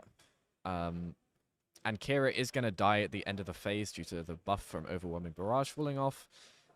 So I think Sabine is just looking to put the Kira into Foracor's range and try to Close it like that. roll Yeah. Foracor's. I don't believe we missed the trigger on K2SO earlier. It went from I think we saw it go from 12 damage to 15. Yeah, I thought it was 15 to 18, but regardless, yeah. Oh, maybe, yeah. Yeah, and now we're 21. So We did see Sabine discard a Foracor's earlier in the game with Pose Effect. yeah, So there is one copy down, and I don't see another copy in Sabine's hand, but I did see a Cassian. and we are on the ping timer as well. Yes, the ping timer is a big factor in Sabine. Kira is going to need to find some form of healing over the next 2 turns. I do spot a make an opening in Kira's hand, so that can be used as a last resort to just extend the game by 2 more turns potentially. Yes, I mean, if I was Lewis, it would just come out regardless immediately as soon as I see something. But Yeah. obviously now we are in record range for Yeah. Kane. And also Cassian is a big threat here. Without this Pike Sentinel, Cassian could be game as well. Yeah, absolutely. Pay 5, enter with Smuggle. Oh, that's very low value, but nonetheless, a unit that we need to deal with. I think it's just there to take out the Pike Sentinel and try Yep. and get that Cassian swing through. Yeah, yeah. It's the make an opening did come down again just to get that heal. Oh, and the Oh. Wing Leader. This is huge now. This is presenting 2 We threats. need the initiative here. One yeah. in each arena, which is What did always what you want to look Lewis for. True there. That's gonna be so important. This is going to be really close, guys. Yeah. It's all going to come down to these next couple draws. Yeah, because now we definitely, remove that wing leader. Yep, the Inferno 4 is going to be Oh. able to take out the Wing Leader. Maybe not. What's coming now? 7 for a Vader. Oh no. Okay. Oh, we are looking for a Sentinel Black in Sun space. Starfighter is in the list, I Yeah. believe. So, I mean, that I would mean, be we a haven't huge seen pull here. any. Was that We there? do. Oh, It and is we there. get rewarded for the play. Okay. So Definitely a risky move, but one that Yeah. ended up paying off. And arguably, in this kind of a situation, you it's need actually to take that better risk. because if it confronted away the wing leader, then Kane could have cleared the Sentinel, and then he's back to Lewis Yeah. with nothing on board, and having to pass potentially. So really not ideal. And now he's controlling that board. Yeah. he's Doesn't managed have to that save the Sentinel in space Sentinel anymore, but for the Cassian. Oh, and this Sentinel is getting Yep. a shield. Yep. that's This- very good. Wow, this could actually go back into Lewis's favor here. Yeah. Again, the ping timer is a real thing. We're looking at 3 health now on Lewis. 22, and yeah, Red 3 coming down. that is Sabine just presenting Scary. threats to force trades. Yeah. The more that Sabine can force trades here, the Ooh. longer the game can go, Yeah. and that's just going to allow Sabine to get those last 3 ping damages through or find for a cause. Right now, Oh, Lewis. I think Lewis just drew... Oh, no. What I is can't it? tell. I think Lewis either drew Vigilance or Takedown, and it depends on the artwork. I can't tell. Oh, is it vigilance? it's We haven't seen a Vigilance, single vigilance, That could to be honest. That's a tap... Oh, it's Takedown. It's takedown. Oh, no. Oh, that's very unfortunate. So 2 damage does go through, and he needs to heal this action, guys. Yeah. Otherwise, Sabine ping just takes it. Yep. That's That GG. was so close. Damn. Well done to Kane, who takes this set 2-0 with Sabine ECL Yeah. against Lewis, that played really, really well, but unfortunately got really stopped early for that healing that got denied. And I think that's what kind of swerved the game quite a lot. What do you think, Ollie? Yeah, 100%. It was very interesting to see this kind of a matchup from the perspective of a Sabine ECL, from a Kira ECL, sorry. Because there's part of me that thinks if there was that 5 extra health, Kira would have in theory taken it towards the end there.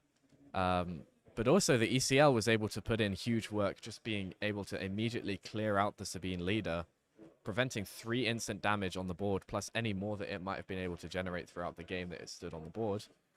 So, yeah, there's really an argument for either base, I feel like, which is one of the main contentions when it comes to Kira. Yeah, honestly, I'm not well-versed enough in Kira to add more insight in that choice. I've seen many videos. I think KTOD and Wu have discussed a lot of Kira ECL, no ECL, and there are arguments on both sides. And I think like many deck lists that use that green base, can go a way or another. Yeah, I mean, we see the same sort of thing with Bosk as well. There's a lot of different builds when it comes to decks like these, and a big argument over whether 30 health or ECL is correct in a lot of these slower builds that are using the green bases. It's very interesting. Yeah, and I think we want to have Kane around for a quick interview. Do you guys have any questions for our Sabine player? Please put it in the chat. Let us know what you want to know. What else is there to know about Sabine Green ECL? Yeah, it's a tried and true deck. It's been around since set 1. Yeah, I think we'll do I'd be another down. giveaway. Yeah, I'd be and down then to play a game. yeah, we can have maybe like a friendly. Oh, we can Commentary open some face-off. packs. We can open some packs. We could do, yeah. Yeah, we could open some packs. We can see how much time we got. Yeah, let's see how much time we got. Do you want me to have a chat with Kane? Is that okay? Yeah, of Yeah, course. I'll go for it. move out the way.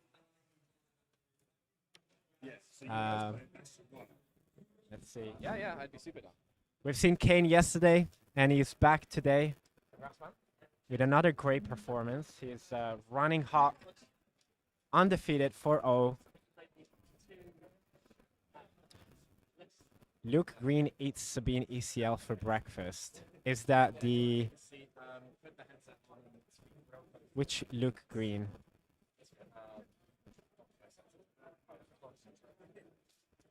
What up, chat? What up, Gudo?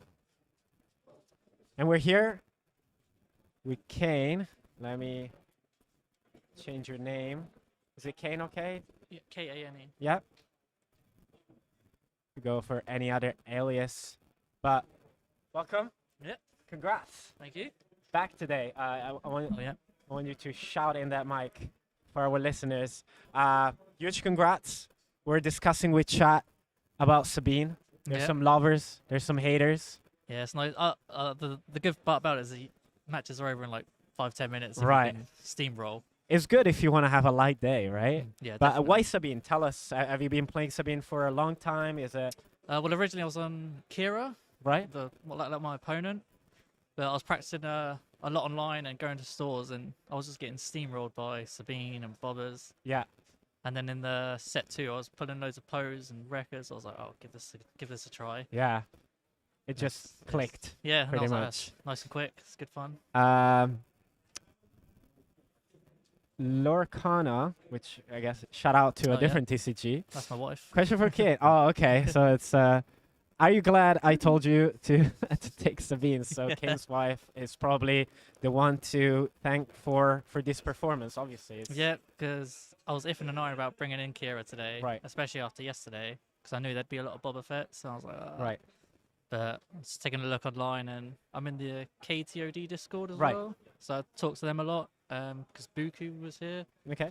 So yeah, I learned a lot from them. It's good shout out to them as well. You decided, yeah, shout out to them. And yeah, so Sabine Green, we're seeing, huge representation. I think today compared to yesterday, there's actually a bit less Bobas. There's a lot of like different decks, which we love to see. Yeah. Do you see yourself continuing playing Sabine Green, No. or Next, what are you looking to gonna play? be a General Grievous one trick, no matter how General good or bad it Grievous. is. Yeah. That unit, General Grievous, to me is just Yeah. so See, cool. but I want to go anything but blue. 'Cause I'm Anything not but a big blue. fan of Okay. control, like hard I control. see. I see. Well, Kane, thank you so much. Is there any shout outs, any like maybe places where people can follow you if you create any content or your No, Max? I don't make any content. Okay. Just I'm in the like I said, I'm in the KTOD Discord. Under uh, what name? Emperor Kane. Emperor Kane. So Yeah, 'cause I Emperor was Kane on like I was Discord. gonna main Emperor Palpatine. I see. Yeah. I see. but, Maybe another time. Yeah. We'll just see there. Well, good luck for the rest of your run. We have 2 more rounds. Are you feeling confident? Are you taking it home today? Yeah, I think. Oh, as long as I don't run into, I think it's Joshua's Harm 1 yellow. I'm not looking forward to that. Oh, Han. Yeah. And I think that's a Bobby yellow going, which is Gotcha. quite high. I'm actually gonna ask you one last question. Yeah. Actually, yeah, I'll ask you. I don't think you're gonna share like too many secrets, but what was your MVP yesterday? Is there the same MVP yesterday and today, or Yesterday, well, today is the Sundaris. 'Cause they were Sundari? my We were sideboard. talking about the Sundaris. Yeah, they're in my sideboard yesterday. Yeah. But I was against a Han 2 blue today. And Yeah. I must have healed like 12 damage with it. Really? It wasn't killing it. Yesterday was what was it? Definitely wasn't for a cause. No. After pulling those 2 dark The sabers. 2 Dark Saber on top with 4 cause was just painful to watch. Yeah. It was savage. Yeah, yeah. The Dark Saber maybe was. Yeah, I mean, we've probably seen you Darksaber. taking some games with those. So I rewatched the stream, and this time I did discard the top target from my guy. I was like, So "This is yeah, going straight away." yesterday we were discussing that, and this time we were replaying that kind of like line that you could have played, Mm. and Ollie mentioned, oh, he could discard 2, remove the shield or ping the shield and remove the upgrade, and he did it. Yeah. And this is why these tournaments are like super important, because you Yeah. end up like really learning this kind of things, and yeah, thanks again. Yeah, that's all right. Good luck, and I'll see you soon. I'm Yeah, sure. Yeah. definitely. Cheers. Take care. Awesome. So this was Kane, who just won round 4 with Sabine ECL against Kira ECL. Folks, we're going to take a quick break, but we might have a surprise for you.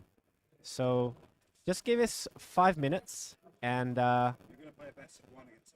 yeah, okay. So we're going to be back in 5 minutes. We're going to run a best of 1, me against Ollie. And I'll tell you what. Chat. Put in the chat who you think is going to win. If you pick the right winner, you're entered for another draw for a metal token experience. So it's either, let me change the interviewer name. So in the chat, you go for either M, doesn't need to be my whole name, M or Ollie. And we're going to see you at the table in just 2 minutes. We're going to play a best of 1. Ollie, are you ready to get spanked? You're one to talk. Yeah. I don't think I ever won against you, to be honest. Don't tell them that. Oh, yeah, I don't know. We'll see you soon. Right, let's see. So we have Andre in the chat. Shout out to Andre. Shout out Andre. Speaking only facts there in the chat. I can see Is that. Andre playing Star Wars Unlimited? He's played a bit. I know he played at UKG, and he's keeping up with the game. As with all card games, he's a master of all. all games. Yeah, Master of all yeah. games. 100%. Right. So we're starting off here. We have the Looks Battle like- of the Cunning. Joshua has started with the initiative there. Yeah. The hand solo player, and that's going to be really huge, I feel like, because of this card here, Spark of Rebellion, There you go. potentially being able to take out the turn 1 play. Speaking of which, Goran here has only got the 1 copy of Crafty Smuggler as the turn 1 play, which does get ripped out. Going into the Han yellow matchup, and just generally any deck that can run Spark of Rebellion, you do really want to look to keep like potentially 2 turn 1 plays just in case the Spark rips one of them You out. have to. Yeah, Yeah. absolutely. So obviously both players have ways to interact with each other's hand. We have seen the Spark, we've seen the Bazine that could come out from Boba. We've seen the Kira as well. Yeah, and both Um, players have access to Bodhi Rook in this kind of a matchup too. Yeah. But here's we see Joshua starting with the kind of like Han engine, which is Tech and DJ, right? Yeah. What is this deck trying to do? What is this Han yellow trying to do? Yeah, it's a very cool deck. I'm a real big fan of how it's developed over time. The main premise of the deck is really to just disrupt your opponent as much as possible. It's got those hand control tools. It's got Spark of Rebellion. It's got Kira that we saw last game. And then it's also got the Tech DJ combo, which can, during the early turns, just steal an opponent's resource and then delete it from the game with Hand's effect. Really just trying to disrupt the opponent as much as possible throughout the game, prevent their early turns, take over the board in the early game, and then from there just try and close out the game with cards like Hot Shot Blaster from the Smuggler row. Yeah. Jetpack as well, a really great tool to stabilize the board, take a value. Alrighty, guys, welcome back to the stream. And yeah, we're doing a quick exhibition match here, just to pass time, really. Because that was a very short round. I'm Josh. I am the TO of the tournament. I also am, I guess, producing the stream, you could say. But no, I'm leaving the streaming to more handsome people than I, which is Emmy and my man Ollie. But yeah. Who do you think's going to win then, guys? Is it going to be Emmy or Ollie? Get it in the chat. And yeah, let's get this going.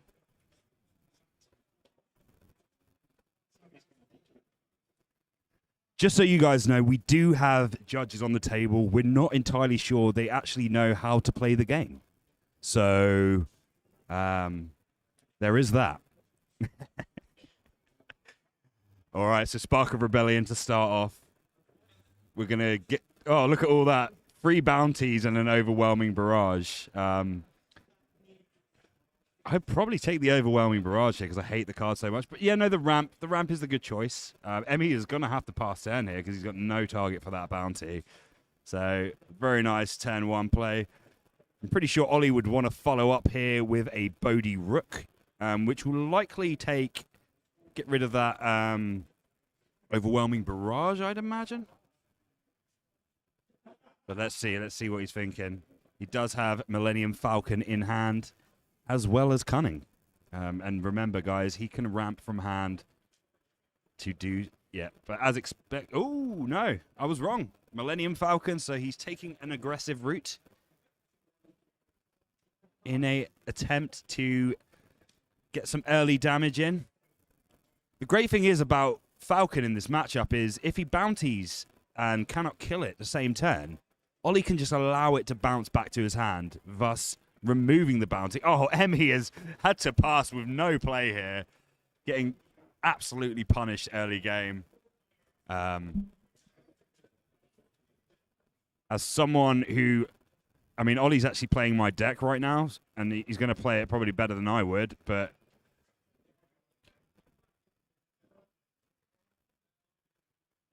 All right, so start of turn 3.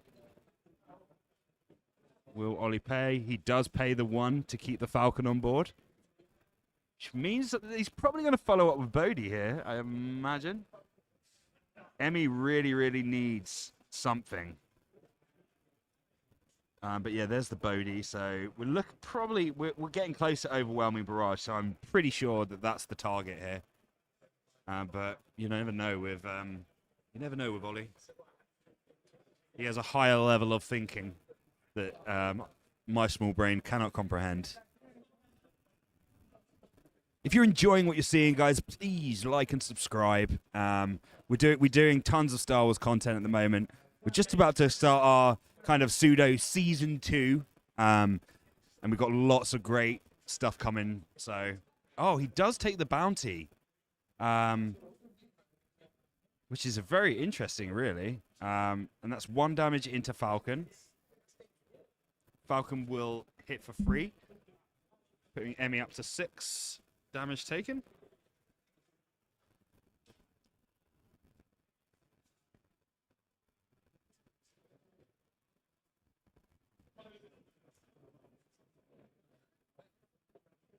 And he now claims that using Punishing 1 with ECL. So that's pretty decent, to be fair. Obviously, Ollie's going to be happy that ECL is now gone. That means leader and later threats are now safe. Goodness me. That's a very good question. You're going to have to excuse me on that one, guys. I thought I changed it, but apparently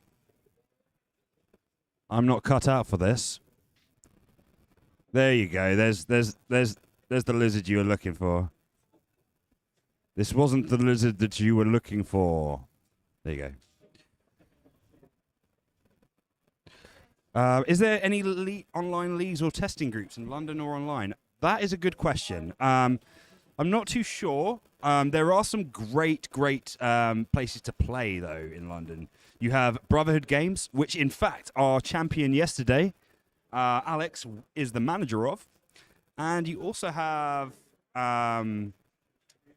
the great venue Darksphere. And you'll be able to find Emmy and Krish actually frequenting that, because I think it's their local game store. Really great venues, and they do support the game very well. There's Take the Initiative as well for an online league, but that's more digital play than webcam. So Ollie up to 6 damage taken now. Both players on 6.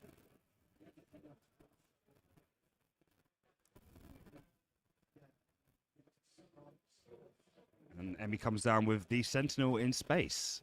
And that is a nice ramp. I feel like we're going to get a DJ here, guys. There's not really any threats now. ECL has gone to stop that happening. So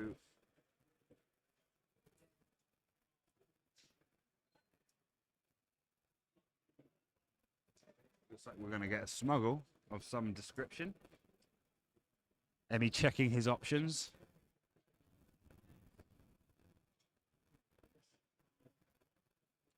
But yeah, thanks to everyone for tuning in, guys. We really appreciate the support.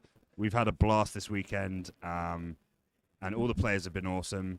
And it's just a pleasure to have the opportunity to do stuff like this. So yeah, thanks for watching and making it worthwhile. Boss comes out.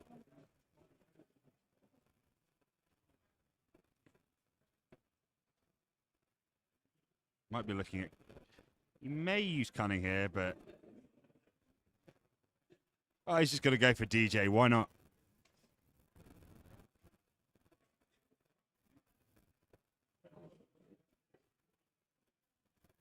So now Ollie gets to take one of his energy, and it comes in the state that it was in. Oh, he's taking number 5. Using the dice to randomize. I like it.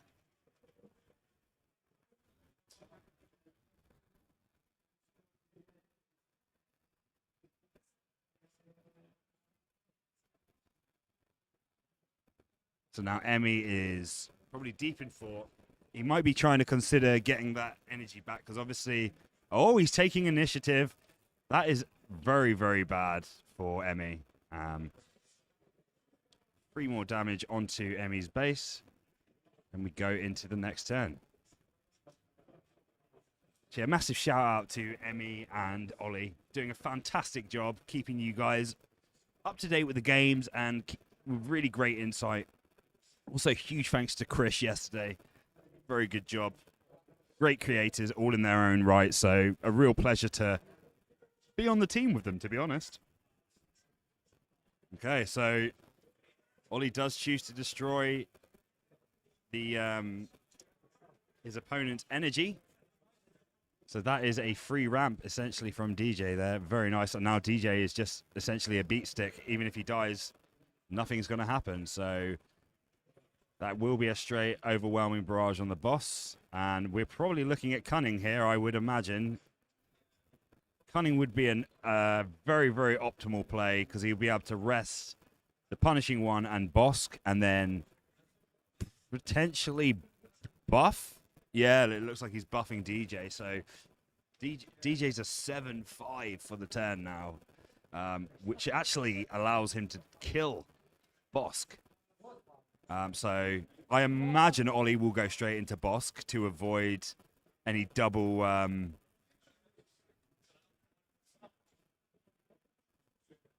or he might be pushing into base, actually, because that will put Emmy at 20.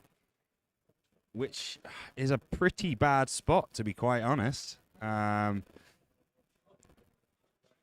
Surprise strike is fatal at this point. So if Ollie has a surprise strike in hand or a hot shot blaster in energy, oh, he's at 18.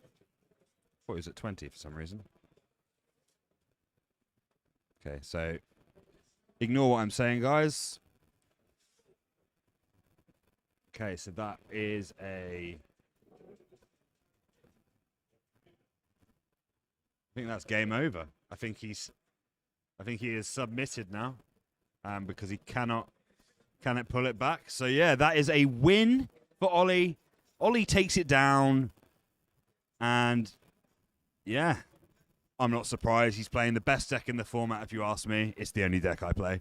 But yeah, no. Hope you guys are really enjoying the stream. We thought we'd give you a little best of one whilst we wait for the next round to come through. So yeah, I'm gonna be right back again. We're gonna go to some highlights. But yeah, it's been a pleasure casting this short game for you guys, and I hope you enjoy the rest of your day. Right, let's see. So we have Andre in the chat. Shout out to Andre. Shout out Andre.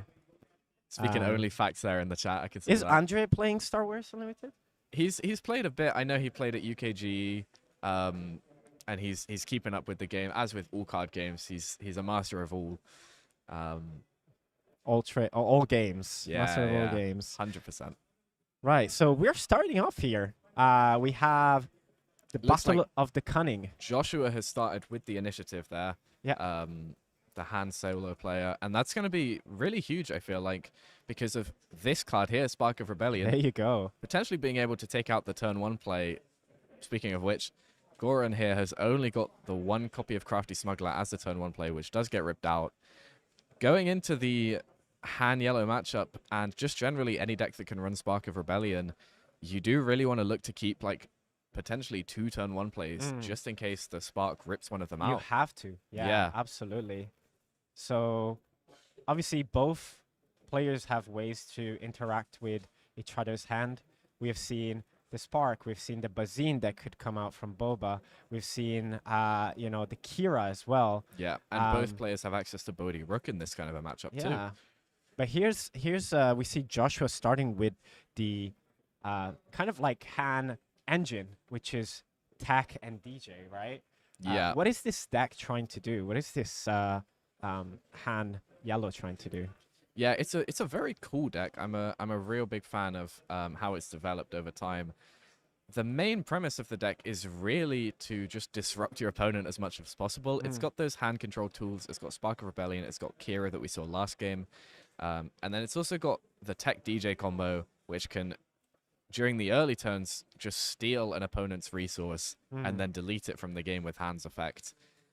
Really just trying to disrupt the opponent as much as possible throughout the game, prevent their early turns, take over the board in the early game, and then from there just try and close out the game with cards like Hot Shot Blaster from the Smuggle Row. Yeah. Jetpack as well, a really great tool to stabilize the board, take a value trade, and then have a buff remaining on your unit for pushing more damage. Yeah, and hand can actually use DJ to steal potentially. Oh, is that Ooh, no sorry, what's that is spare the target. spare the which target? Yeah. Controversially, the better waylay. It's spare the target. a new card bounces. for heroism from the set 2, and not one that we've seen a huge amount of play in, even in those heroism yellow decks. Yeah. A lot of the time we have seen waylay get played over spare the target, even in those decks, just for the simple ability that you can return your own unit to hand. Yeah. Whereas spare the target can only return an enemy unit, but it does allow you to claim bounties that are attached to it.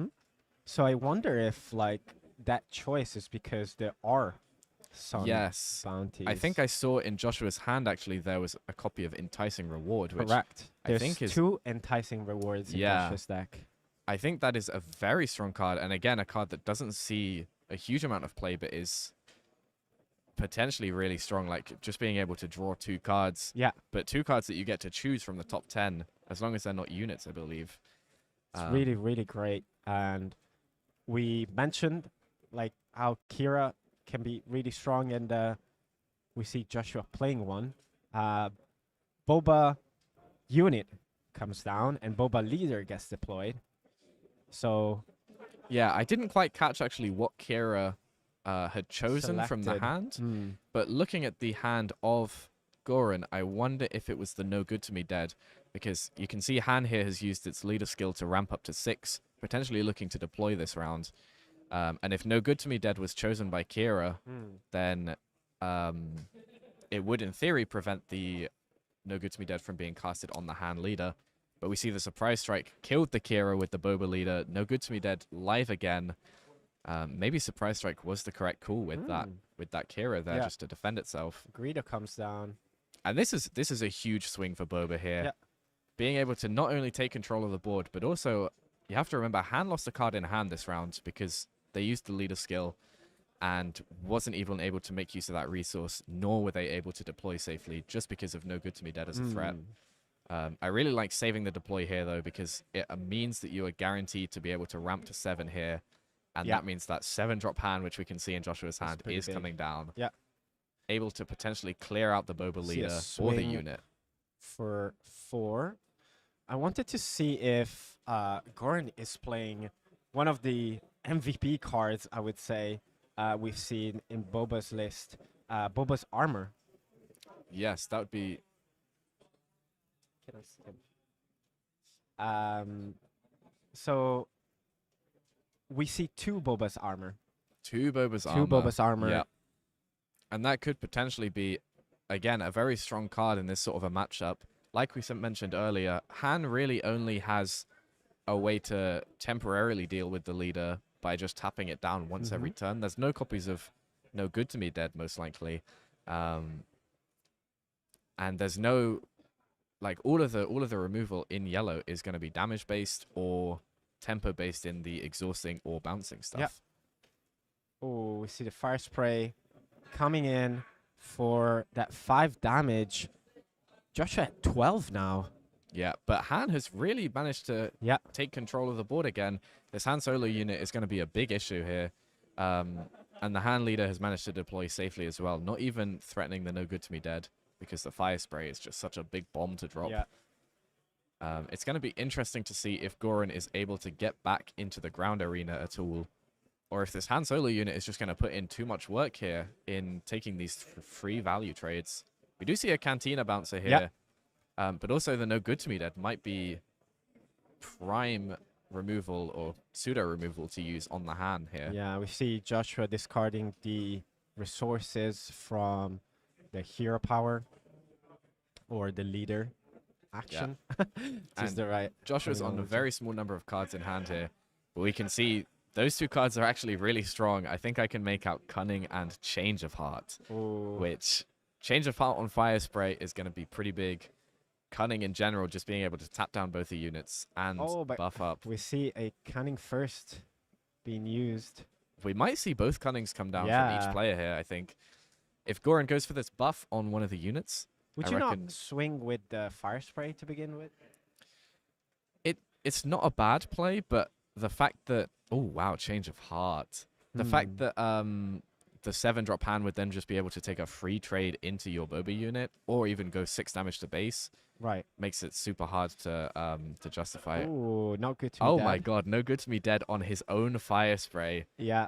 That unit will remain tapped when it comes back to him. Yeah, but at least it's not taking that extra 5. Although, don't know if I would have... really helps with the tempo here. Cause Yeah, I would have considered just using the no good to me dead on the Han unit, I think. And then I agree. once the Fire Spray gets taken, you can drop the Cunning to tap it down. And then you just have it back for next turn. To be fair, we have the Cantina Bouncer. So I think maybe we're trying... Oh, never mind. Oh, the We're- Boba unit was what got buffed. Yeah. No. The Fire Spray was probably what got buffed, but the Boba unit used its ability. So To do the 3 to damage. do the 3 damage, yeah. Something that I think a lot of players, myself included, just now forget about. it. Yeah. But the Han Solo unit did come in play last turn, but because of the Boba being able to exhaust it with Cunning, the Boba unit was able to take that value trade. So here we really see Oh, I see. where the yes. Boba unit can actually have more value than a card like Toro. We didn't even consider that. That was hilarious. Shout Yeah. out to Lukey. Commentators are great. That's Yeah. not a paid Always appreciate the actor. kind words, guys. Yeah. Thank you very much. We've actually got a couple of the judges on their alt accounts just just commenting away. sharing hearts and everything. Now, thanks everyone for following the stream. If you're not subbed yet, please leave a sub, leave a like if you like, and yeah, if you write in the chat, we can have a good discussion with you as well. We saw the relentless pursuit there come down to capture that Greedo. Just to, I think, remove more damage from the board. Like we said before, And this we is see the going to be a Cantina. game of tempo. And a And contain Cantina a bouncer again. to answer the bouncer, that is so much value actually, because Yeah. removing that Fire Spray, even if it's just back to hand, is huge, considering that they're pretty much on the same damage. It's pretty great. And again, like we said before, the hand player is maintaining this ground arena control just in a crazy way. That 7-drop hand unit, I think, really turned the tide of the game. Being able to drop that, clear some units out, and then deploy and just really keep the presence on in the ground. Yeah. There's really no see way the for Boba to swing. come back on that arena, I don't think. No, and we see it's just a trade there. With the And a hotshot blast there. spark. They're just swinging right now. Shout out to KTOD Mari in the chat. Thank you so much. Guys, if you want some great advice for how to excel in tournaments like these players, check out KTOD Mari and hold his tips and tricks on how to stay focused in a tournament, how to prep in a tournament, how to build your deck, how to choose your deck. So big shout out to KTD and KTD Mari. Yeah, 100%. And we see a lot of damage here has been pushed onto Boba's base. I think that's 18 damage now in total, whereas Han is on 12, still with control of the board. And we see the tech. This is where the Han yellow list really starts to shine. Not only does it have great board control, but it has great smuggle effects. And I think a main weakness for Han as a leader is that it loses its hand very quickly because, you know, you want to be ramping with your hand to get out some early plays, especially in a double yellow list where tempo is the key. But once you get to this state in the game where you've got, you know, close to 10 resources, only 2 cards in hand. Yeah, this cunning is really letting Joshua run away with the game. Yeah. We see the And replay. another cunning down. This oh is, my goodness. I think, game on board now. We just see Toro come down again and again and The again. triple Toro for 9. And this is 12 damage, so this is That perfect lethal is- here with the yeah, Han unit Exactly. alone. That was hilarious. So obviously, you know, I think these two players, you know, very very skilled players that have probably already played together so many times. Yeah, They it know looks the like lines. they're having a lot of They fun know with what's happening. Yeah, we with the hear game them. here as well. But what a game one! That was really really fun to watch, and I was just pulling up the side because we want to see for Goran what could. I think come was in. that final showdown that Joshua was just flashing from the sideboard? No way. I think it might have been. It was some There sort of are hyperspace two card. final showdowns in Joshua's side deck. But what about Goran? Let's see how can Goran turn this around, because I think he is now, really really needs to be careful of some obviously some cards that he knows Yeah. about, but also he knows that Joshua is very unpredictable.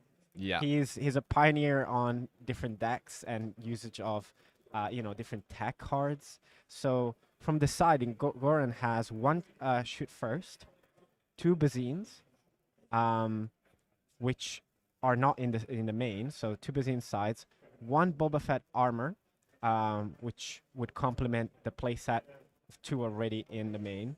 Three Lurking TIE Phantom, two Body Rook. That's, I think, probably a good side. Yeah, here. I think so too. And one Change of Heart. What would you bring in, Ollie? So I'd be pretty interested to see if Boba's armor can come in here. I think putting that to 3 copies, because I think we saw 2 copies in the main board. Bringing that up to 3 will be really huge. Like we said before, the main swing turn for Joshua last game was that 7 resource turn, dropping the hand unit, clearing the Boba leader, and then being able to safely deploy straight afterwards to clean up the ground arena. If Boba's armor was on that leader, that wouldn't have happened. Han wouldn't be able to kill the Boba leader there. Han would die to the Boba leader even. Yeah. And yeah, I feel like there wouldn't be a very clean way for Joshua to swing back into the game there. So I think the Boba's armor is a really good inclusion. I agree that the potential Bodhi Rook to rip out specifically Cunning is going to be huge here. Or potentially Bazine. I don't know which one Goran would prefer to go for. I think Bodhi Rook probably better just because it fills the curve a little bit easier. And it keeps that tempo on early. It's tough. Like, you kind of give yourself, like, 2 choices, but at the same time. Welcome back to UKTC Star Wars Unlimited Premier Tournament here in the UK. Ollie, how do you feel after you lost against my Han? Hang on, this is not how I remember things going. Yeah.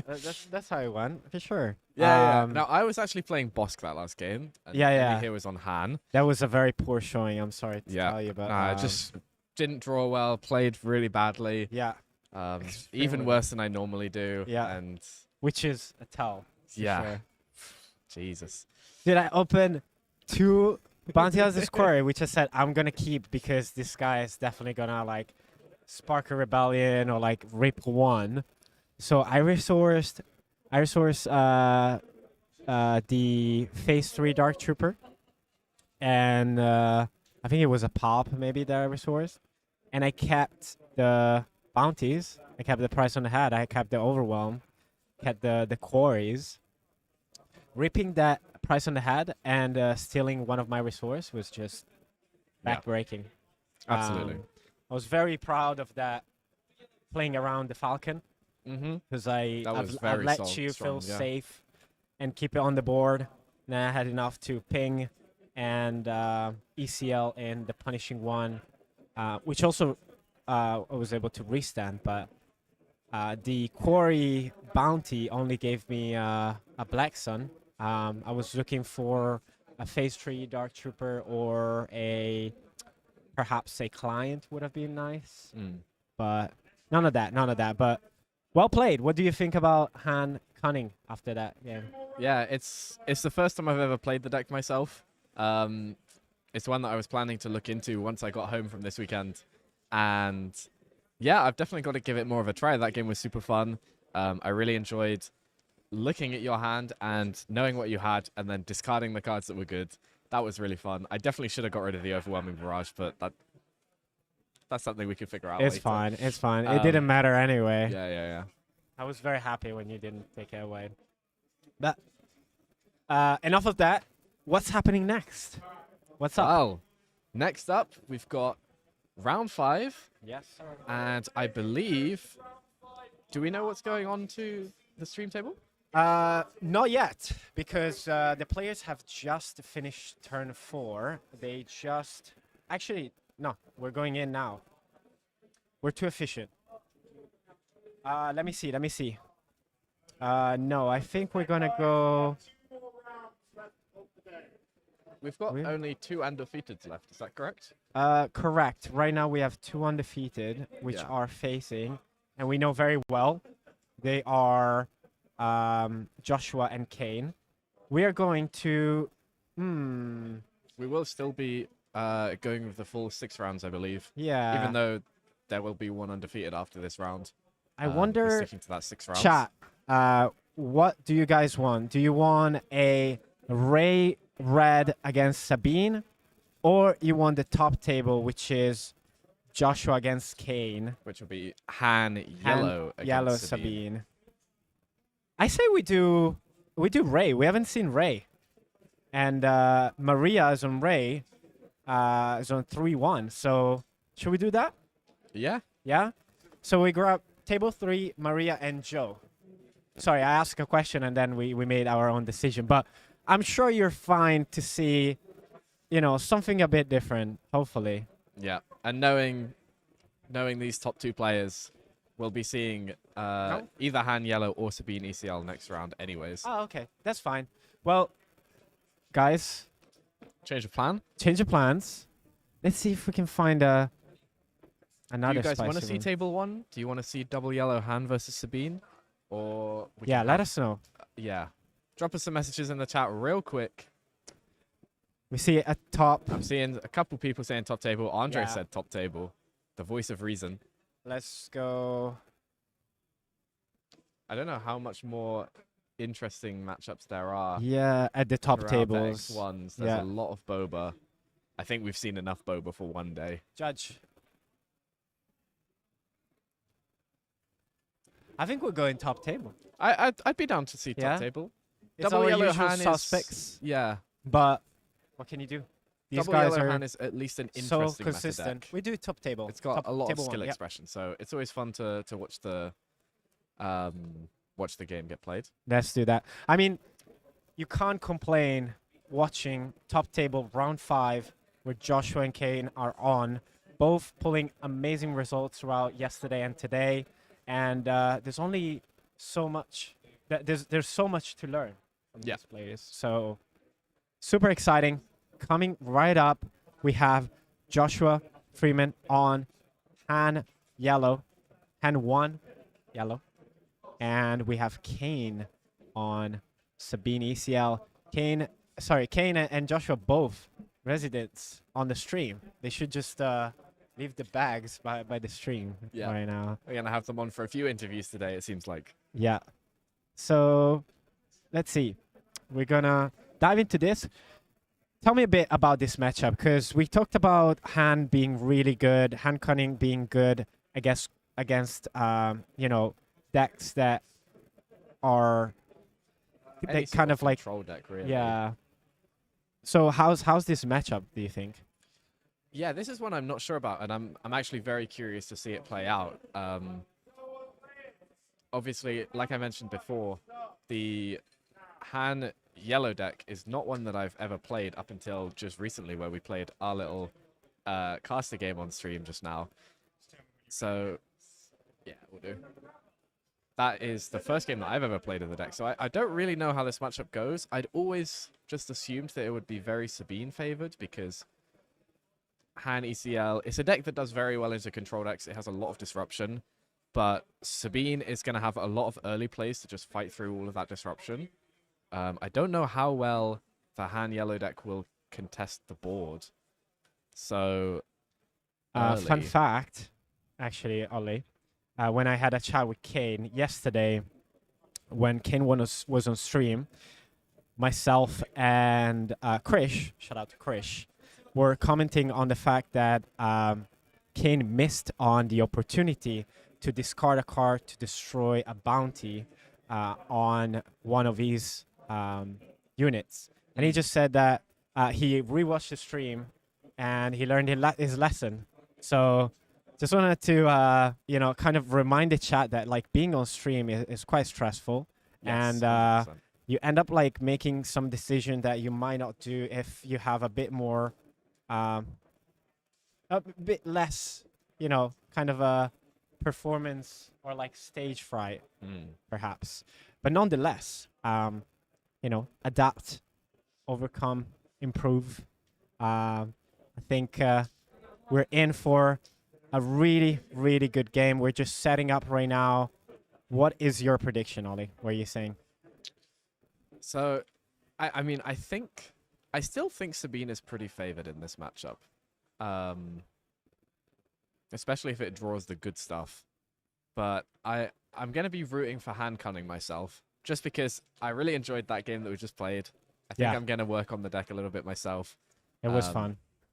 And yeah, I'd really like to see hand cunning be able to do well into Sabine, because, we heard from Joshua before that it's a deck that can struggle into Boba, especially Boba green. And I think if you're looking to play a deck right now, you need to be able to beat either Sabine or Boba. And so if Han yellow is struggling into Boba, then I think it needs to be able to beat Sabine. So that's what I'm hoping is going to be the outcome here. I'm hoping that gets reinforced here with this game. Absolutely. I think our players are ready to go. So once again, we have Joshua, well known for the 11-0 performance and many other great performances, but pioneering that Boba Green with Cobb Vamp. Was piloting yesterday, and today he's back with a bit of a surprise, I guess, with Han Cunning against Kane, who has been also playing yesterday. Again, back with Sabine, but we see the infamous turn 1 Sparkle Rebellion to Wow. rip. I missed, what was that card? So Was ripped Sabine. out the Sabine Yeah, unit. yeah. Wing Leader Wrecker is the remainder of the hand. No second 2-drop kept. Again, either didn't find one in the mulligan, or, again, just disrespecting the turn 1 Spark of Rebellion when Han Yellow has initiative. Yeah. I feel like Sabine is a deck that uses a lot of 2-drops. There's going to be a lot of 2-drops in that list, or even 1-drops as well. And so I feel like it's a deck that should be able to find a couple of early drops to play around the Spark of Rebellion. Possible that he'd resourced them and just disrespected it. Perhaps, yeah. It's really uncommon. And but then Han here going for a ramp. Dropping the Ooh. Kira down is going to be huge here. Even though it's so far away, it might be worth calling Wrecker. You think so? Yeah. I think Wrecker is a powerhouse play. And if it's locked out from Sabine, Sabine might be forced to trade into this Kira to be able to drop it. I think Wrecker is arguably the best card in Sabine's whole deck. Right.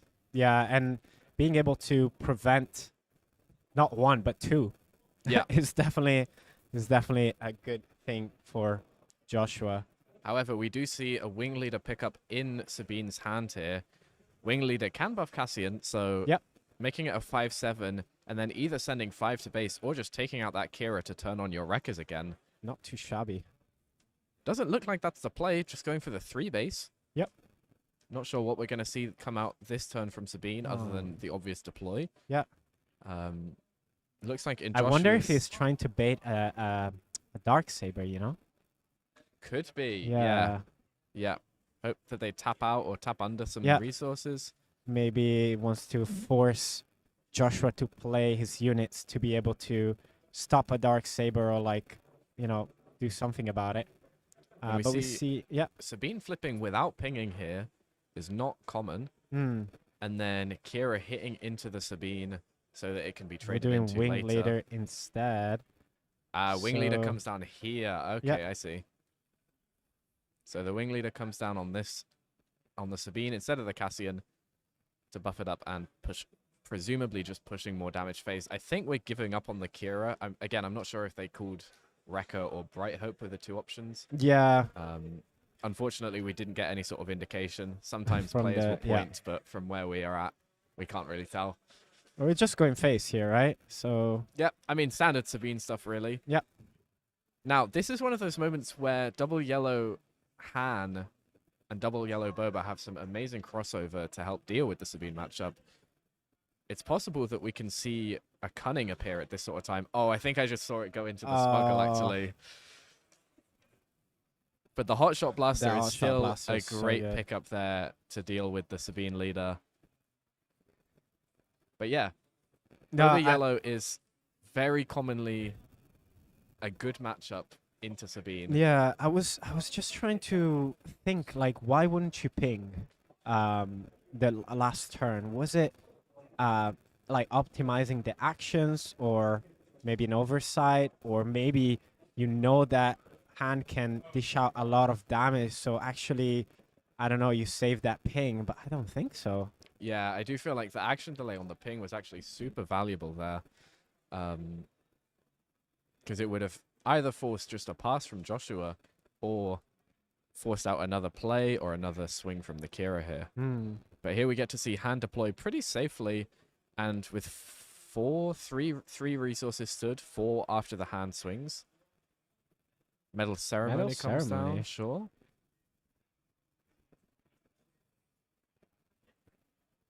And yeah, like I was saying before, Han Yellow does have Cunning, and Cunning is the best race tool in the game, probably. Best card in the game. Depends what match are we watching. If we're watching a matchup that only has resupply is the best card in the game. If there's Cunning is the best card in the game. But no, it's definitely super important, especially in this matchup. Yeah, 100%. Such an impactful card. Although I think that Han Yellow, whilst it is a tempo deck, it's not got the same race ability that that a Boba Yellow might have. It doesn't have that same aggression. Yeah. Ooh, okay, so here we're going to figure out what Kira has called, because the 2 options were Bright Hope and Wrecker. Yeah. Yeah, so it's Wrecker. If this Bright Hope is okay to be played, which it does look like is the case, then Wrecker was called by Kira, which is what we were thinking. Yeah. And that Kira is still on the field. So Wrecker cannot come down.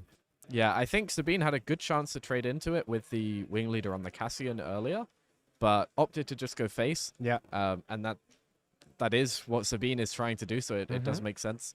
And we are seeing Han Yellow is really just trying to clear the board here.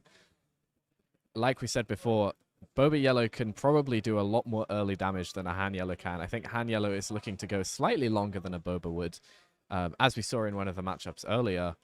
So might not be able to just try and race a Sabine like a Boba Yellow might be able to, even with access to cards like Cunning.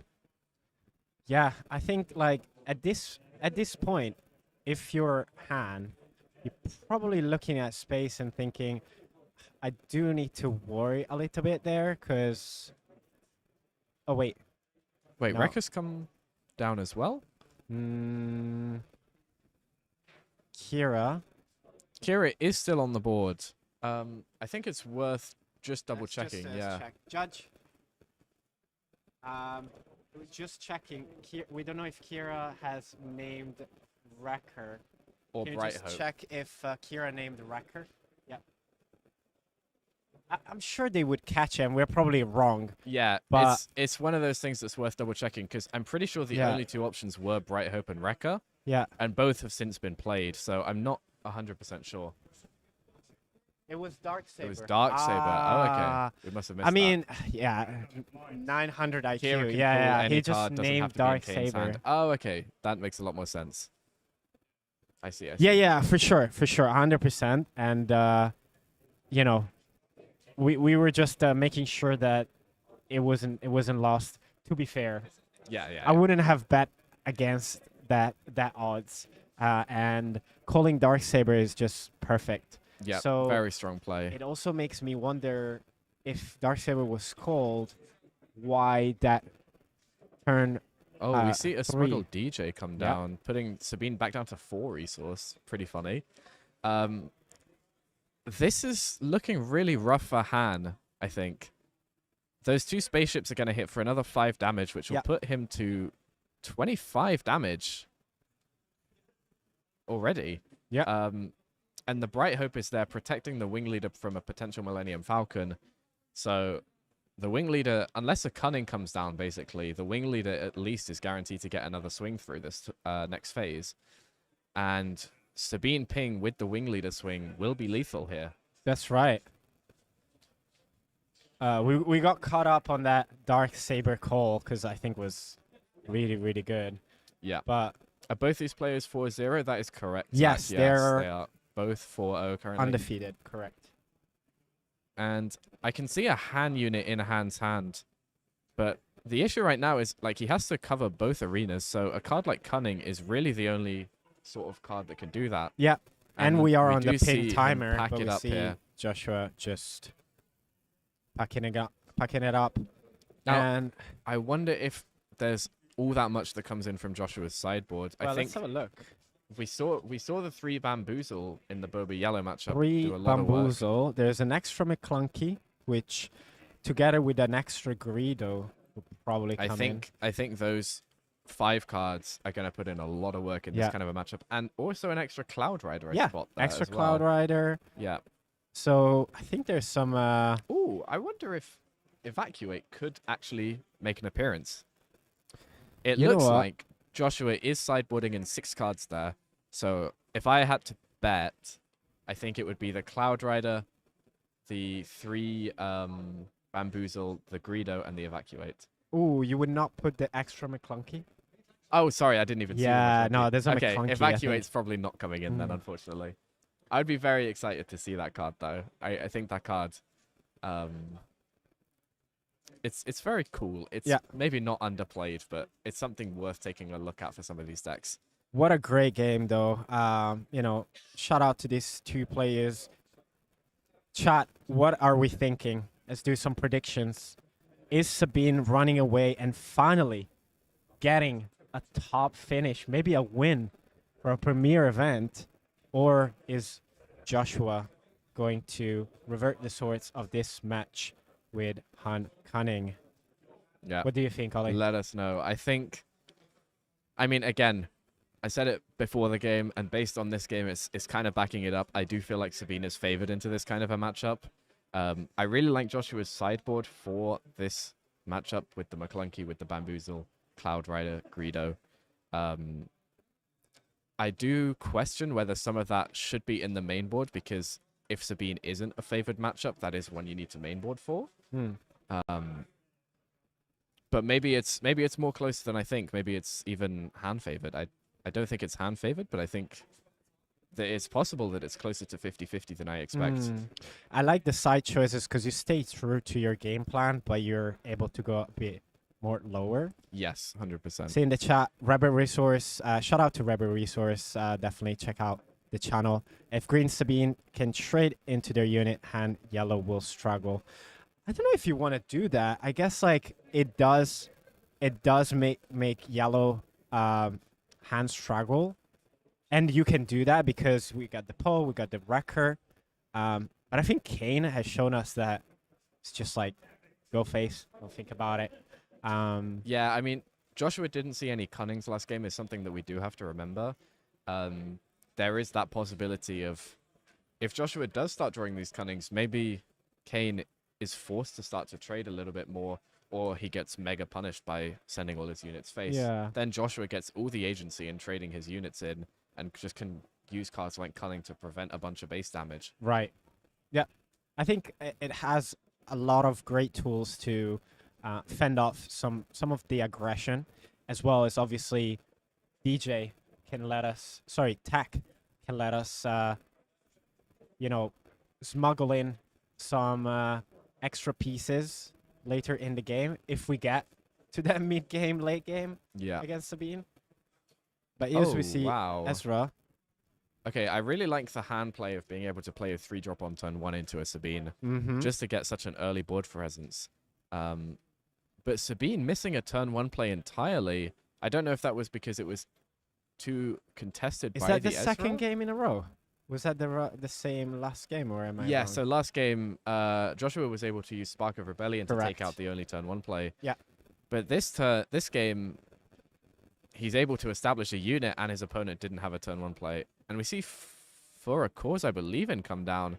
Sabine's just not getting on the board right now. Mm. And only 3 damage due to timely intervention being one of the cards revealed. I think this is a really rough start from Sabine here, personally. Not great. I think Kane is probably not ecstatic about this curve. Usually, at this point of the game, we have 2 units. We have already a bunch of damage on the board. Instead, there's a different narrative going on right now as we're 4 apiece. Who's the aggro now, I guess? Exactly. And I see Zach saying in the chat there about Rebel Hand being a little bit better into Sabine when it comes to mono yellow rather than the Underworld control version that Joshua's running. I know there are quite a few versions of mono yellow hand that run around. We see the Dark Saber ripped off by double wing Body leader Rook. and Wrecker. Oof. That is a really rough That's start. just- That is a really rough start. So tough. It looks like Rebel Assault is there in Kane's hand. I'm not sure if that was sided in or not. I think that's commonly a card that you see between side and mainboard in Sabine's. I quite like the inclusion of it into a mono yellow hand, just because of the fact you're able to skip an action. Yeah. And it will mean that you're able to play around cards like Cunning a lot easier. So we see that Sabine deploy is actually the first unit that's entered Sabine's board. Yeah, this this whole is game. a very atypical Sabine match. I Yeah. think being the first unit on board on turn 3, and with that Darksaber being ripped off Kane's hand, it's looking a rough. bit dicey here for Kane. But And we see But we see- Ezra hits Bamboozle. Ooh, Bamboozle discards a card to cast it for free, yeah, and then taps down the Sabine, which means this wing leader buff isn't going to help push any more Nope. damage. Millennium Falcon comes to clean up the space arena. Now, Bodhi isn't able to trade into the Sabine, but it's able to do a bit more damage so that it can be traded into next turn, which is not too bad. We've seen Kane coming back from a pretty difficult situation, so let's go, Kane. Show us a good comeback on Yeah. this field. I mean, this Sabine is still able to push 5 damage because Sabine has initiative here. We have to remember, guys, ECL is still available. Even with the really rough early start here, Kane always has ECL to come back into the game. This is Absolutely. going to put Joshua to 10 damage on base. And an ECL Poe threatens the hand deploy, so hand can't just immediately deploy here. Ezra will probably trade into Sabine. Ezra doesn't get the trigger because it's a when this unit completes an attack effect. Right. So it's not on the board when the attack is completed. Just after the resolution, so no trigger there. Now, Sabine does have to be careful here because Yeah, the we can Sabine see the player pole. can't pass action. Han will just always take initiative there. Oh, So he just has to play the Poe down blank. you have to. And if Joshua has a card like Spare the Target here to delay the Poe a turn or force the ECL out next turn, then that's going to be really huge. But also, if Joshua has a 7-drop Han, I think that could be like game on board immediately. It doesn't look like that's the case. We see the Spare the Target. I can see Spare the Target there. But if Han was able to use its deploy to ramp twice this round and go into a Han unit, that would be absolutely game winning. Yeah, he just changed the approach completely, I think. He was looking at Spare the Target, but then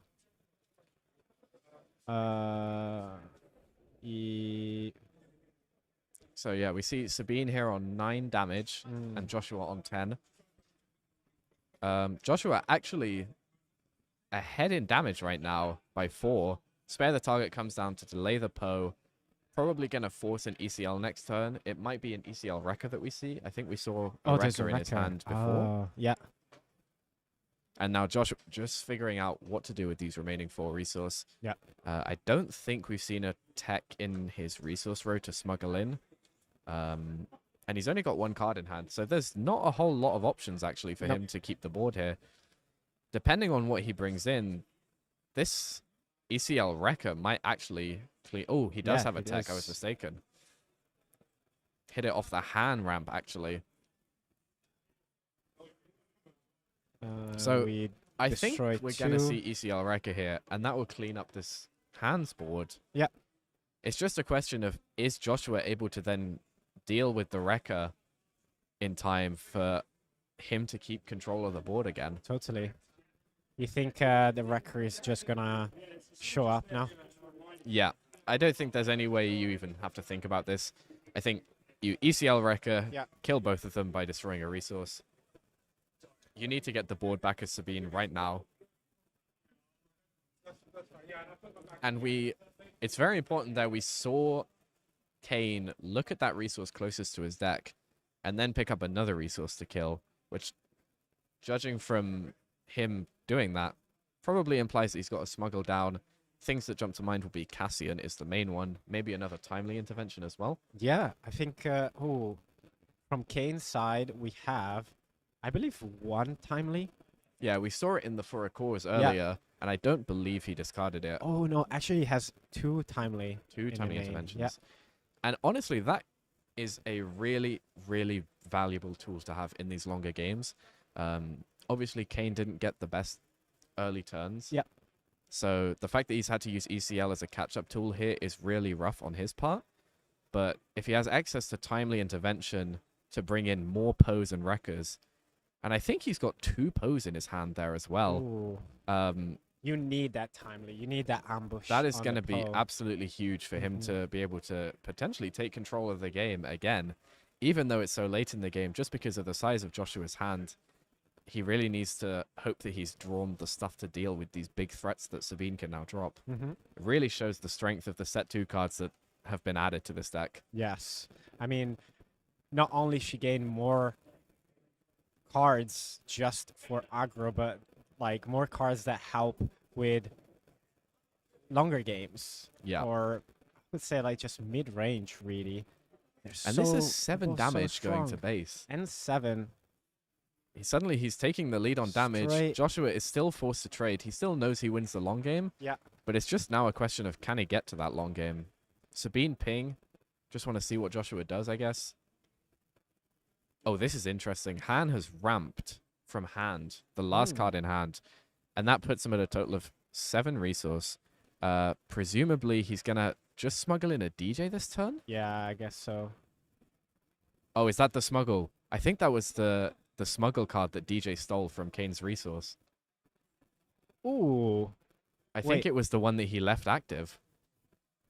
Oh, I see. I So see. we might see, we'll find out next phase Mm. when Joshua destroys the resource, but we might see that he's sniped the Cassian or timely intervention, whatever we were thinking it was. What No, is it's it? just a No, Battlefield Marine. It's a Battlefield Marine. That would have been huge. What do you do now if you're Kane? You swing face. Yeah. I think Correct you have to answer. still. This 8 is to face.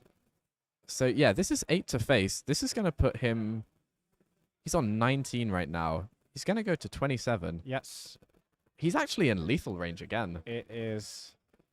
If we see He's gonna another have for to a cause here, answer. this is game. Yeah.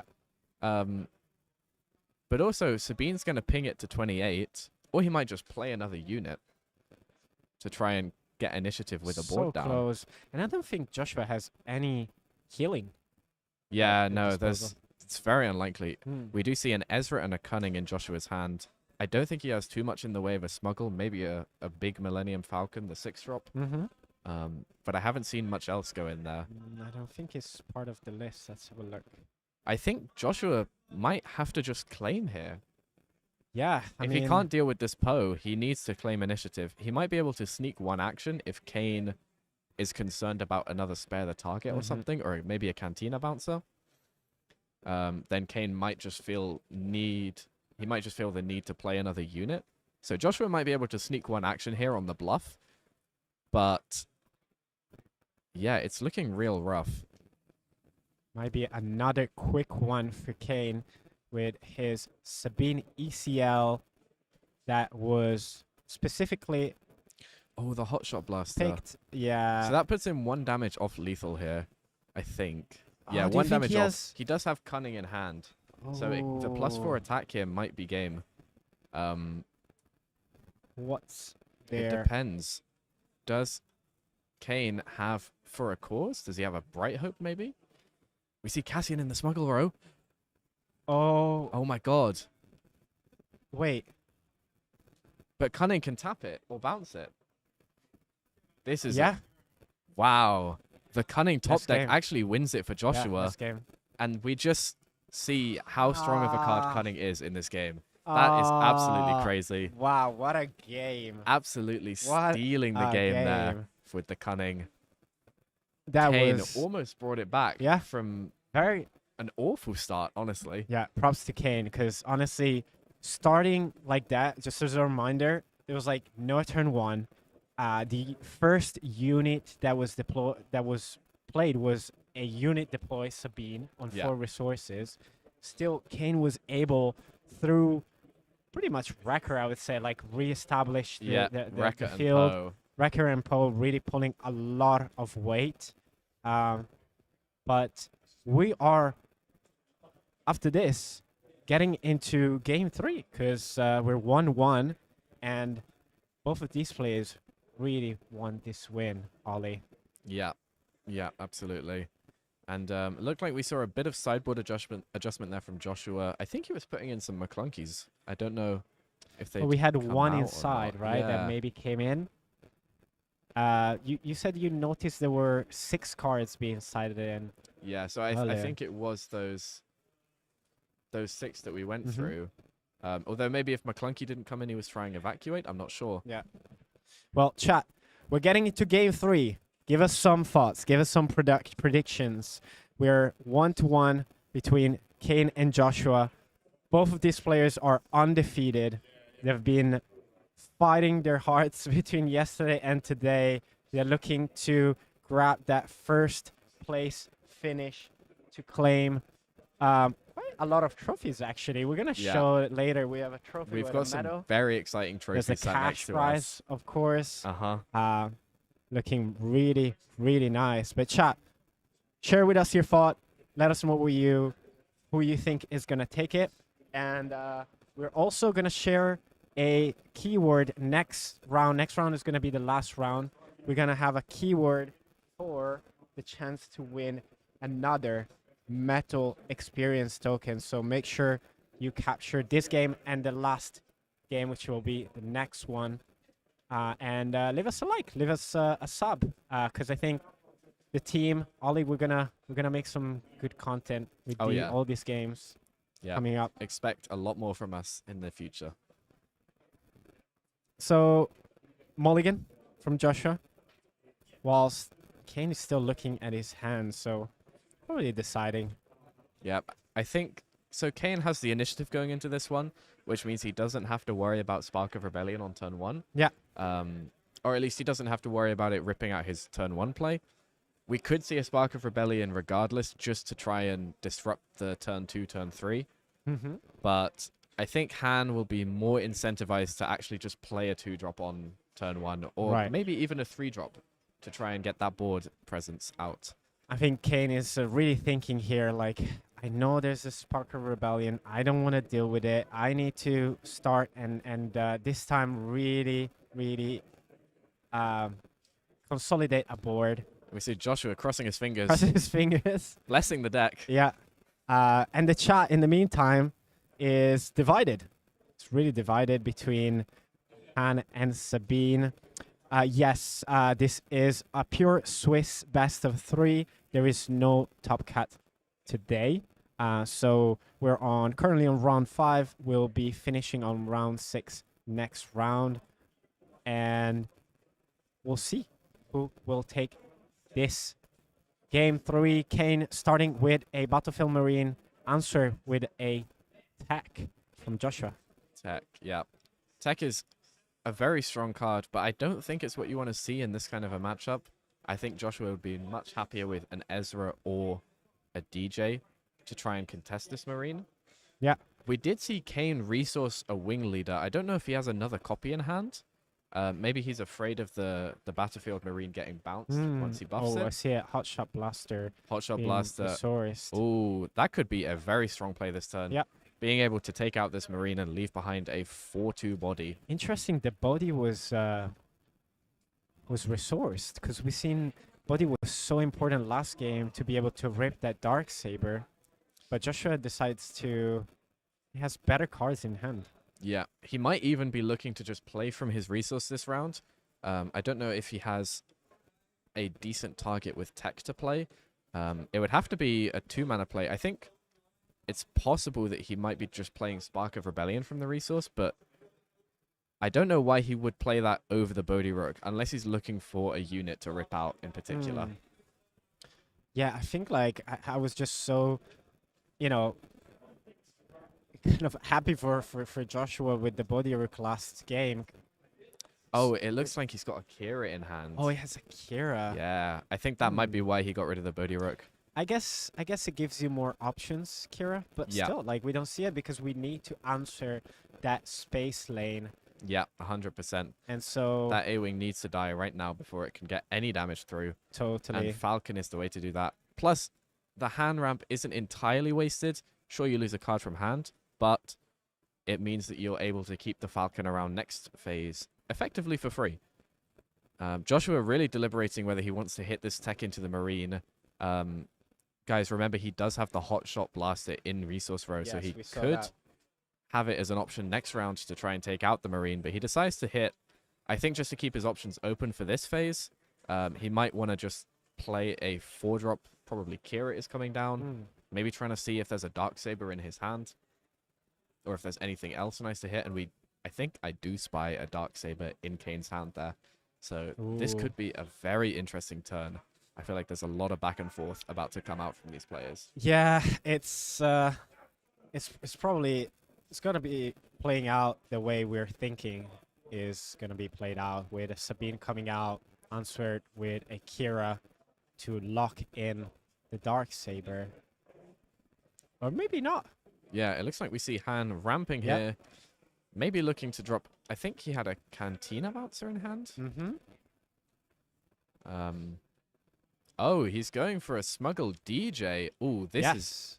a very juicy play. That's another way to prevent that Darksaber Darksaber, coming yep. back. Yep, exactly. Or Very strong. Rather And this is why when you're very playing played. against Yellow Han, you do have to watch out for that tech.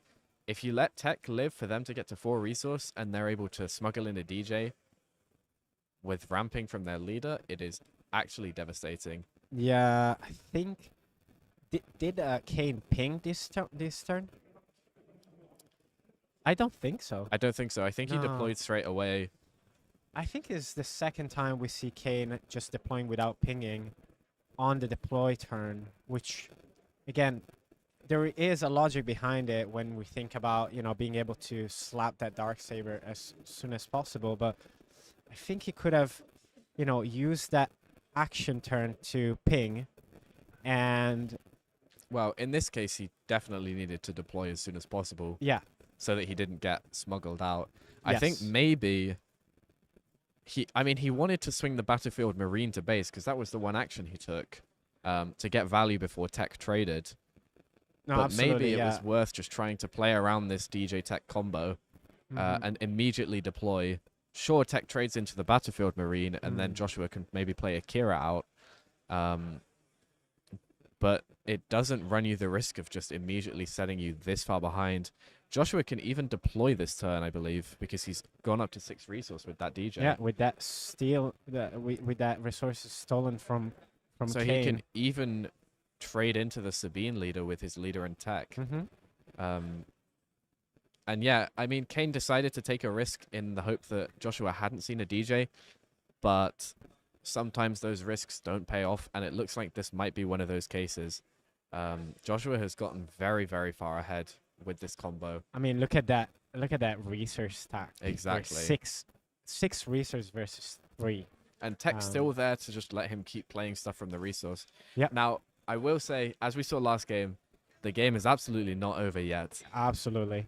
Kane may be going to 4 resource next turn, while Joshua goes to, I think, 6. Well, we will have 1 destroyed from the leader, and that's it. So he will be able to go up to 6. Yeah, exactly. And he decided to He claim. decided not to deploy. Okay.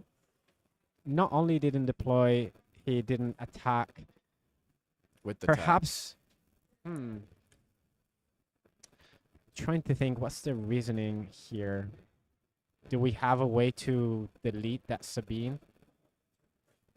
Yeah, maybe Obviously, the Falcon stays there because the way it plays out, we can tap the a resource hotshot that we're blaster comes in destroying. from resource, I think. Oh yeah. Oh That will yeah, delete of the Sabine very course. cleanly. Yeah, yeah, yeah. Yeah. So that works really, a big really play. well And for you can Joshua. see, I think the main card on Joshua's mind this whole best of 3 match has been Darksaber, right? You can see he's really prioritizing killing that Sabine leader, even sending a couple of units into it. That's right. In some of the games, but also cooling it when he played Kira and sacrificing some of his potentially very valuable trades with the tech and the leader deploy last phase. That's right. To be able to just one-shot the leader this phase so that Darksaber doesn't even come out. Yeah, we see how effectively Joshua has been handling Sabine both games, and both game 2 and now game 3, and how difficult it's going to be now for Kane to come back. We see a Bright Hope coming in, not activating the when summon, when deployed, when played, sorry. Cloud Rider comes in to take out that Battlefield Marine. Yep, I like that play. Absolutely. Yep, same here. And it still looks like Joshua is really clearing up the board here and kind of taking over the game. But as we saw last game, one of the issues with Han Yellow is that most of its units are pretty small. Right. And that means, like we saw last game, Han really loses a lot when it comes to ECL Poe and ECL Rekka, often taking out 2 units at a time at each swing. Yeah. And Sabine we can see that here. If ECL Poe does come down, that'll take out the Han leader and potentially the tech as well. And then we'll go into the next turn with Rekka's live, being able to wipe out DJs. Does look like the Millennium Falcon is sticking around. I'm curious as to why he didn't want to bounce it to the hand just to then play it and get a free trade onto the right. That is straight true. Afterwards. Yeah, but it can stick down. Well, actually, yeah, that's a good point. Why would you even want to keep it there? I guess there's probably a... There might be a big play that he's Yeah, already got set up, exactly. like a 7-drop hand in He hand or must something. have calculated the right resources, and And we do see the ECL Poe here, taking out the leader, as well as pinging 2 damage. Oh, he's removing the upgrade, and then okay. oh, so much value. That is a really strong play. Yeah. One for... However, it doesn't prevent the Yep. DJ from trading back into the Poe, which honestly I think might be more in line with Joshua's game plan. Yeah. So I'm not 100% sure if he actually needed to worry about that upgrade there. And now we see the Falcon taking out the Bright Hope, and Kane is tapped out. Obviously, that Poe play was really strong, Yeah, taking away like definitely. most of the board. that's 3 units from Han's side gone already. He does have all of his resources available. That's still 7 available. We could see a 7-drop hand here. I don't... Oh, no, it is. He does have a 7-drop hand in hand. It's just foil, so it's really hard to tell. So we might see that coming out. And I think the second card is a McClunky, or potentially... Yeah, I think it's a McClunky. Whereas on Kane's side... It looks like maybe a timely intervention or some sort of event. Oh, but yeah, we see the hand coming in. Hand comes And down, clears Zach the in Poe. chat has pointed out that I believe Joshua has the big Millennium in Smuggle. Yeah. So Ooh, might see and that we see coming the in. top deck of Bodhi Rook. I think that's going to be a pretty nice play just to get some information on what Kane is working with here. I think Kane has found a wrecker as well, which is not a bad find, but we don't have ECL anymore. There are 2 timely intervention in the deck. Yeah, Might I'm come in. seeing, it looks like Kane's hand right now is Heroic Sacrifice, Rekka, and For a Cause. The issue with playing Rekka right now is the hand unit is just going to get to free kill it. It's really feel bad. 100%. Well, with Wrecker, what you what you can do is just remove that DJ, but it's just so bad to me. Yeah, to he be kind of honest. needs ECL life for this Wrecker here, or a timely intervention going into next turn, but then this turn becomes... He's not really doing anything. And we see the Wrecker come down just to clear out the DJ. But this Wrecker is immediately dying, and then Bodhi Rook's going to come down and get a choice of Kane's last remaining 2 cards. As well as potentially a smuggle. Oh, it looks like just smuggling in the Millennium Falcon, trying to get control of both arenas. Now anything Kane plays is just going to die. Yeah. We'll see how Kane decides to execute this turn, because I see a Poe in his hand. I don't know if there's a... Is there a timely in the I think there resource? might have been one in resource there, but the issue is because the Wrecker has defeated one of his we're just resources, going for a cause. he's still just going to have to take kind of a blank turn here. And the 3 another Dark damage. Saber.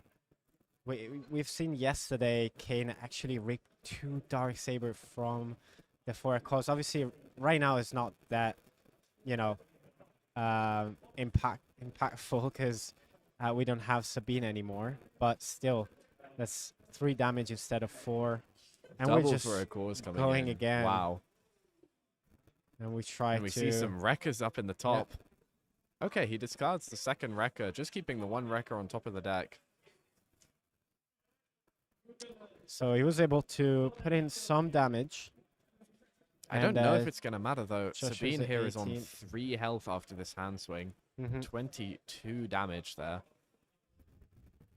Either of these attacks become lethal next round, and there isn't a card in Sabine's deck that can deal with these 2 units at the same time, I don't think. I don't believe so, unfortunately. Bodhi Rook comes down to seal the For deal just in Kane, case. this will be the deciding turn. I believe he was just showing his hand like, Yeah, that Yeah, looks like you- that is going to be game you got for this. Joshua. And staring down a board that is truly menacing with 3 health left. I think Kane is going to take... Yep. Yeah, that is Take GG's this right there. handshake and move to the final round, where Joshua is our undefeated player here on day 2 with Han Cunning. And this really shows the power of the DJ Tech combo. If you disrespect that combo, you are going to get punished in big ways. Preventing the potential 4-mana plays, but also threatening to stop his deploy if he didn't immediately snap deploy the leader. Absolutely crazy stuff. Kane obviously took that risk, hoped that he hadn't seen the DJ Tech, left the tech alive and didn't really play around it too much. But unfortunately, Joshua found it. Yeah, another amazing game. Congrats to both Kane and Joshua for making it undefeated so far, and Joshua for taking it an extra step. Now, getting ready for round 6. See in the chat, Zach says Joshua's play makes me question my switch to Rebel version mono hand. Both versions are such a blast to play. You just played against me. Yeah. What do you think about Han Cunning? I really like the deck. Just from that one game, I can see the skill level that it takes to pilot the deck. Like, I was having to read a lot of the cards for the first time ever as well. But yeah, it's a very cool deck. It's got some very interesting resource decisions because of the fact you can kind of play a turn ahead as well, but you've also got the ability to play from Smuggle. Yeah. I feel like it plays very differently across matchups. And like the chat is saying as well, there's a couple of different builds that you can go about, which both have their strengths and weaknesses. I think they were saying that the Rebel version does a little bit better into Sabine, although judging from this game, maybe this Underworld Control version has game into Sabine as well. Yeah. No, it's a great match. We will see what we're going to have for you for the last round. We're going to enter a break in a second, but guys, when we come back, we'll be on round 6, our final round, where we are going to have a last giveaway Yep. for our amazing metal experience token from UKTC. Black and white with your villainy side and your heroism side. So if you want a chance to win this, next round we're going to give a keyword for you to type in the chat, and you're going to be entered in a draw. We'll have the chance to win these amazing tokens. But until then, we're going to finish with round 5, and we're going to be back in a few minutes. Ollie, any last comments before we get into our last round? All I've got to say is good luck to the rest of the players who are playing right now, and good luck for the next round. Hopefully we'll see another exciting game. I imagine we'll have Joshua on again for the finals. Most And likely. we'll see what he's against. Fantastic. Stay tuned, and we'll see you guys very, very soon. Right, let's see. So we have Andre in the chat. Shout out to Andre. Shout out Andre. Speaking only facts there in the chat. I can see Is that. Andre playing Star Wars Unlimited?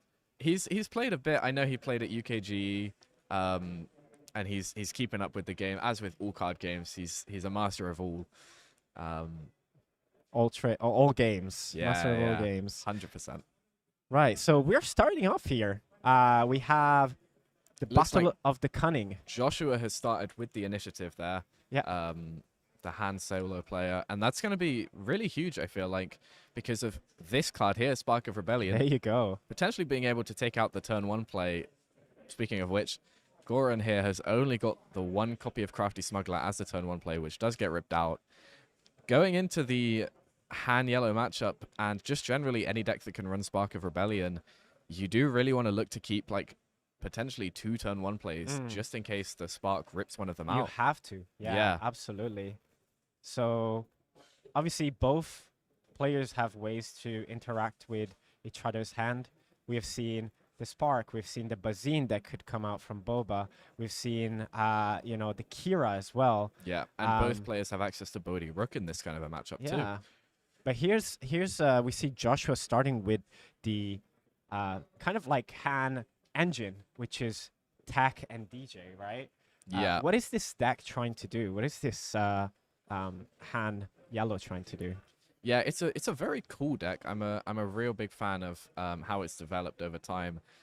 The main premise of the deck is really to just disrupt your opponent as much as possible. It's got those hand control tools. It's got Spark of Rebellion. It's got Kira that we saw last game. And then it's also got the Tech DJ combo, which can, during the early turns, just steal an opponent's resource and then delete it from the game with Hand's effect. Really just trying to disrupt the opponent as much as possible throughout the game, prevent their early turns, take over the board in the early game, and then from there just try and close out the game with cards like Hot Shot Blaster from the Smuggler row. Yeah. Jetpack as well, a really great tool to stabilize the board, take a value trade, and then have a buff remaining on your unit for pushing more damage. Yeah, and Han can actually use DJ to steal potentially. Oh, is that Ooh, no? No, sorry. What's that the- is Spare the Target. spare the which target? Yeah. Controversially, the better waylay. It's spare the target. A new card bounces. for heroism from the set 2, and not one that we've seen a huge amount of play in, even in those heroism yellow decks. Yeah. A lot of the time we have seen Waylay get played over Spare the Target, even in those decks, just for the simple ability that you can return your own Your unit to own, hand. yeah. Whereas Spare the Target can only return an enemy unit, but it does allow you to claim bounties that are attached to it. So I wonder if like that choice is because there are some Yes. bounties. I think I saw in Joshua's hand, actually, there was a copy of Enticing Reward, which correct. I There's think is 2 enticing rewards in Yeah. Joshua's deck. I think that is a very strong card, and again, a card that doesn't see a huge amount of play, but is potentially really strong, like just being able to draw 2 cards, Yeah. but 2 cards that you get to choose from the top 10, as long as they're not units, I believe. It's really, really great. And we mentioned like how Kira can be really strong, and we see Joshua playing one. Boba unit comes down, and Boba leader gets deployed. So Yeah, I didn't quite catch actually what Kira had chosen from the Selected. hand, but looking at the hand of Goran, I wonder if it was the no good to me dead, because you can see Han here has used its leader skill to ramp up to 6, potentially looking to deploy this round.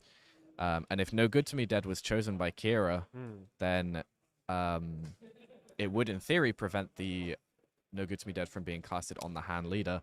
But we see the surprise strike killed the Kira with the Boba leader. No good to me dead live again. Maybe surprise strike was the correct call with that Kira there, just to defend itself. Greedo comes down. And this is a huge swing for Boba here. Yeah. Being able to not only take control of the board, but also you have to remember Han lost a card in hand this round because they used the leader skill and wasn't even able to make use of that resource, nor were they able to deploy safely just because of no good to me dead as a threat. I really like saving the deploy here, though, because it means that you are guaranteed to be able to ramp to 7 here. And that means that 7-drop hand, which we can see in Joshua's hand, is coming down. Yeah. Able to potentially clear out the Boba See a leader or the swing unit. For 4.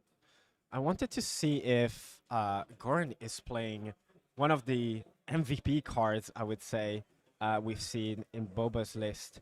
Boba's armor. Yes, that would be...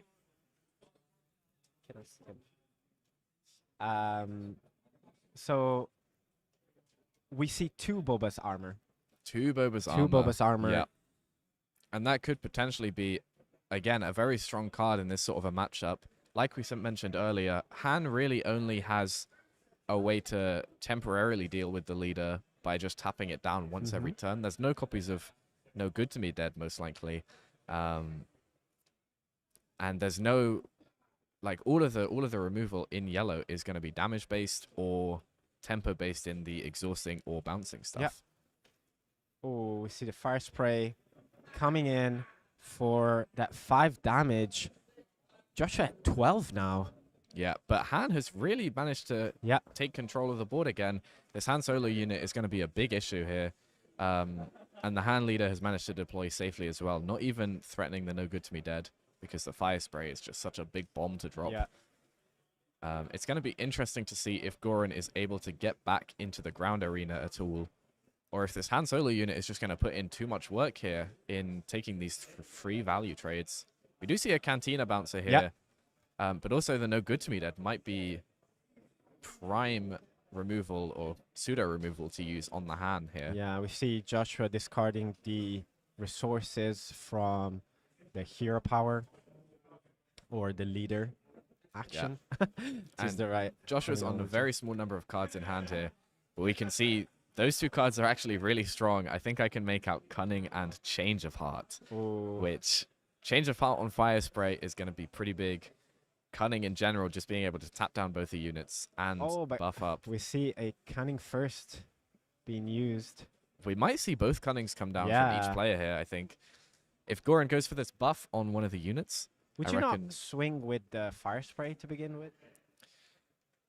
It's not a bad play, but the fact that Change of Heart. The fact that the 7-drop hand would then just be able to take a free trade into your Boba unit, or even go 6 damage to base. Right. Makes it super hard to justify it. Oh, not good to me. Oh my god, no good to me dead on his own fire spray. Yeah. That unit will remain tapped when it comes back to him. Yeah, but at least it's not taking that extra 5. Although, I don't know if I would have really helps with the tempo here. Cause I would have considered just using the no good to me dead on the Han unit, I think. And then I agree. Once the fire spray gets taken, you can drop the Cunning to tap it down, and then you just have it back for next turn. To be fair, we have the Cantina bouncer, so I think maybe we're trying. Oh, never mind. Oh, the Boba unit was what got buffed. Yeah. No. The fire spray was probably what got buffed, but the Boba unit used its ability. So to do the 3 to damage. Do the 3 damage, yeah. Something that I think a lot of players, myself included, just now forget about it. Yeah. But the Han Solo unit did come in play last turn, but because of the Boba being able to exhaust it with Cunning, the Boba unit was able to take that value trade. So here we really see, I see, where the Boba unit can actually have more value than a card like Toro. We didn't even consider that. That was hilarious. Shout out to Lukey. Commentaries are great. That's not a paid Always appreciate actor. the kind words, guys. Yeah. Thank you very much. We've actually got a couple of the judges on their alt accounts just commenting away. Sharing hearts and everything. Now, thanks everyone for following the stream. If you're not subbed yet, please leave a sub, leave a like if you like, and yeah, if you write in the chat, we can have a good discussion with you as well. We saw the relentless pursuit there come down to capture that Greedo. Just to, I think, remove more damage from the board. Like we said before, And this we is see the going to be a Cantina. game of tempo. And a And contain Cantina a bouncer again. to answer the bouncer. That is so much value, actually, because Yeah. removing that fire spray, even if it's just back to hand, is huge, considering that they're pretty much on the same damage. It's pretty great. And again, like we said before, the hand player is maintaining this ground arena controlled just in a crazy way. That 7-drop hand unit, I think, really turned the tide of the game. Being able to drop that, clear some units out, and then deploy and just really keep the presence on in the ground. Yeah. There's really no see way the for Boba to swing. come back on that arena, I don't think. No, and we see it's just a trade there. With the And a hot shot blast there. spark. They're just swinging right now. Shout out to KTOD Mari in the chat. Thank you so much. Guys, if you want some great advice for how to excel in tournaments like these players, check out KTOD Mari and all his tips and tricks on how to stay focused in a tournament, how to prep in a tournament, how to build your deck, how to choose your deck. So big shout out to KTD and KTD Mari. Yeah, 100%. And we see a lot of damage here has been... And we're back. Hello, everyone. We are here at UKTC premiere event for Star Wars Unlimited. This is M, and I'm here with Ollie to commentate the last round, round 6, where we have our, I guess, stream favorite, Joshua Freeman, versus Joe Butler. And it's a matchup that you guys have seen before. Just last round, in fact, Joshua is against another Sabine ECL. So we're going to see how this matchup goes. Obviously, we saw Joshua manage to take it 2-1 last time. And I think, again, it's going to be a case of which player is able to draw well. The issue with Sabine is the window that it gives you to play the game is very small. So if Joshua doesn't draw the cards, Sabine is able to take it, and vice versa, pretty much. Yeah, we're going to jump straight into it, but I just want to remind the chat that 3 lucky viewers won one of the Metal Experience token from UKTC, and you can also win it because we're going to give you a keyword between game 1 and 2 that we want you to type in the chat. So stay tuned, and we are going to jump straight into the action. So yes, you can roll your eyes. It's another Sabine matchup, but this time we're on the final table. We're at the final table where Sabine could say, you know what, guys, you have been talking bad about me. You said I'm strong, but I never win events. Well, there's another chance for Sabine to take this event. Ollie, what do you think is going to happen? Yeah, absolutely. I mean, we saw the matchup last round. I think Joshua definitely proved to me that hand cunning has a lot more game into Sabine than I'd expected initially. We do see the lovely Sabine showcase on the board and the hyperfoil ECL. Oh, I think this guy might be a little bit dedicated to Sabine. Not sure. Not sure. Maybe it's his favorite deck. So maybe it's been one that he's been testing. We'll see if there's any difference in play between Joe and Kane from last round and how that affects the matchup. I was just looking at the list. Let's see if Joe has any noticeable difference, Ollie, on his list. But chat, I want some hype for round 6, final round of day 2 for UKTC premiere event for Star Wars Unlimited, where we have Joe on Sabine Green ECL and Joshua, who's undefeated after his great run yesterday, finishing in top 4 with his hand cunning. What is in that Sabine deck? So, I think most interesting things to point out would be starting off. There's two R2D2s, which Ooh. I don't think we saw in the match earlier. Yeah. That would be very interesting to help fill out the curve on turn 2. But it's also potentially another strong turn 1 play if we see that turn 1 Spark of Rebellion from Han Yellow. And it can also be buffed by Wing Leader, which he's also running 3 of. We also see 2 copies of Disabling Fang Fighter in the main deck to help deal with those upgrades. Will be really nice against cards like Jetpack or Hotshot DL44 Blaster from the Han Yellow. Although I imagine this isn't the main matchup where they're looking to get value from that particular card. And we see the Sabine store organized play version. Very pretty. Yeah. Coming down. And Han is ramping to play an Ezra, is going to be able to contest that Sabine very nicely here on the ground. Very good. Another thing to note about the Sabine list, there are 3 Darksabers in the main board here. Ooh.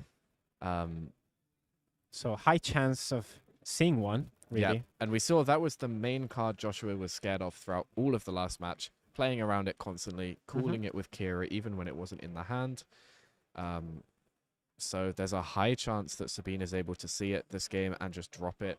And guys, remember in Sabine, the Darksaber doesn't actually have to go on the Sabine leader or the Sabine unit. Because they've got the green base, you can actually just stick it on any unit as a 4 attack buff. Totally, yeah. It's 4-3, right? Yeah. That's crazy stats. Not only is it a huge damage swing, but it's also just going to give a unit more survivability. Totally. Oh, and this is huge. We see Ezra being able to take that Sabine trade, also able to cheat out a tech from the top of the deck, which just helps develop the board, fill the curve, but it also action skips a little bit more.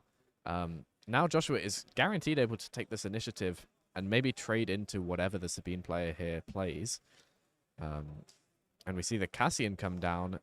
It looks like Joshua didn't actually have a play for that turn in hand either. I think his hand is pretty high end, top end stuff. So the tech hit is really huge there. Yeah, And let's see if it's in this 2 new cards will hit something. For this turn, I think I see a Cantina Bouncer. yeah, there's definitely a Cantina Bouncer in there. Joshua could potentially ramp to that. Tech is on the board, so any of those resources could be playable. If there's a DJ in them, we know what happened last game with the Tech DJ. It can't come out. So if I am Joe right now, I'm definitely considering that being a strong play on Joshua's side. 100%. And also the Hotshot Blaster is potentially an option to swing that Ezra into the Cassian, take that trade, and then stay with the tech on the board pretty safely. Main issue with this turn, I think, for Joshua is going to be playing around this Sabine flip with the Darksaber. We do see a Cunning in Joshua's hand, so that might help with the situation. But yeah, he's going to really need to play around that Darksaber. It is going to be a big damage swing. It might just be that he looks to play like a Cantina Bouncer this round. Yep. Okay, and this is something I don't think we saw at all throughout last game. Yeah. Sabine is trading, guys. It's confronting these units. But And once again, we just see it. said Yeah, you we have were to talking respect about this that turn. just now. And in Sabine fact, hasn't decided to flip his first action or anything. so So Sabine cannot deploy this turn. Sabine can't deploy this turn, and suddenly Han can. Sabine also can't play any of its 4-drops. No K2, no Dodonna, which is also in the list, and no Darksabers. Gonna see what Sabine is able to do. Very rough situation right now. This Cassian trade has set up for a lovely return trade from the tech. Cassian is now on 2 health here. So unless there's a wing leader to buff it up, Cassian is probably going to die next action. And if wing leader does buff it up, then hand leader deploy will be able to trade into it and live as well. Yep. And we see a very underwhelming, gosh, what's the name of that rebel Fleet unit? Lieutenant. Fleet Lieutenant. Was escaping me. Coming in for Joe, but it's deploy time. And this... Have you ever seen a Oh, he's trying to Han? deploy, but he can't. Yeah. Have you ever seen a hand being deployed before a Sabine? No, I've not never until seen- last round I hadn't. Yeah. Really shows the power of this DJ Tech combo, guys. And we see here, the Sabine's board is about to get cleared entirely. Tech is going to trade into Cassian, and Han will trade into Fleet Lieutenant, leaving a devastating ground arena for Sabine to play into. Honestly, incredible. Incredible. I see someone in the chat is asking if anyone has this hand deck list. I'm sure all of the lists will be posted on Yeah, we Limitless. will be posting, we'll be sharing a video going through some of these lists as well. So if you guys aren't yet, leave a sub, leave a like. If you check the channel, you can see interview with all the winners of some recent premier events, including Joshua with his 11-0 Boba Green record. And I'm sure we're going to get an interview with Joshua on this Han cunning, because there's so much to talk about, and I'm sure a lot of people are curious to pick it up and try it, including you, I think. Yes, yeah. you really this liked is it.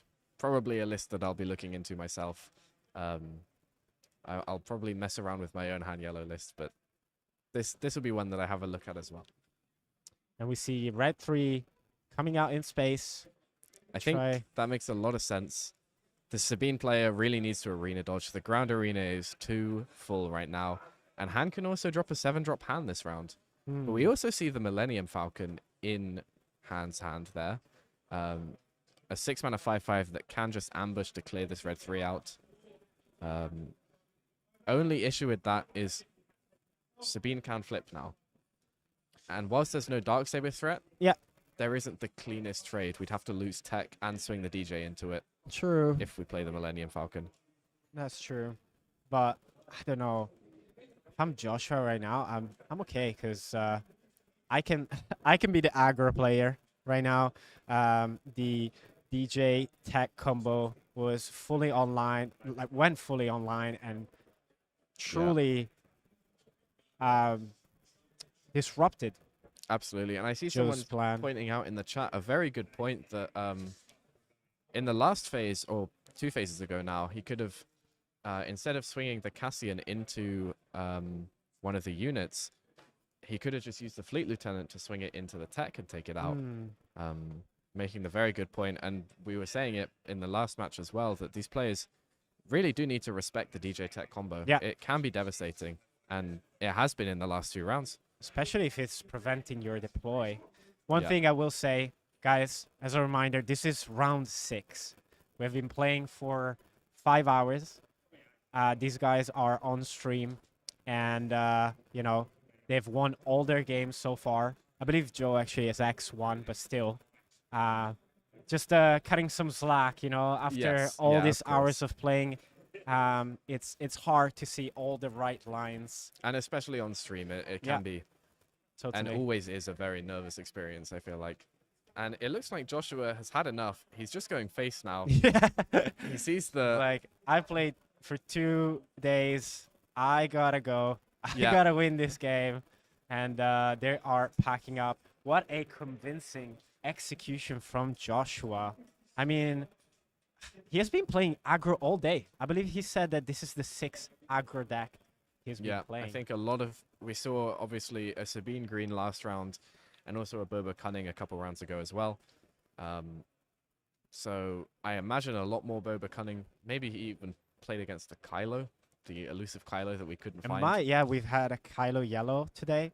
But whilst we are, whilst the player are siding, we want to do a last giveaway, guys. So if you have been following, you know at this point that we have these amazing metal experience tokens. And I would say, Ollie, for this giveaway, we should homage Joshua and make the keyword 54. Yeah. Does that sound fitting? So 54 is the number of cards that Joshua put in his iconic, at this point, Boba Green that led to an 11-0 record in a recent tournament. So if you're in the chat and you're watching, type 54, leave a like, leave a sub, and you can win a metal experience token. You have a minute and a half right now. So type 54 in the chat, which apparently it's the correct number of cards that you should have in your deck. I have to disagree. But Joshua has the results to prove it, so Yeah, exactly. there is method to the madness. I did see someone in the chat before all the 54s have started showing up, asking where we get these damage tokens from, and they are from GameGenic. They are, or GameGenic, I don't know which way you pronounce it. They're very clean damage tokens, and there's people who do, like on Etsy and stuff, Yeah. they'll do these holders that let you carry the tokens without it getting very messy, which I've been meaning to pick up a copy of myself. They just make it so much cleaner to carry them. Yeah, they're Not very jumbling around in your bag and important. getting lost. Yeah. So chat, type 54 to enter the giveaway whilst we jump into game 2 of the final round. Joshua is leading 1-0, and we're going to see if he's going to decide to finish the weekend on a high and take it home, or if Joe is going to ruin his plans and revert this to a 2-1. And we're starting with a Battlefield Marine responded with a ramp. I see a DJ in Joshua's hand. Just probably going to be played as a 3-mana 3/5 here on turn 1. Able to contest this Battlefield Marine is a very strong play. And we saw a similar start from Joshua in the last game as well. I think a big strength of the Han Yellow deck is that ideally you are looking to use a Spark of Rebellion on turn 1 to try and disrupt the opponent's turn 1 play if you have the initiative. But if you don't, you can always ramp. You lose another card in hand, but it lets you just get such an overstatted unit onto 100%. play. I like that play a lot. And yeah, in these aggro matchups especially, it really lets you just contest the early game.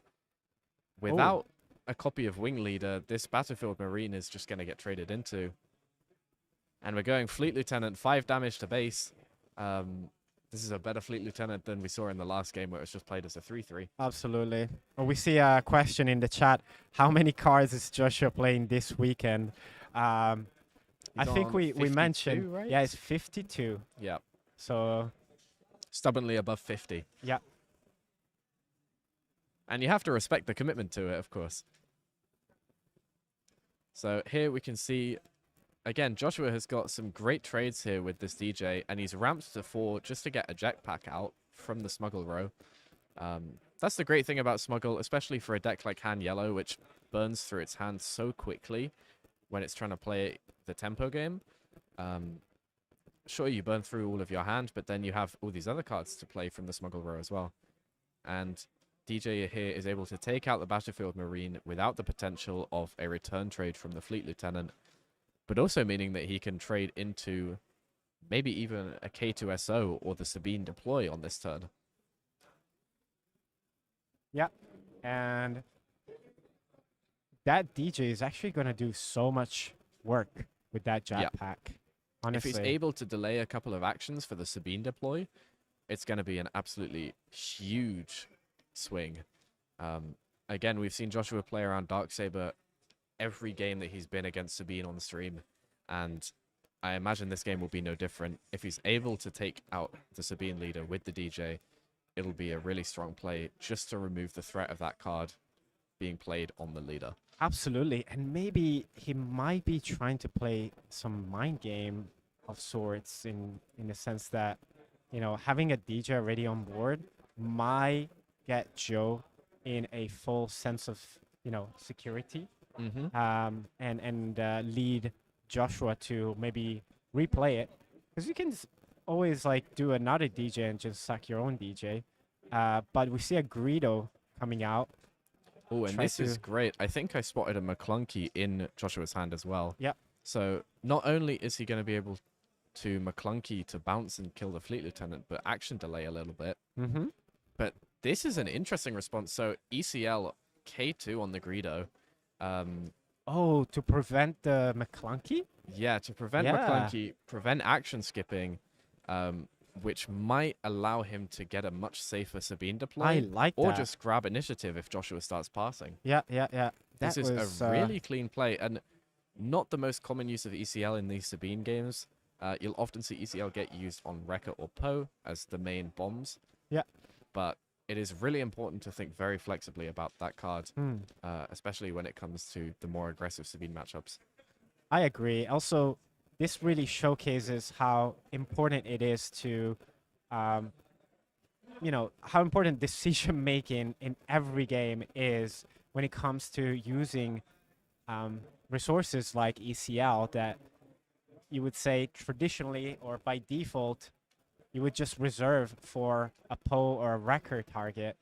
In this case, you really need to plan ahead and make sure that you're blocking some very dangerous play that might be incoming, just like that McClunky that was prevented. Yeah, exactly. And here we see, I think Joshua is still thinking about what the potential play is. He does have a Cunningham and a McClunky in hand, so maybe he's looking to ramp to use the Cunning. I don't think he has anything that he can smuggle in for 4 resource, but it looks like he is considering the ramp here. I do wonder what the play is here for Joshua that's making him consider using that ramp and has actually committed to using it. The only card remaining in his hand, I believe, is the copy of Cunning. So maybe just tapping down the Sabine is enough. Yeah. Oh, and of course bouncing the K2. Yeah. Okay, that is a huge play.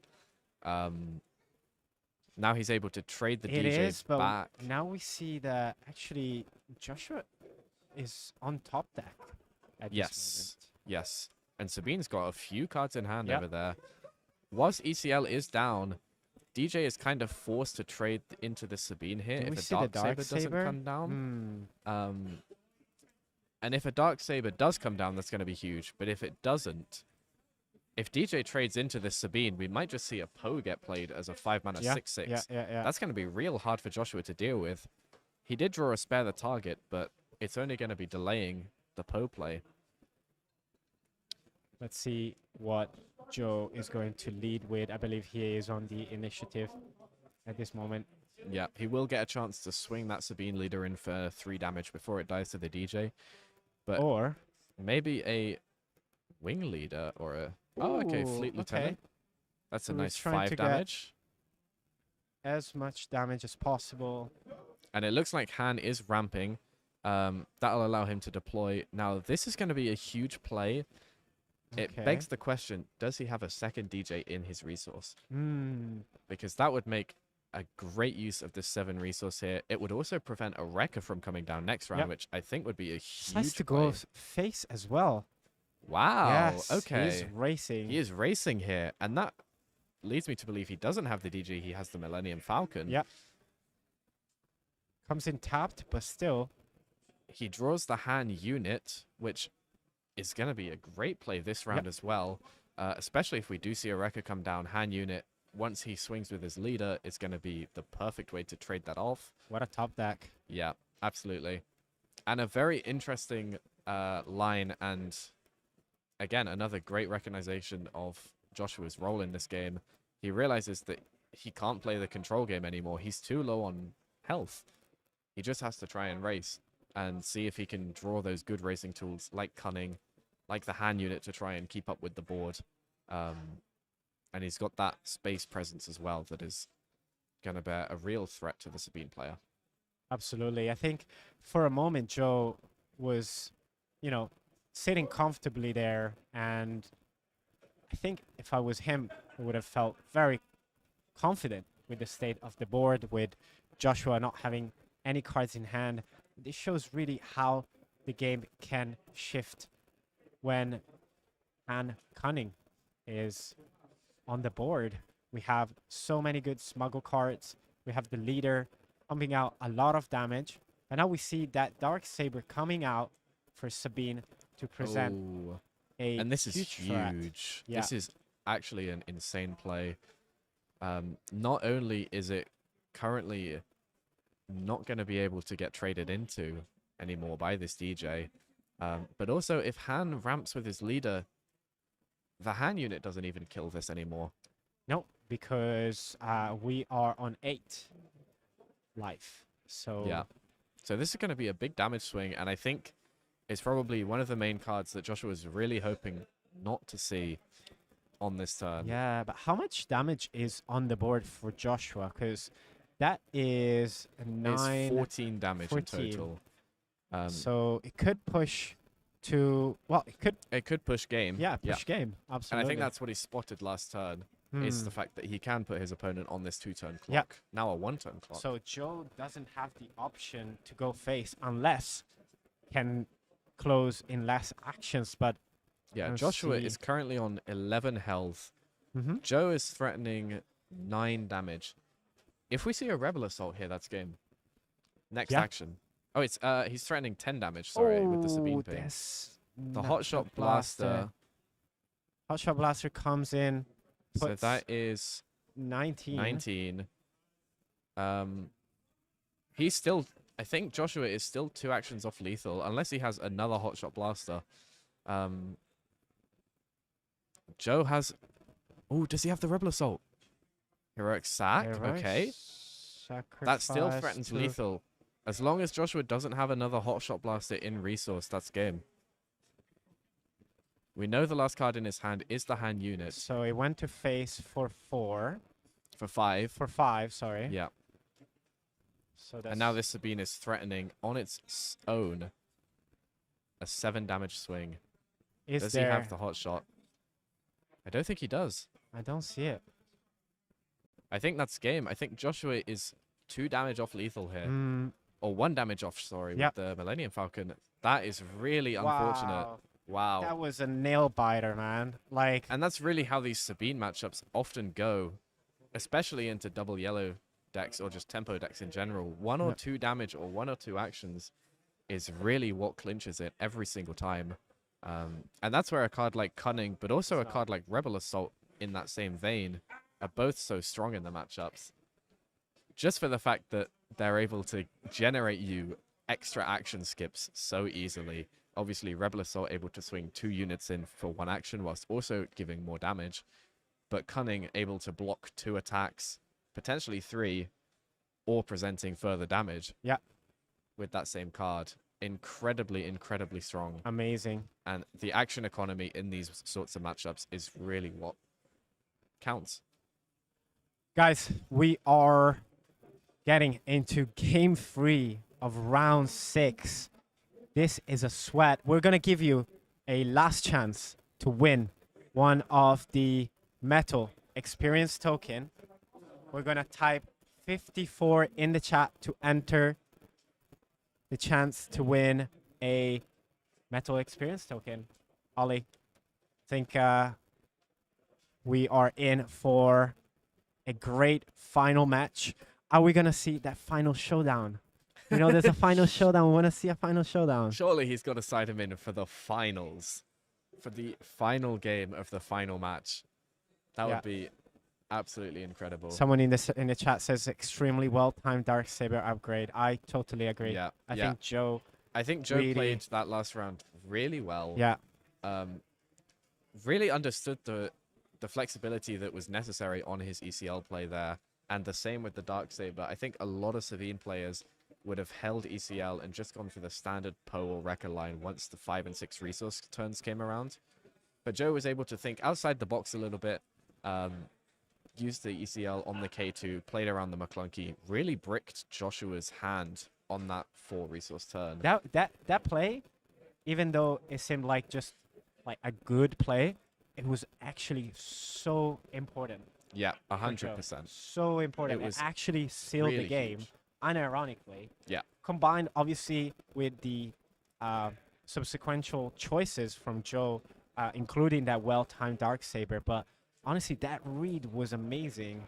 And I'm sure it was, really, really well planned. So 100%, yeah. I we- mean, these guys are on top table for a reason. yeah, exactly. So, chat, what are we thinking? We're 1-1. Sabine green, Han yellow. We have Joshua against Joe. Who is taking this home? Give us a prediction. Give us a Han or a Sabine in chat. Let's see where the preference is skewed. Now, something I'm very curious about with Joe's resourcing decision here is this is the first game of this match that we've seen where Joshua's had the initiative. I believe Joe started both of the previous games, and that means Joe hasn't had to come against Spark of Rebellion on turn 1 yet. And that might mean that Joe doesn't respect it, or doesn't even... I don't know if we've even seen Joshua play it throughout this match, so maybe Joe doesn't know if it's in his deck or not. Which means that he might only have one turn 1 play, and we'll see here. He has 2 copies of A-Wing. Ooh. See? Okay, so that is the kind of play that It's you funny like. because someone in the chat says, Han, unless Sabine goes space heavy, which I agree. And if it wasn't for the Spark, would have seen double A-Wing and a Bright Hope, but we just see one now. Yeah. So... And hand does have a clean way to out this A-Wing with the Millennium Falcon, but we don't see it in the hand currently. So I think Han is going to be playing a bit of catch-up this game. We do see a copy of Bamboozle, which will put in some work. But very with interesting tech from this weekend. Yeah, 100%. With this current start, I feel like Han is going to need to draw a card like Cunning just to be able to keep back up in the game. But we'll see how it goes. Something to note is Sabine didn't have a turn 3 play, or turn 2 play, 3 resource play. Might have been part of the reason why they kept the double A-Wing, just to double up on space for turn 2. But we'll see if he's drawn anything to help that curve fill itself out. Yeah, we're going to see Akira probably. Oh, no. No, looks like just going for the Ezra. Ezra. I think... And I think Ezra makes sense just to potentially try and find some more cards. Yeah. Oh, the red 3 is absolutely huge. Now, if Ezra is able to start digging through the deck to try and find Cunning and Millennium Falcon a little bit faster to help Joshua catch up in the space arena, that'll be really strong. It's really important because Joshua has already seen that Bright Hope in hand. Yeah. And we know what Sabine's game plan is. Yeah. And it's just like was pointed out in the chat earlier. The space arena is where Han is going to struggle unless it comes to, and there's the card, Millennium Falcon. In fact, both copies, the 6-drop and the 3-drop. That's just what Joshua was waiting for. It's almost like his deck is saying, here you go. Go and do something with this. Yeah. Now, it is definitely a strong draw for Joshua, and he does have the initiative. But Joe is still going to be able to push some serious damage in the space arena this turn. At least 3, if not 6. Yeah, that red 3 is going to be... Joshua trades into, yeah. So good for Joe, but I was just thinking, like, do you go straight? Oh, the Rebel Assault. Oh my god, that is crazy. Wow. I was wondering if Joe was planning to drop the Bright Hope, or if he'd just resourced it. But the Rebel Assault, that's going to be, what, 4 from red 3 and 5 from green squadron 8. That is so massive. 9 damage. Putting Joshua to 15, big. half health already on 4 resource, and he hasn't even deployed yet. And is a flip turn, so yeah, we're going to see at least another 4 damage, most likely, coming in from the Sabine. Yeah, so Joshua is able to trade out that red 3 with the Millennium Falcon. We can also see a Bamboozle here to delay the Sabine swing. Yeah. Whilst Ezra's able to maybe hit into it as well. Yeah. But we still, see the ping. Even with the Bamboozle delaying Sabine's swing, Sabine's got 3 resource open still. And if Sabine's able to get initiative into this next turn, which I think is pretty possible, we're going to see another Green Squadron A-Wing swing at the start of the next phase. Right. Man, that Rebel Assault was so good. I think I see a Wrecker, and it looks like a Wing Leader in the Sabine's hand. I'm not sure about that second card, because it's... Ooh, I thought it was a Dark Saber. Saber. Is Could it be not? a Dark Saber, yeah. Yeah, the So we foil see really the deploy is here. deceiving. Bamboozle comes And down for 2. yeah. We just exhaust. And we now I'll be prevent this very 3 curious damage. here. If the Sabine player plays another unit, I wonder if Joshua just takes initiative here. It is a Wing Leader. It is a Wing Leader, and that's really bad news for Joshua. Yeah, especially after I think he just resourced the 6-drop Millennium Falcon off his hand leader skill. He still decides to attack. Still decides to go for the attack. Just to deck thin, I think, with Ezra, he really needs to find that Cunning. For sure. But yeah, Joshua resourced the 6-drop Millennium Falcon, and if he smuggles it in, it doesn't get the ambush skill. Oh, was that a cunning? I Oh, didn't it might have see. been. There's definitely a DJ, and a DJ went into resource, and we saw a 7-drop Han in his hand. I don't know what the second card is. It's a McClunky. It's McClunky. And we've Now, seen McClunky could be really strong as well. there's no underword on Millennium Falcon is an is Underworld. Yes. Oh, okay. Yeah. Okay. I'm surprised that Wing Leader didn't buff the A-Wing to try and get that out of Millennium Falcon's damage range. But it looks like Sabine ended up with initiative anyways because of that Ezra swing, which I was honestly a little bit shocked to see from Joshua there. So wait, you start with the A-Wing, but you're really disrespecting the cunning here. Yeah, I guess you have to I think, because yeah. that 9 the stacked up. damage, yeah, the damage setup is pretty hilarious Yeah. here. And the Wing Leader is still able to swing here. We'll see what Ezra hits. If Ezra hits a card like Cunning, like you say, that could be a crazy top deck. This Cloud Rider just gets discarded. Makes sense. Now, Joshua's in a bit of a predicament here because he can go for the Han unit, but it doesn't kill the Sabine Leader at all. He's kind of got 7 resources to play with here. He can go for a McClunky and maybe smuggle in the Millennium Falcon from resource. I think that's probably the best play to try and clean up the space arena, but the issue then Is there a pass? this Sabine is just going to get Oh, sorry, there was the uncontested. attack and Joe response with the Wing Leader, yeah. Yeah, yeah. So we are at 20? And this Sabine Leader is just going to be left to run, I think. 21? Oh, yeah, I think they're just recounting the damage there. Or double-checking with the judge how much damage was on the base. Not 120. I think it's... I thought it was 21. But we have a judge at the table. Joshua put on 1 damage too few, they're saying in the chat, it looks like. Yeah. Judge, check damage. Check damage on boards. It might On the...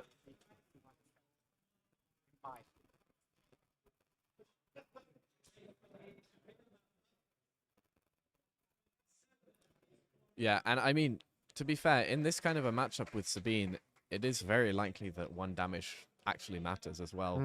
More so than in a normal game. We might have missed something there. Yeah, yeah, it's possible that someone has missed something. But yeah, Joshua is in a serious predicament here. Like I say, he can get this Han unit down. If he swings his leader and the Han unit into Sabine, he can trade it out. And he still has Millennium Falcon to trade into the A-Wing, which would just leave the Wing Leader to deal with. But with the Sabine swing, that would be another 5 damage. Wing Leader would be 2 damage next phase. So with a card like For a Cause, we could seriously see the end of the game. This phase or next phase, honestly. Yeah. ECL also still available. It does. You will not be able to see it because there's a 9 separate token on that ECL.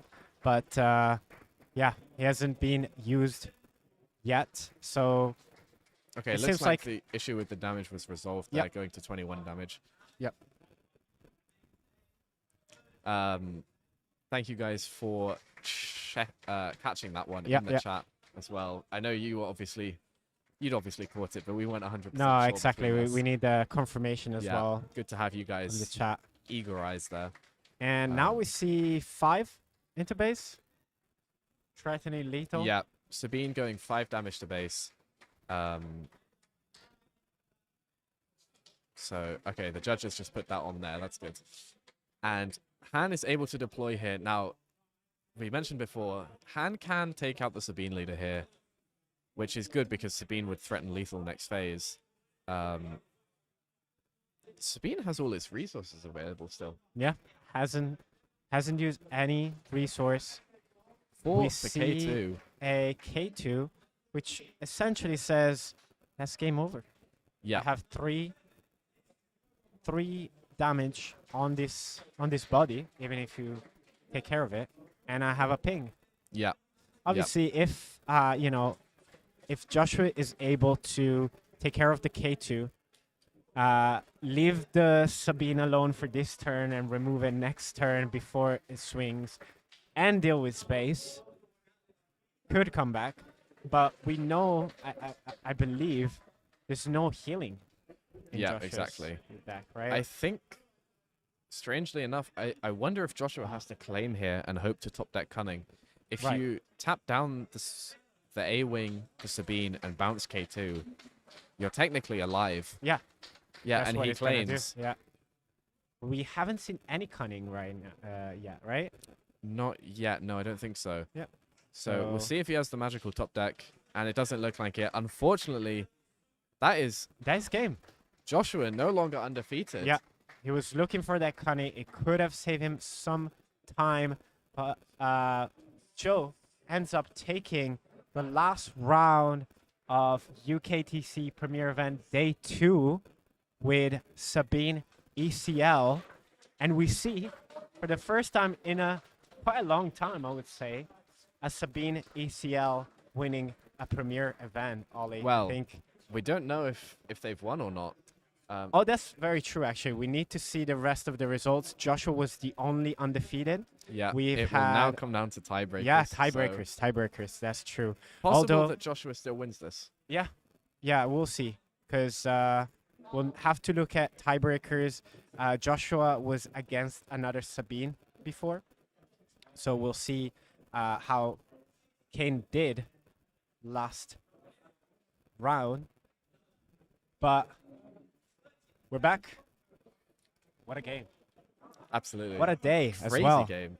Crazy Another day. 6 rounds of amazing Star Wars Unlimited with some, usual suspects. Yesterday we seen a lot of Boba. Yeah, Today a bit less. a lot more Sabine as well. Yeah, a lot more Sabine. And we've seen I think there's 2 or 3 on yellow. We can double check. Yeah, there was a couple hanging about somewhere. Yeah. Obviously, Joshua managed to perform very well with it, going undefeated all the way till the last round. Yeah. So we are going to take a little break. This was the last round, but we're going to interview our winner, and we're going to do the giveaway, the prize draw for the token. We're going to wrap up this amazing weekend, which has seen some great plays, great decks. And what are we going to do? Of course, we're going to bring you a lot of content next week. So make sure to leave a like on the live, leave a sub. Going to follow up with some great players interviews. But don't go anywhere. We'll be right back with some prize draw, with a winner interview, and maybe some more surprises. We're going to show you all the trophies, and we can take some of the question from the chat and take it from there. Sounds good? Sounds good. See you guys in a minute. Right, let's see. So we have Andre in the chat. Shout out to Andre. Shout out Andre. Speaking only facts there in the chat, I can see Is that. Andre playing Star Wars Unlimited? He's played a bit. I know he played at UKG, and he's keeping up with the game. As with all card games, he's a master of all. All games. Yeah, Master of yeah. all games. 100%. Right, so we're starting off here. We have the Looks Battle like- of the Cunning. Joshua has started with the initiative there. Yeah. The Han Solo player, and that's going to be really huge, I feel like, because of this card here, Spark of Rebellion, There you go. potentially being able to take out the turn 1 play. Speaking of which, Goran here has only got the 1 copy of Crafty Smuggler as the turn 1 play, which does get ripped out. Going into the Han Yellow matchup, and just generally any deck that can run Spark of Rebellion, you do really want to look to keep like potentially 2 turn 1 plays, just in case the Spark rips one of them You out. have to. Yeah, Yeah. absolutely. So obviously both players have ways to interact with each other's hand. We have seen the Spark, we've seen the Bazine that could come out from Boba. We've seen the Kira as well. Yeah, and both Um, players have access to Bodhi Rook in this kind of a matchup Yeah. too. But here's we see Joshua starting with the kind of like Han engine, which is tech and DJ, right? Yeah. What is this deck trying to do? What is this Han yellow trying to do? Yeah, it's a very cool deck. I'm a real big fan of how it's developed over time. The main premise of the deck is really to just disrupt your opponent as much as possible. It's got those hand control tools. It's got Spark of Rebellion. It's got Kira that we saw last game. And then it's also got the Tech DJ combo, which can, during the early turns, just steal an opponent's resource and then delete it from the game with Hand's effect. Really just trying to disrupt the opponent as much as possible throughout the game, prevent their early turns, take over the board in the early game, and then from there just try and close out the game with cards like Hot Shot Blaster from the Smuggle Row. Yeah. Jetpack as well, a really great tool to stabilize the board, take a value trade, and then have a buff remaining on your unit for pushing more damage. Yeah, and Hand can actually use DJ to steal potentially. Oh, is that Ooh, no prison? No, sorry. What's that the- is Spare the Target. spare the which target? Yeah, Controversially, the better waylay. It's spare the target. A new card bounces. for heroism from the set 2, and not one that we've seen a huge amount of play in, even in those heroism yellow decks. Yeah. A lot of the time we have seen Waylay get played over Spare the Target, even in those decks, just for the simple ability that you can return your own Your unit to own, hand. yeah. Whereas Spare the Target can only return an enemy unit, but it does allow you to claim bounties that are attached to it. So I wonder if like that choice is because there are some Yes. bounties. I think I saw in Joshua's hand, actually, there was a copy of Enticing Reward, which correct. I There's think is- 2 enticing rewards in Yeah. Joshua's deck. I think that is a very strong card, and again, a card that doesn't see a huge amount of play, but is potentially really strong, like just being able to draw 2 cards, Yeah, but 2 cards that you get to choose from the top 10, as long as they're not units, I believe. it's really, really great. And we mentioned like how Kira can be really strong, and we see Joshua playing one. Boba unit comes down, and Boba leader gets deployed. So Yeah, I didn't quite catch actually what Kira had chosen from the Selected. hand, but looking at the hand of Goran, I wonder if it was the No Good To Me Dead, because you can see Han here has used its leader skill to ramp up to 6, potentially looking to deploy this round. And if No Good To Me Dead was chosen by Kira, then it would in theory prevent the No Good To Me Dead from being casted on the Han leader. But we see the Surprise Strike killed the Kira with the Boba leader. No Good To Me Dead live again. Maybe Surprise Strike was the correct call with that Kira there, Yeah. just to defend itself. Greedo comes down. And this is a huge swing for Boba here. Yeah. Being able to not only take control of the board, but also you have to remember Han lost a card in hand this round because they used the leader skill and wasn't even able to make use of that resource, nor were they able to deploy safely just because of No Good To Me Dead as a threat. I really like saving the deploy here, though, because it means that you are guaranteed to be able to ramp to 7 here. And Yeah. that means that 7-drop hand, which we can see in Joshua's That's hand, pretty is big. coming down. Yeah. Able to potentially clear out the Boba See a leader or the swing. unit. For 4. I wanted to see if Goran is playing one of the MVP cards, I would say, we've seen in Boba's list. Boba's armor. Yes, that would be... Can I skip? So we see 2 Boba's armor. 2 Boba's 2 armor. Boba's armor. Yeah. And that could potentially be, again, a very strong card in this sort of a matchup. Like we mentioned earlier, Han really only has a way to temporarily deal with the leader by just tapping it down once every turn. There's no copies of No Good To Me Dead, most likely. And there's no... Like, all of the removal in yellow is going to be damage-based or tempo-based in the exhausting or bouncing stuff. Yeah.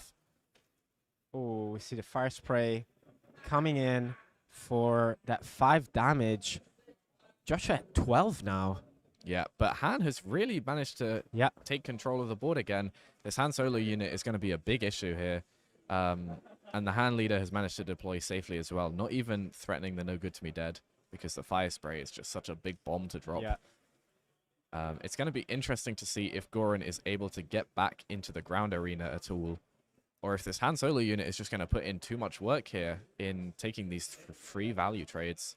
We do see a Cantina bouncer here, but also the no good to me dead might be prime removal or pseudo removal to use on the Han here. Yeah, we see Joshua discarding the resources from the hero power or the leader action. And Is the right Joshua's on a terminology. very small number of cards in hand here, but we can see those two cards are actually really strong. I think I can make out Cunning and Change of Heart, Ooh. which Change of Heart on Fire Spray is going to be pretty big.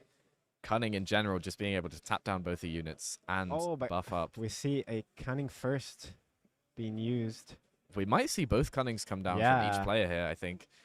If Goran goes for this buff on one of the units, Would I you reckon not swing with the Fire Spray to begin with?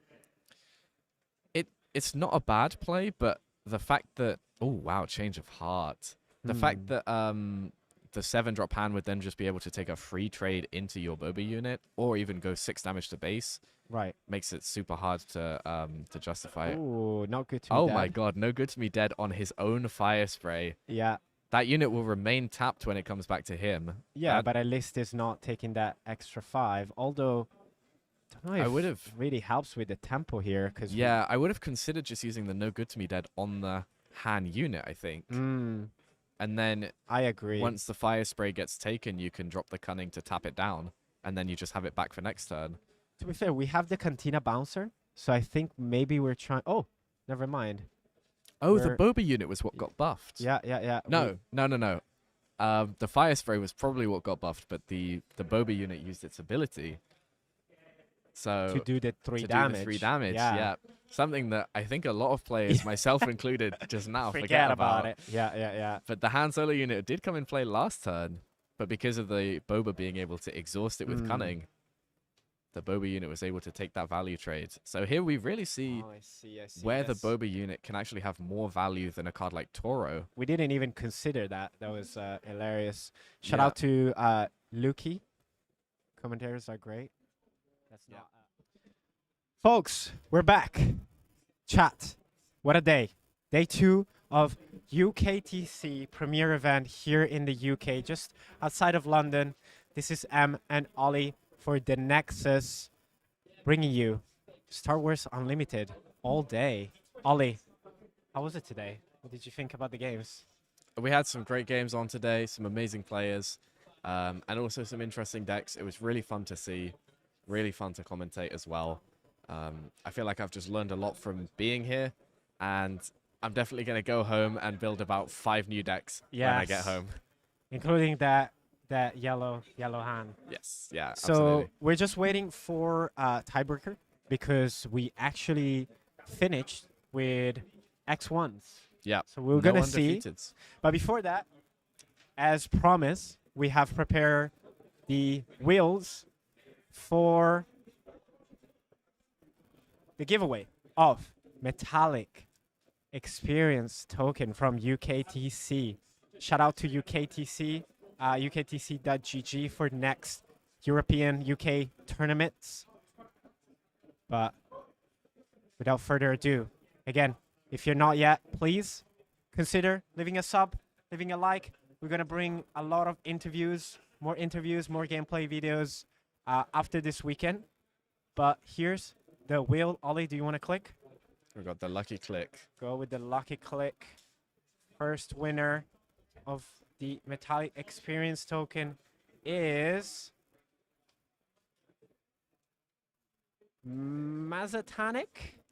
Is it Mazatanic? I'm We not going even with going that? to try. Mazatanic, are you in the chat right now? I think we've seen them hanging out. This is our first winner. If you've won a token just now or previously, reach out to us, thenexusbss@gmail.com. And we're also going to post on X and on here on YouTube the results. So you're going to be able to catch it there. If you're not following us yet, sub to the channel. But also we are at the Nexus TCG on X. So it's going to be at the Nexus TCG on X. And we're going with the second and last giveaway. Whilst we're getting the final winners, we get the winners of the tokens, which is Tyson. Tyson wins our second last token experience. Congrats to Tyson. If you're in the chat, give us a wave.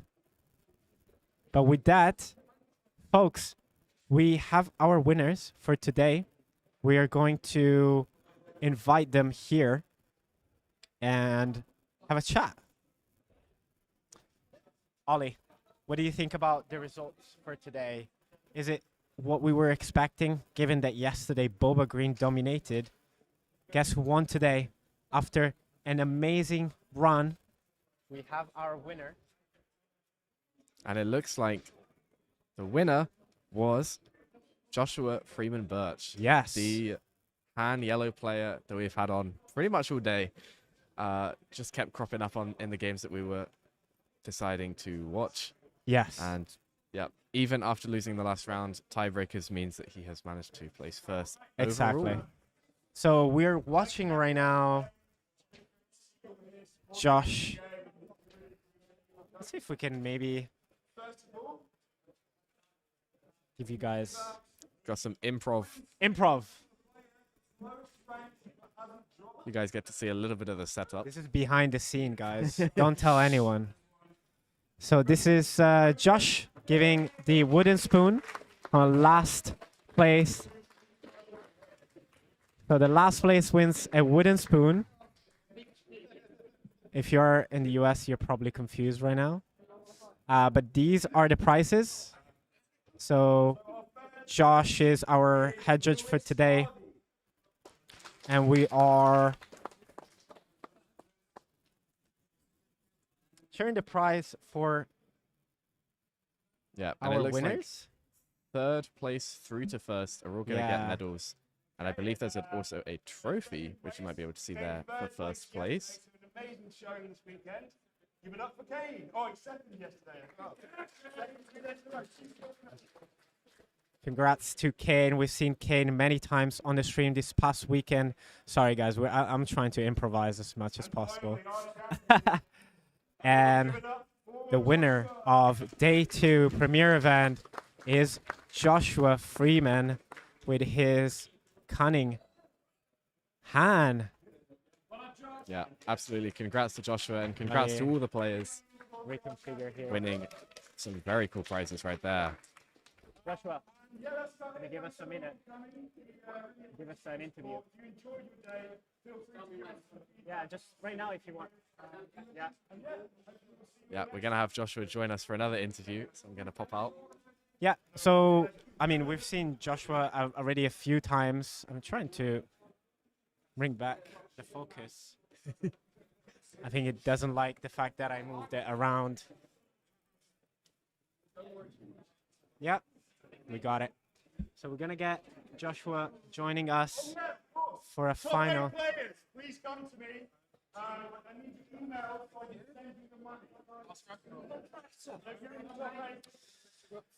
Give us some cheers. Give us some winning hands for our man. It's been 2 days. Yeah. Of streaming. Congrats, man. Yeah, Congrats. Very well deserved. 2 days of super high level play, teaching us how to play this game, honestly. A lot of great comments in the chat on all of your games. How are you feeling after these 2 days? I'm feeling very relieved that I was able to take home a first. Yes. You know, after losing sadly in the mirror to no resupply in day 1. Well, it was, can't be too sad about it. It's just a coin flip. Yeah, But- I mean, and you faced 5 aggro. 5 aggros. Yeah. I took the hand gunning because yesterday around the room there are tons of like Bosks, Kiras, Palpatines, all these sort of villainy control decks that Han absolutely eats up. And then I queue into 5 aggro. I'm like, what? Hang on. Because I change of heart in the main deck as well, thinking, oh, I'm going Yeah. to play against a bunch of control. It's all going to be nice. But Sabine, my opening hand, is like change of heart. I'm like, oh, come Yeah. on, man. It's interesting, right? Because today we've seen some familiar faces from yesterday, but also the field was quite different. Like a lot of different Exactly. players, and this is why UKTC has decided to do 2 different tournaments in 2 days, allowing folks that couldn't come yesterday to come today. And so the field was, in part, based on what we saw yesterday, but also a bit unexpected. Was there any? I mean, was there any matchup that you didn't expect today, or was all Round 1, my first opponent was Kylo Yellow, and they Right. opened with 2 Stormtroopers. Next turn, Kylo TIE Silencer and another, and a Greedo, putting, what's that, 12 power in play on Yeah. the second turn. in turn 2? And I had turn 1 Bodhi Rook take nothing, turn 2 Bodhi Rook take nothing. So I died Ouch. real quick that game. We were rooting for Bodhi Rook in that second last game because it was so clutch, Oh yeah. so good. So overall, a great performance. Yesterday, you brought Boba Green, Boba which Command. I've been calling your signature deck so far, but perhaps is going to change. Yeah, maybe he's been dethroned, you know? Kick Yeah. him off, get some hand cunning on the go, you know? As TCG player, they would say Boba Green is washed at this He's point. washed. He is washed. It's washed. He is washed. Yesterday won for sure, but today nothing. I mean, Rob played my deck today and went X3, so maybe he is washed. So, Yellow Hunt Cunning. Why did you choose to play this deck? Have you been? Well, as I said, though, I thought there was going to be a bunch of control Right. like yesterday, and hand cunning's best matchup is control decks. Yeah, with the DJ and the tech Yep. being able to go the distance. We've seen in one of the matches where you reach that point where DJ is down and you have a plethora of resources. You're Yeah, literally yeah. playing with 16 cards. Exactly. So once you get to that stage against control decks, you've usually run them out of hand because other than Palpatine, they don't have card draw Yep. usually. So you sort of just run them out of hand, and then they're sort of playing off the top, and you've got so much stuff. You're just gonna get there. Yeah. It's the same way that I sort of beat the Boba on stream. You just sort of end up with so much stuff they can't beat you. Yeah. But obviously against Sabine it doesn't work because the clock is a lot shorter. Even if you kill every unit they play, they've got these overwhelms with ambush. Yeah. Yeah, we loved seeing you playing and counting, and we were like, "Oh, is there a snapshot? Yeah, is there a blaster there? Can he do in it?" game 2. Yeah, Yeah, like I think 2 turns ago I started counting because I'd realized I can't control the board, yeah. and then ended up being one off because I didn't account for his heroic sacrifice. Well, what an amazing performance. One last question would be MVP of the day. What's the Ooh. MVP card? Bamboozle. I put it in every That game. is so funny. I put it in every game. We saw it in the side and we were like, Yeah. "Come on." It's good. Yeah. It's good. Yeah, It it's exhausts a unit. That's all you need sometimes. So good. Yeah, especially against aggro. And since you seem to be queuing only Yeah, against exactly, aggro, right. that's great. Joshua, it's been such a pleasure. Well done. Another amazing performance. Let's just remind everyone where they can find you. Oh, yeah. I never remember where the H YEHO. is. HO. Yeah. Then it's- Is that right? Yep. Yeah. So in the chat, you can see Joshua's tag. You can find Joshua on Facebook. Yep, Facebook and Twitter, and then like on Facebook, usually at the end of my posts, I have a link to my Discord, and if I don't have one, you can send me a DM on Facebook, and then in the Discord is where get all the latest tips and All the tricks. juice. All the Exactly. juice. Absolutely. Well, we're looking forward to catching your performance at PQs. Yep, And, so Sheffield, yeah. 2 weeks time. Fantastic. Yeah. We'll see how the meta will shape there before set 3. And I'll probably see you at one of the locals. Oh Yeah? yeah. You probably will. Maybe not this week because I have FFTCG Euros, but week after. Busy TCG, man. Awesome, man. So great to see you. Likewise. Well done again. Everyone, you're champion, Joshua. And thank you so much for watching. And just leave a like, leave us a sub. If you want a token, just a reminder, if you follow us, we will post a community post on YouTube and on X at the Nexus TCG. This was Ollie, and Joshua for the Nexus. Thanks for catching all the action this weekend. We're signing off and wishing you a great rest of your weekend.